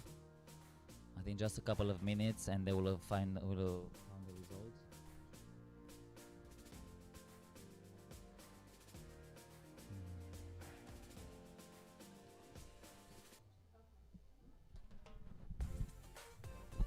And I'm being told that we're getting ready for to find out who qualified. Estamos listos ya para ver quién ha clasificado. Okay. En cuanto sepamos quién ha clasificado, tomaremos un espacio, un descanso de 15 minutos y entonces regresaremos con lo que son los premios finales. So what I'm being told is that we're going to the final nominations have been made. We're going to announce who qualified for what positions. And as soon as we have made that announcement, we're going to take a 15-minute break. And that 15-minute break will give everybody a chance to regroup. And then we will be back with the award ceremony with the final placing.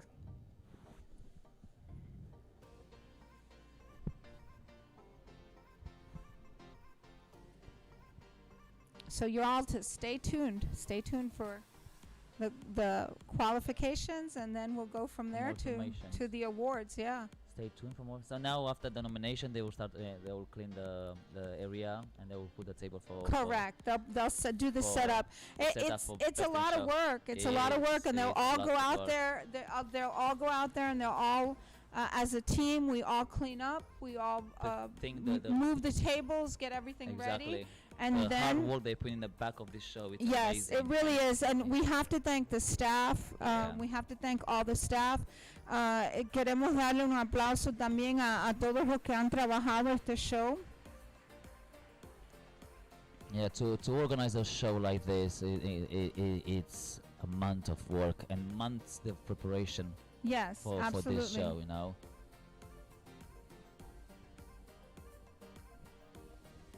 And what I like here now, because everything is in one place, and you have the terrace outside, you have the shop downstairs. It's really, really, really nice to have everything in one place. Okay, so now we're going to turn it over to the placements. They're going to make the announcements. So we will be back shortly with the final awards. And we wish everyone good luck. Yes, thank you. En breve regresamos. Vamos ahora a los premios, las calificaciones, y entonces volvemos.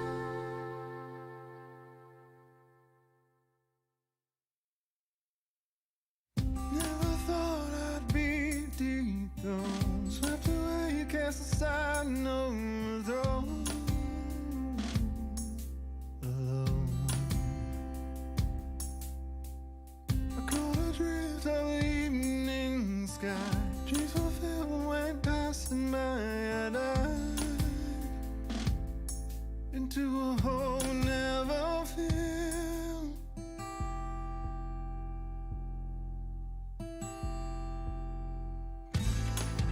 In your absence I do that you're always on my mind.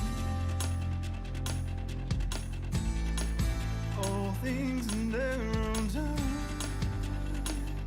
Sunshine, no sunshine. De estos 2 días, que espero que os guste, ¿vale? So when we finish with the jury making the final decisions, we would just like to present a video that our colleagues have prepared as a present for you regarding these 2 last days, okay? We hope you enjoy it.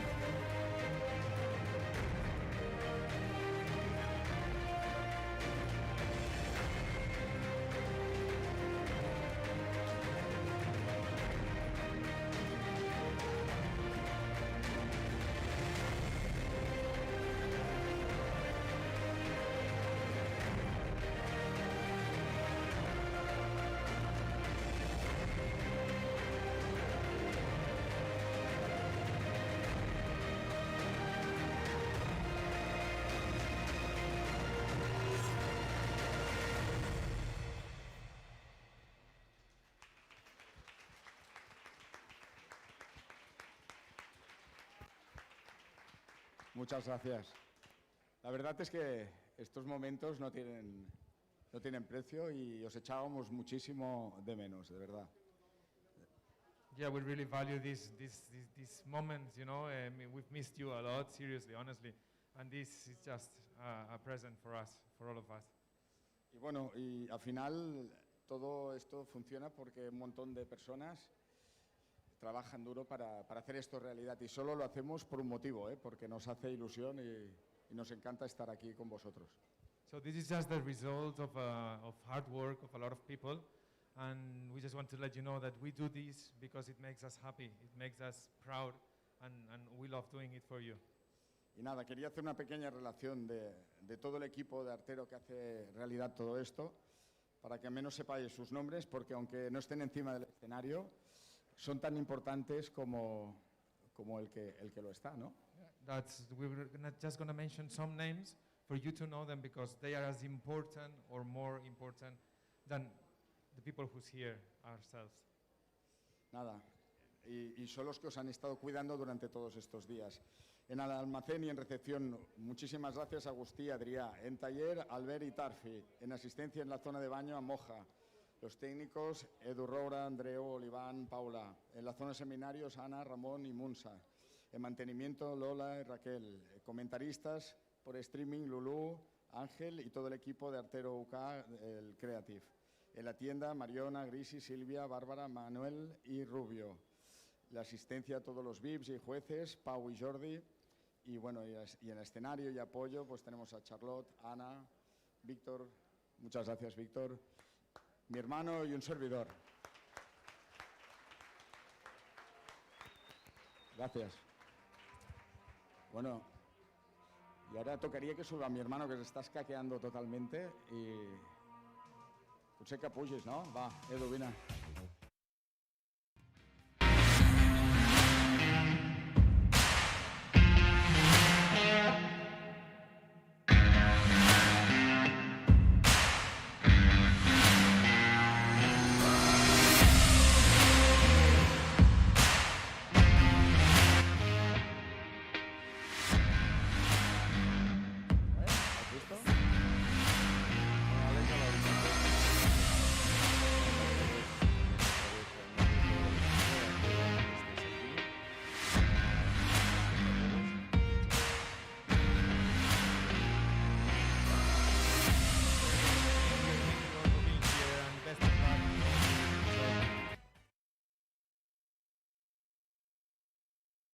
Do you know who's the oldest?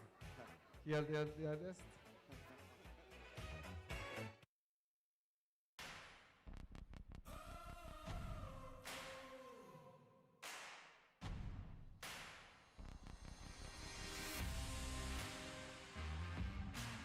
Everybody doing their job. They're really discussing. They want to make sure that they make the last decision and the best one. So we can see them really busy at the moment. Bueno, poco a poco estamos repartiendo cava. No sé si llegará a tiempo, pero lo están haciendo y disfrutarlo. So yeah, cava is on the way. Que teníais ganas, ¿no? De participar. Estabais hambrientos de campeonatos, ¿no? Your hunger of competing and you were willing to come, ¿no?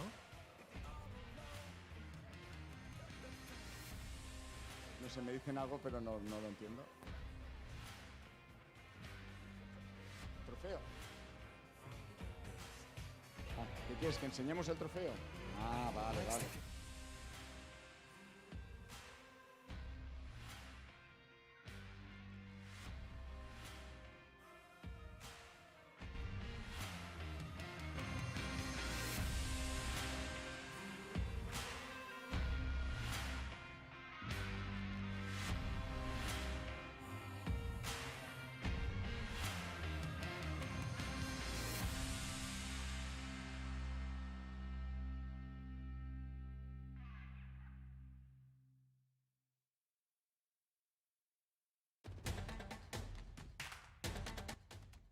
Online. How many of you were on the Artero Grooming online show last year? Fue divertido, ¿eh? Did you guys enjoy, yeah? Lo pasamos fatal nosotros, pero fue divertido también. It was very stressful for us. It was a new challenge, but it worked out really well. Bueno, poco a poco va llegando el cava.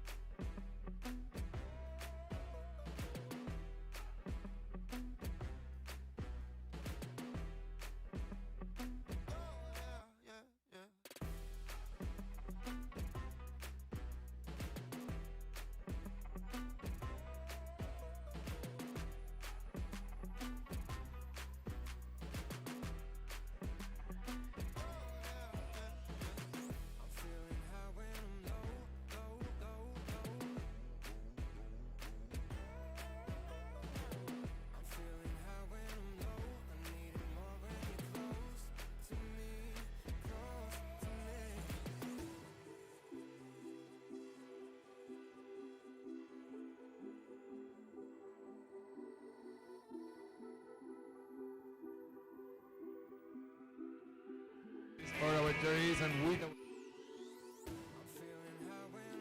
por vuestro trabajo.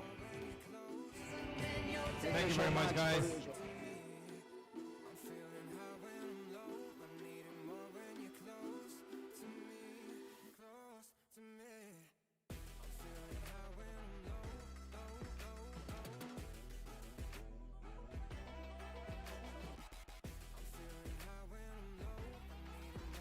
Estamos, clase intermedia. ¿Estáis preparados?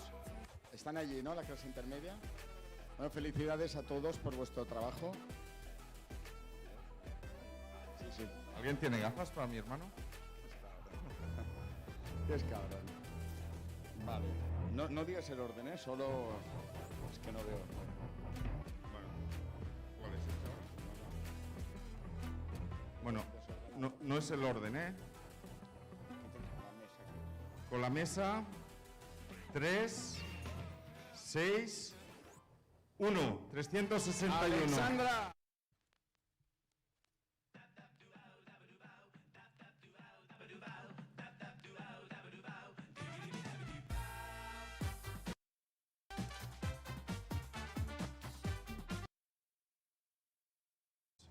Con intermedia, 3, que es el 3, 6, que es 6, and 6, 366, 366, Carolina Bielchowska.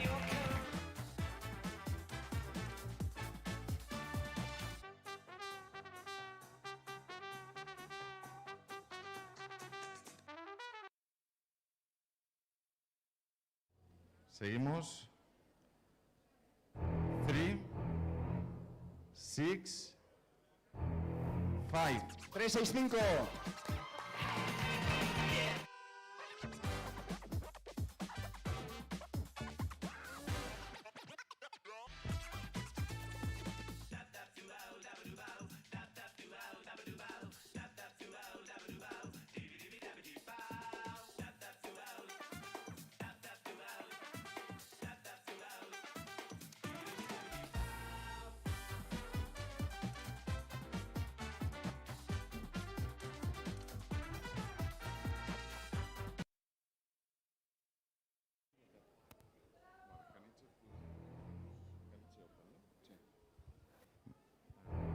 Bueno, vamos al grupo Caniche, Poodle, Toy... Medium Open. Medium Open. Está desordenado, ¿eh? Sí. Con la mesa 3, 0, 3. 303. Elena Murillo.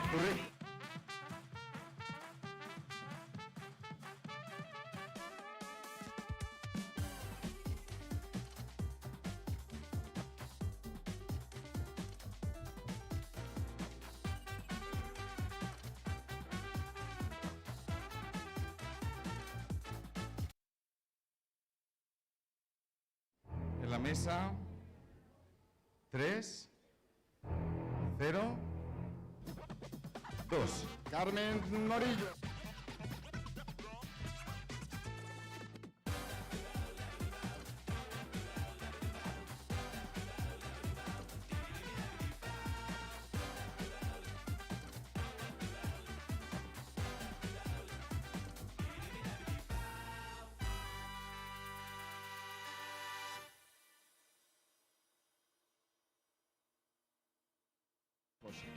Felicidades.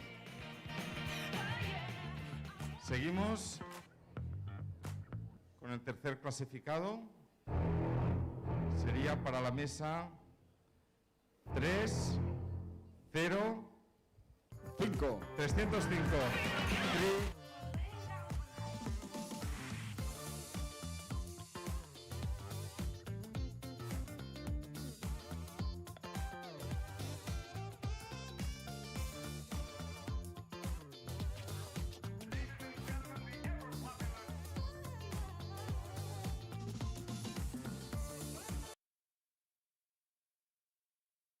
Poodle Standard Open, Caniche Standard Open.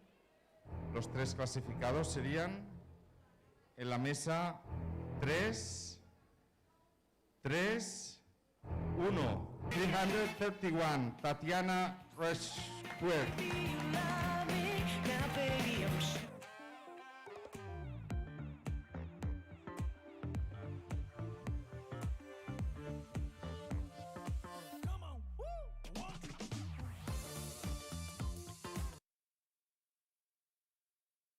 Con la mesa 3, 2, 4, 324.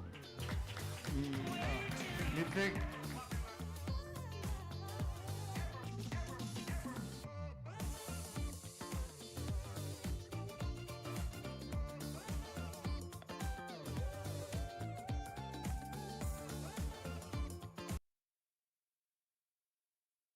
Standard Open. Enhorabuena.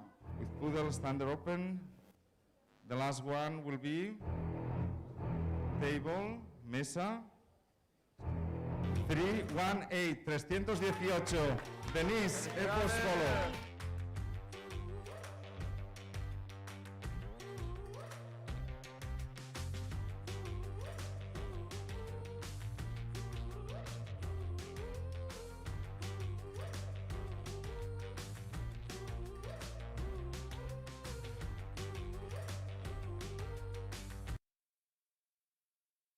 Seguimos para Poodle Toy Medium Champion. Poodle Toy Medium Champion. En la mesa 332, 332, Leire de la Nava.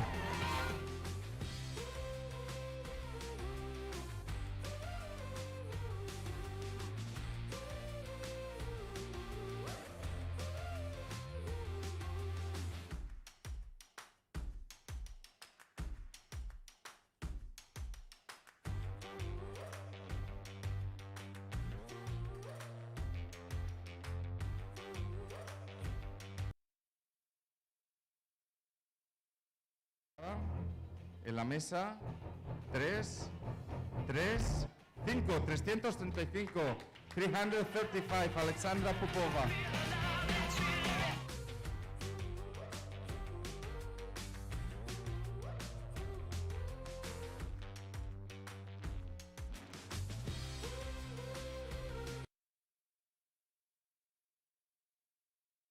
En la mesa 3, 3, 9, 339, Sonia.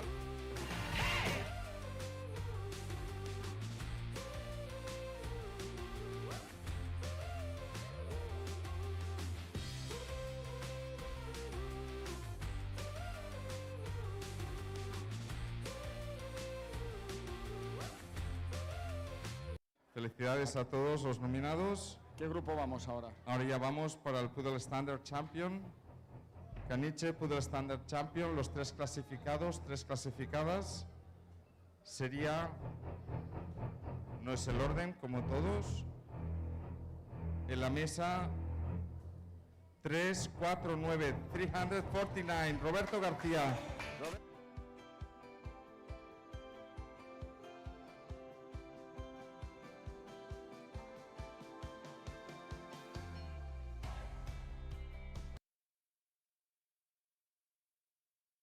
Champion, el segundo también nominado sería para la mesa, will be for the table 342, Corina Vermeulen. Corina Versuren. 342. Felicidades.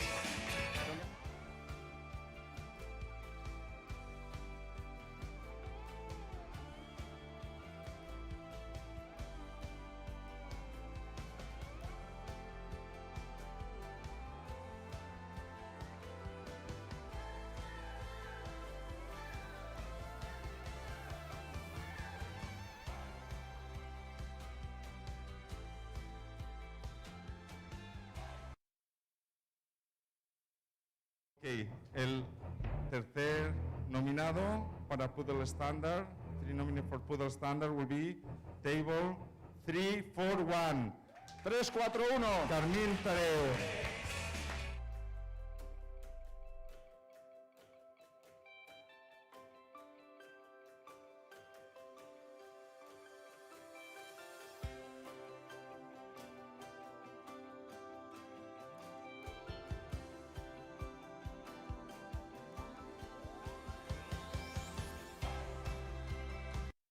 antes posible para el Best in Show. Okay, y los oros de bronce y plata. Bueno, y dar la clasificación. Please remember everyone. A todos. See, everyone who's been nominee yesterday or today, please be here as soon as possible, okay? Because we have to continue.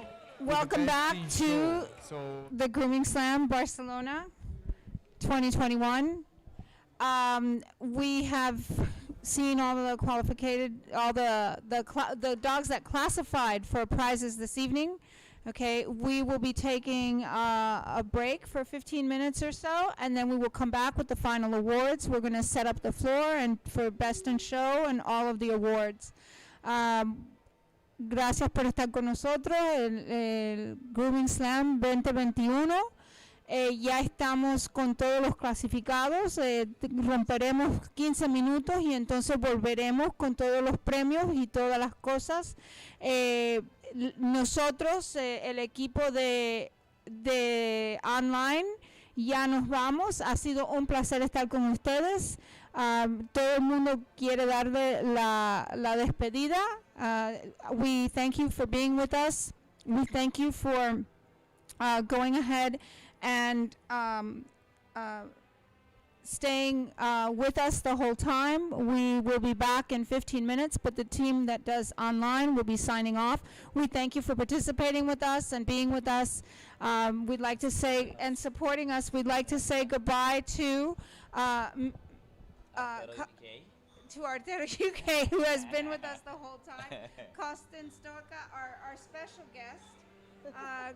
Christy Young and Georgia Fuller. Thank you guys for being with us. Thank you guys for everything you've done. Thank you for the invitation, and congratulations to all the contestants, and thank you to all the viewers. They've been at home and watching us, and I hope we'll see you next year, and we'll be better and stronger. Yes, yes, I agree.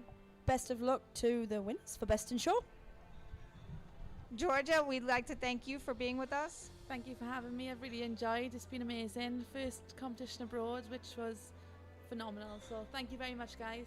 Goodbye to everyone. Thank you. See you next year. Bye. Bye. Bye.